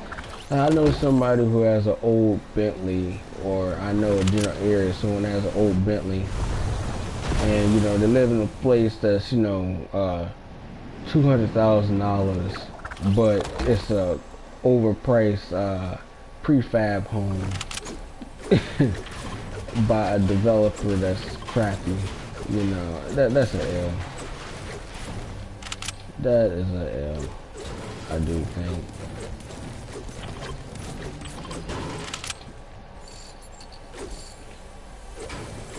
And I think about, you know, if you own a Lamborghini and stuff like that, you have to pay for the taxes too, like I said. But to me, it's just, nah, there's better ways. Nah, save and invest your money. But I like to own a Lamborghini or something like that. Not really, but I mean, I can always wish. If I had the money, I'd rather have what you call it, like a nice home, decent car. So it's like, you know, you're not going to be able to drive a Lamborghini if you have 6 kids. You know, you're not going to be able to do that. But I'm not 100% getting one. But, you know, I got to make sure stuff's taken care of first. Especially, you know, I'm talking about living building a 15,000 square foot home. Definitely have to make sure.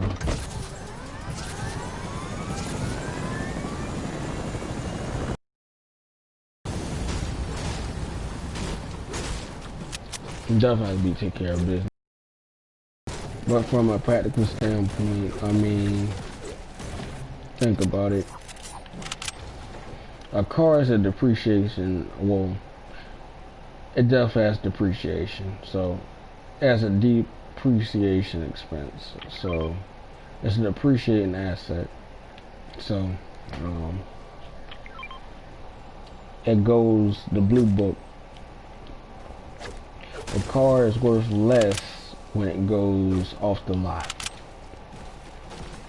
So implying that the value of a car, you know, is just valued at what people are expecting to pay for MSRP, manufacturer suggested retail price. So you don't have to pay that. You gotta be able to negotiate with people at the same time. And like I said, people don't sell. You can get good cars for cheap, maybe new cars, relatively not new cars, but like relatively new. Some might be new, like new, and some might be a nice new used car. Like, you know, it may be like a, you know, 2021, you know, Porsche, but has low mileage, and that's pretty bad.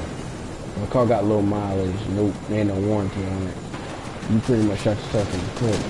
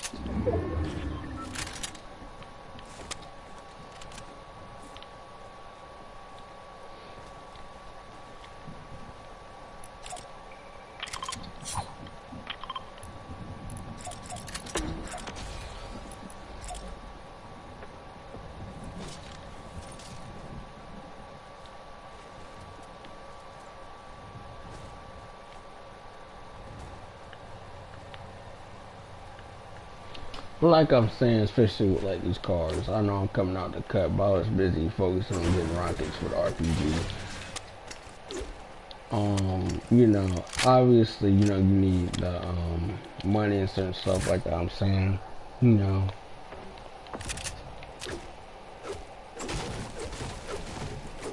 I think a Ferrari is a cool car, but and a Lamborghini, but you know,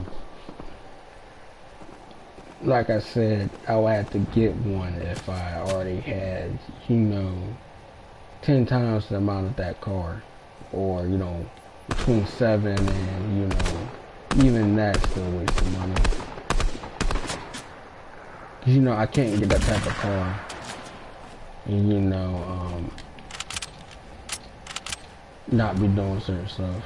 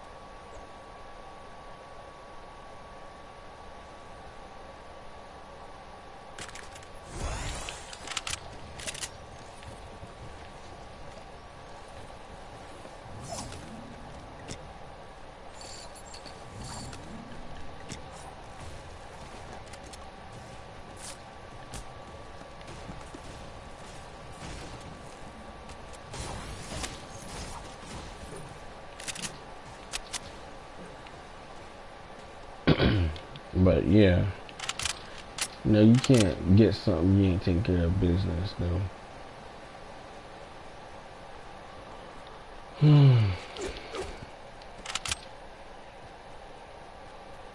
And then, like I'm saying, like you have a business and certain stuff. That's why a whole lot of people LLCs and certain stuff, because I mean, you can sue the business, but you can't. Like, if you're a publicly traded company or something like that, you own it. Someone can sue you. They can come for your house. They can come for your home. They can come for your building, and they could probably get it. If you're not an LLC, they could probably get it and win. I know people think that's absurd, but it happens all the time.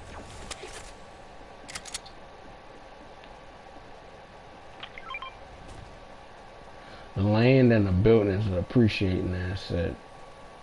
But then again, certain land, people just sitting on it. They're not about to move, so that's the best thing to do.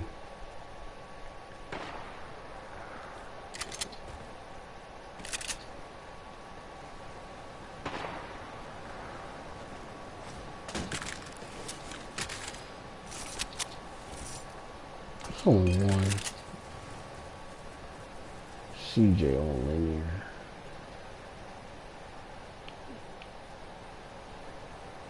Oh, can't go back and get it. I'll throw it to him. Yo, God.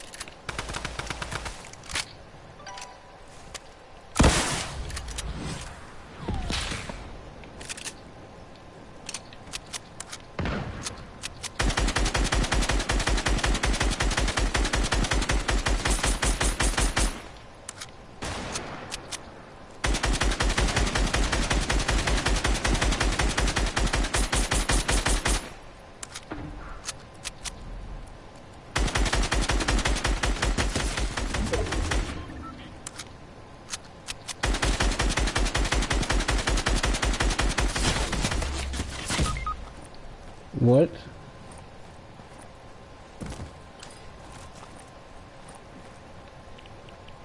I got one more, bro. Cause that was bull, but this time for y'all know. I know that it gets old, but shoot. I'm enjoying the game, but I mean, it's not really all that, but shit. I'll probably be up anyway.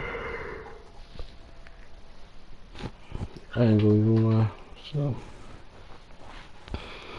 like, especially people talk about businesses. You know, another thing that got me weak is you talking about like they saying something so, but how like a LLC. A LLC, you know, obviously you won't be sued, and you know someone take away your building, your house, or your, you know, they entitled to certain stuff. That's the thing. Win. Ain't nothing you can do about it. A car. Like if someone had a company and they want an LLC and partners or a limited or something like that, you know, someone for instance has, no, but typical thing, there's a wet spot, there's condensation coming off a thing, someone breaks the back, they sue the place, they slip, you know, they had to get surgery, you know, they had damage to the L5, that's real, but they want to sue the company and they see on the person, They search out who the owner is. They research him. They see he has a Lamborghini. They sue him. Try to take his Lamborghini and certain stuff. And let's say they do win. You know, it's pretty bad they're not an LLC. But at the same time, this is where the court system works. You know, you get sued. Once you get sued, I mean, hey, you try to mitigate, you know, some of the losses and stuff that you get, but at the end of the day, I mean, it's a done deal. But once you take a L, business-wise, I mean, what else you gonna do? Are you gonna pass it off on somebody like, oh, hey, I took a L, stuff like that, but I can't pay, you know. But I feel like that's your brand. Once you have a damaged body, or certain stuff like that, you're done. Your heart shit, like for a business standpoint, like if you know you're a business and you know you made a good, let's say for a good business they make about $1.3 million a year. Oh, they left. Coward. Like I said, if you make a lot of money from a business standpoint, you know you're open up to a lot of lawsuits and stuff like that. Even if a performer and certain stuff like at a concert, they hit people or something like that, that's an ill, or you know, who got bodily damage like the baby. The baby, I don't 100% believe he's a thug, 100%. You know, he may have shot and killed somebody. I mean, okay.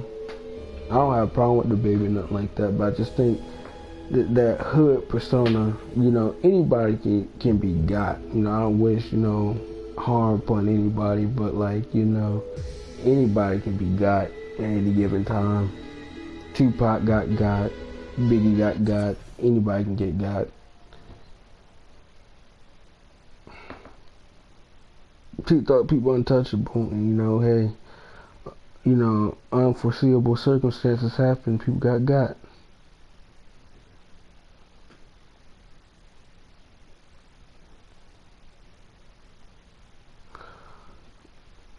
And I know people talking about felons and stuff to serve a second chance.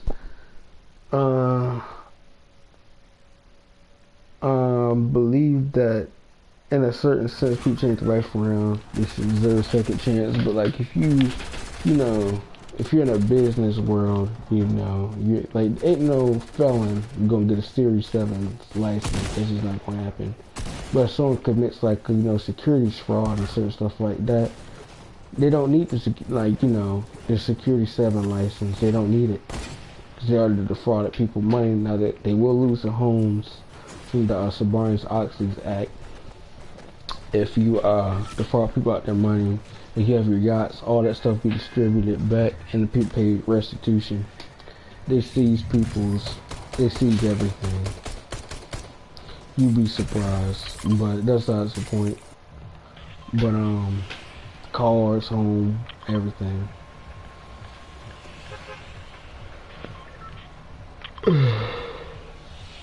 Ugh.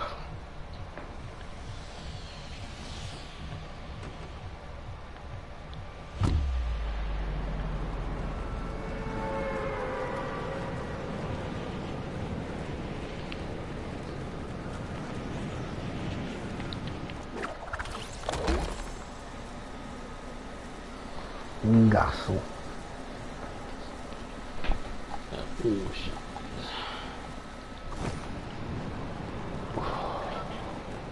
Ooh.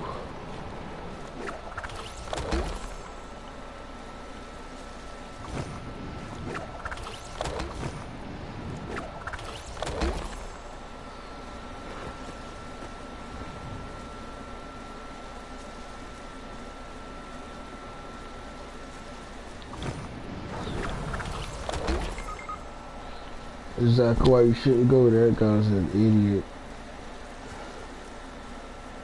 You gonna go someplace. I don't do that.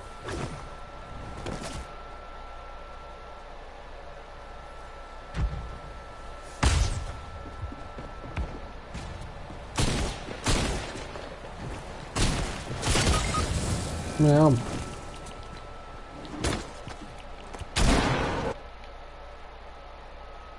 I hope y'all enjoyed the stream, bro. I'm out.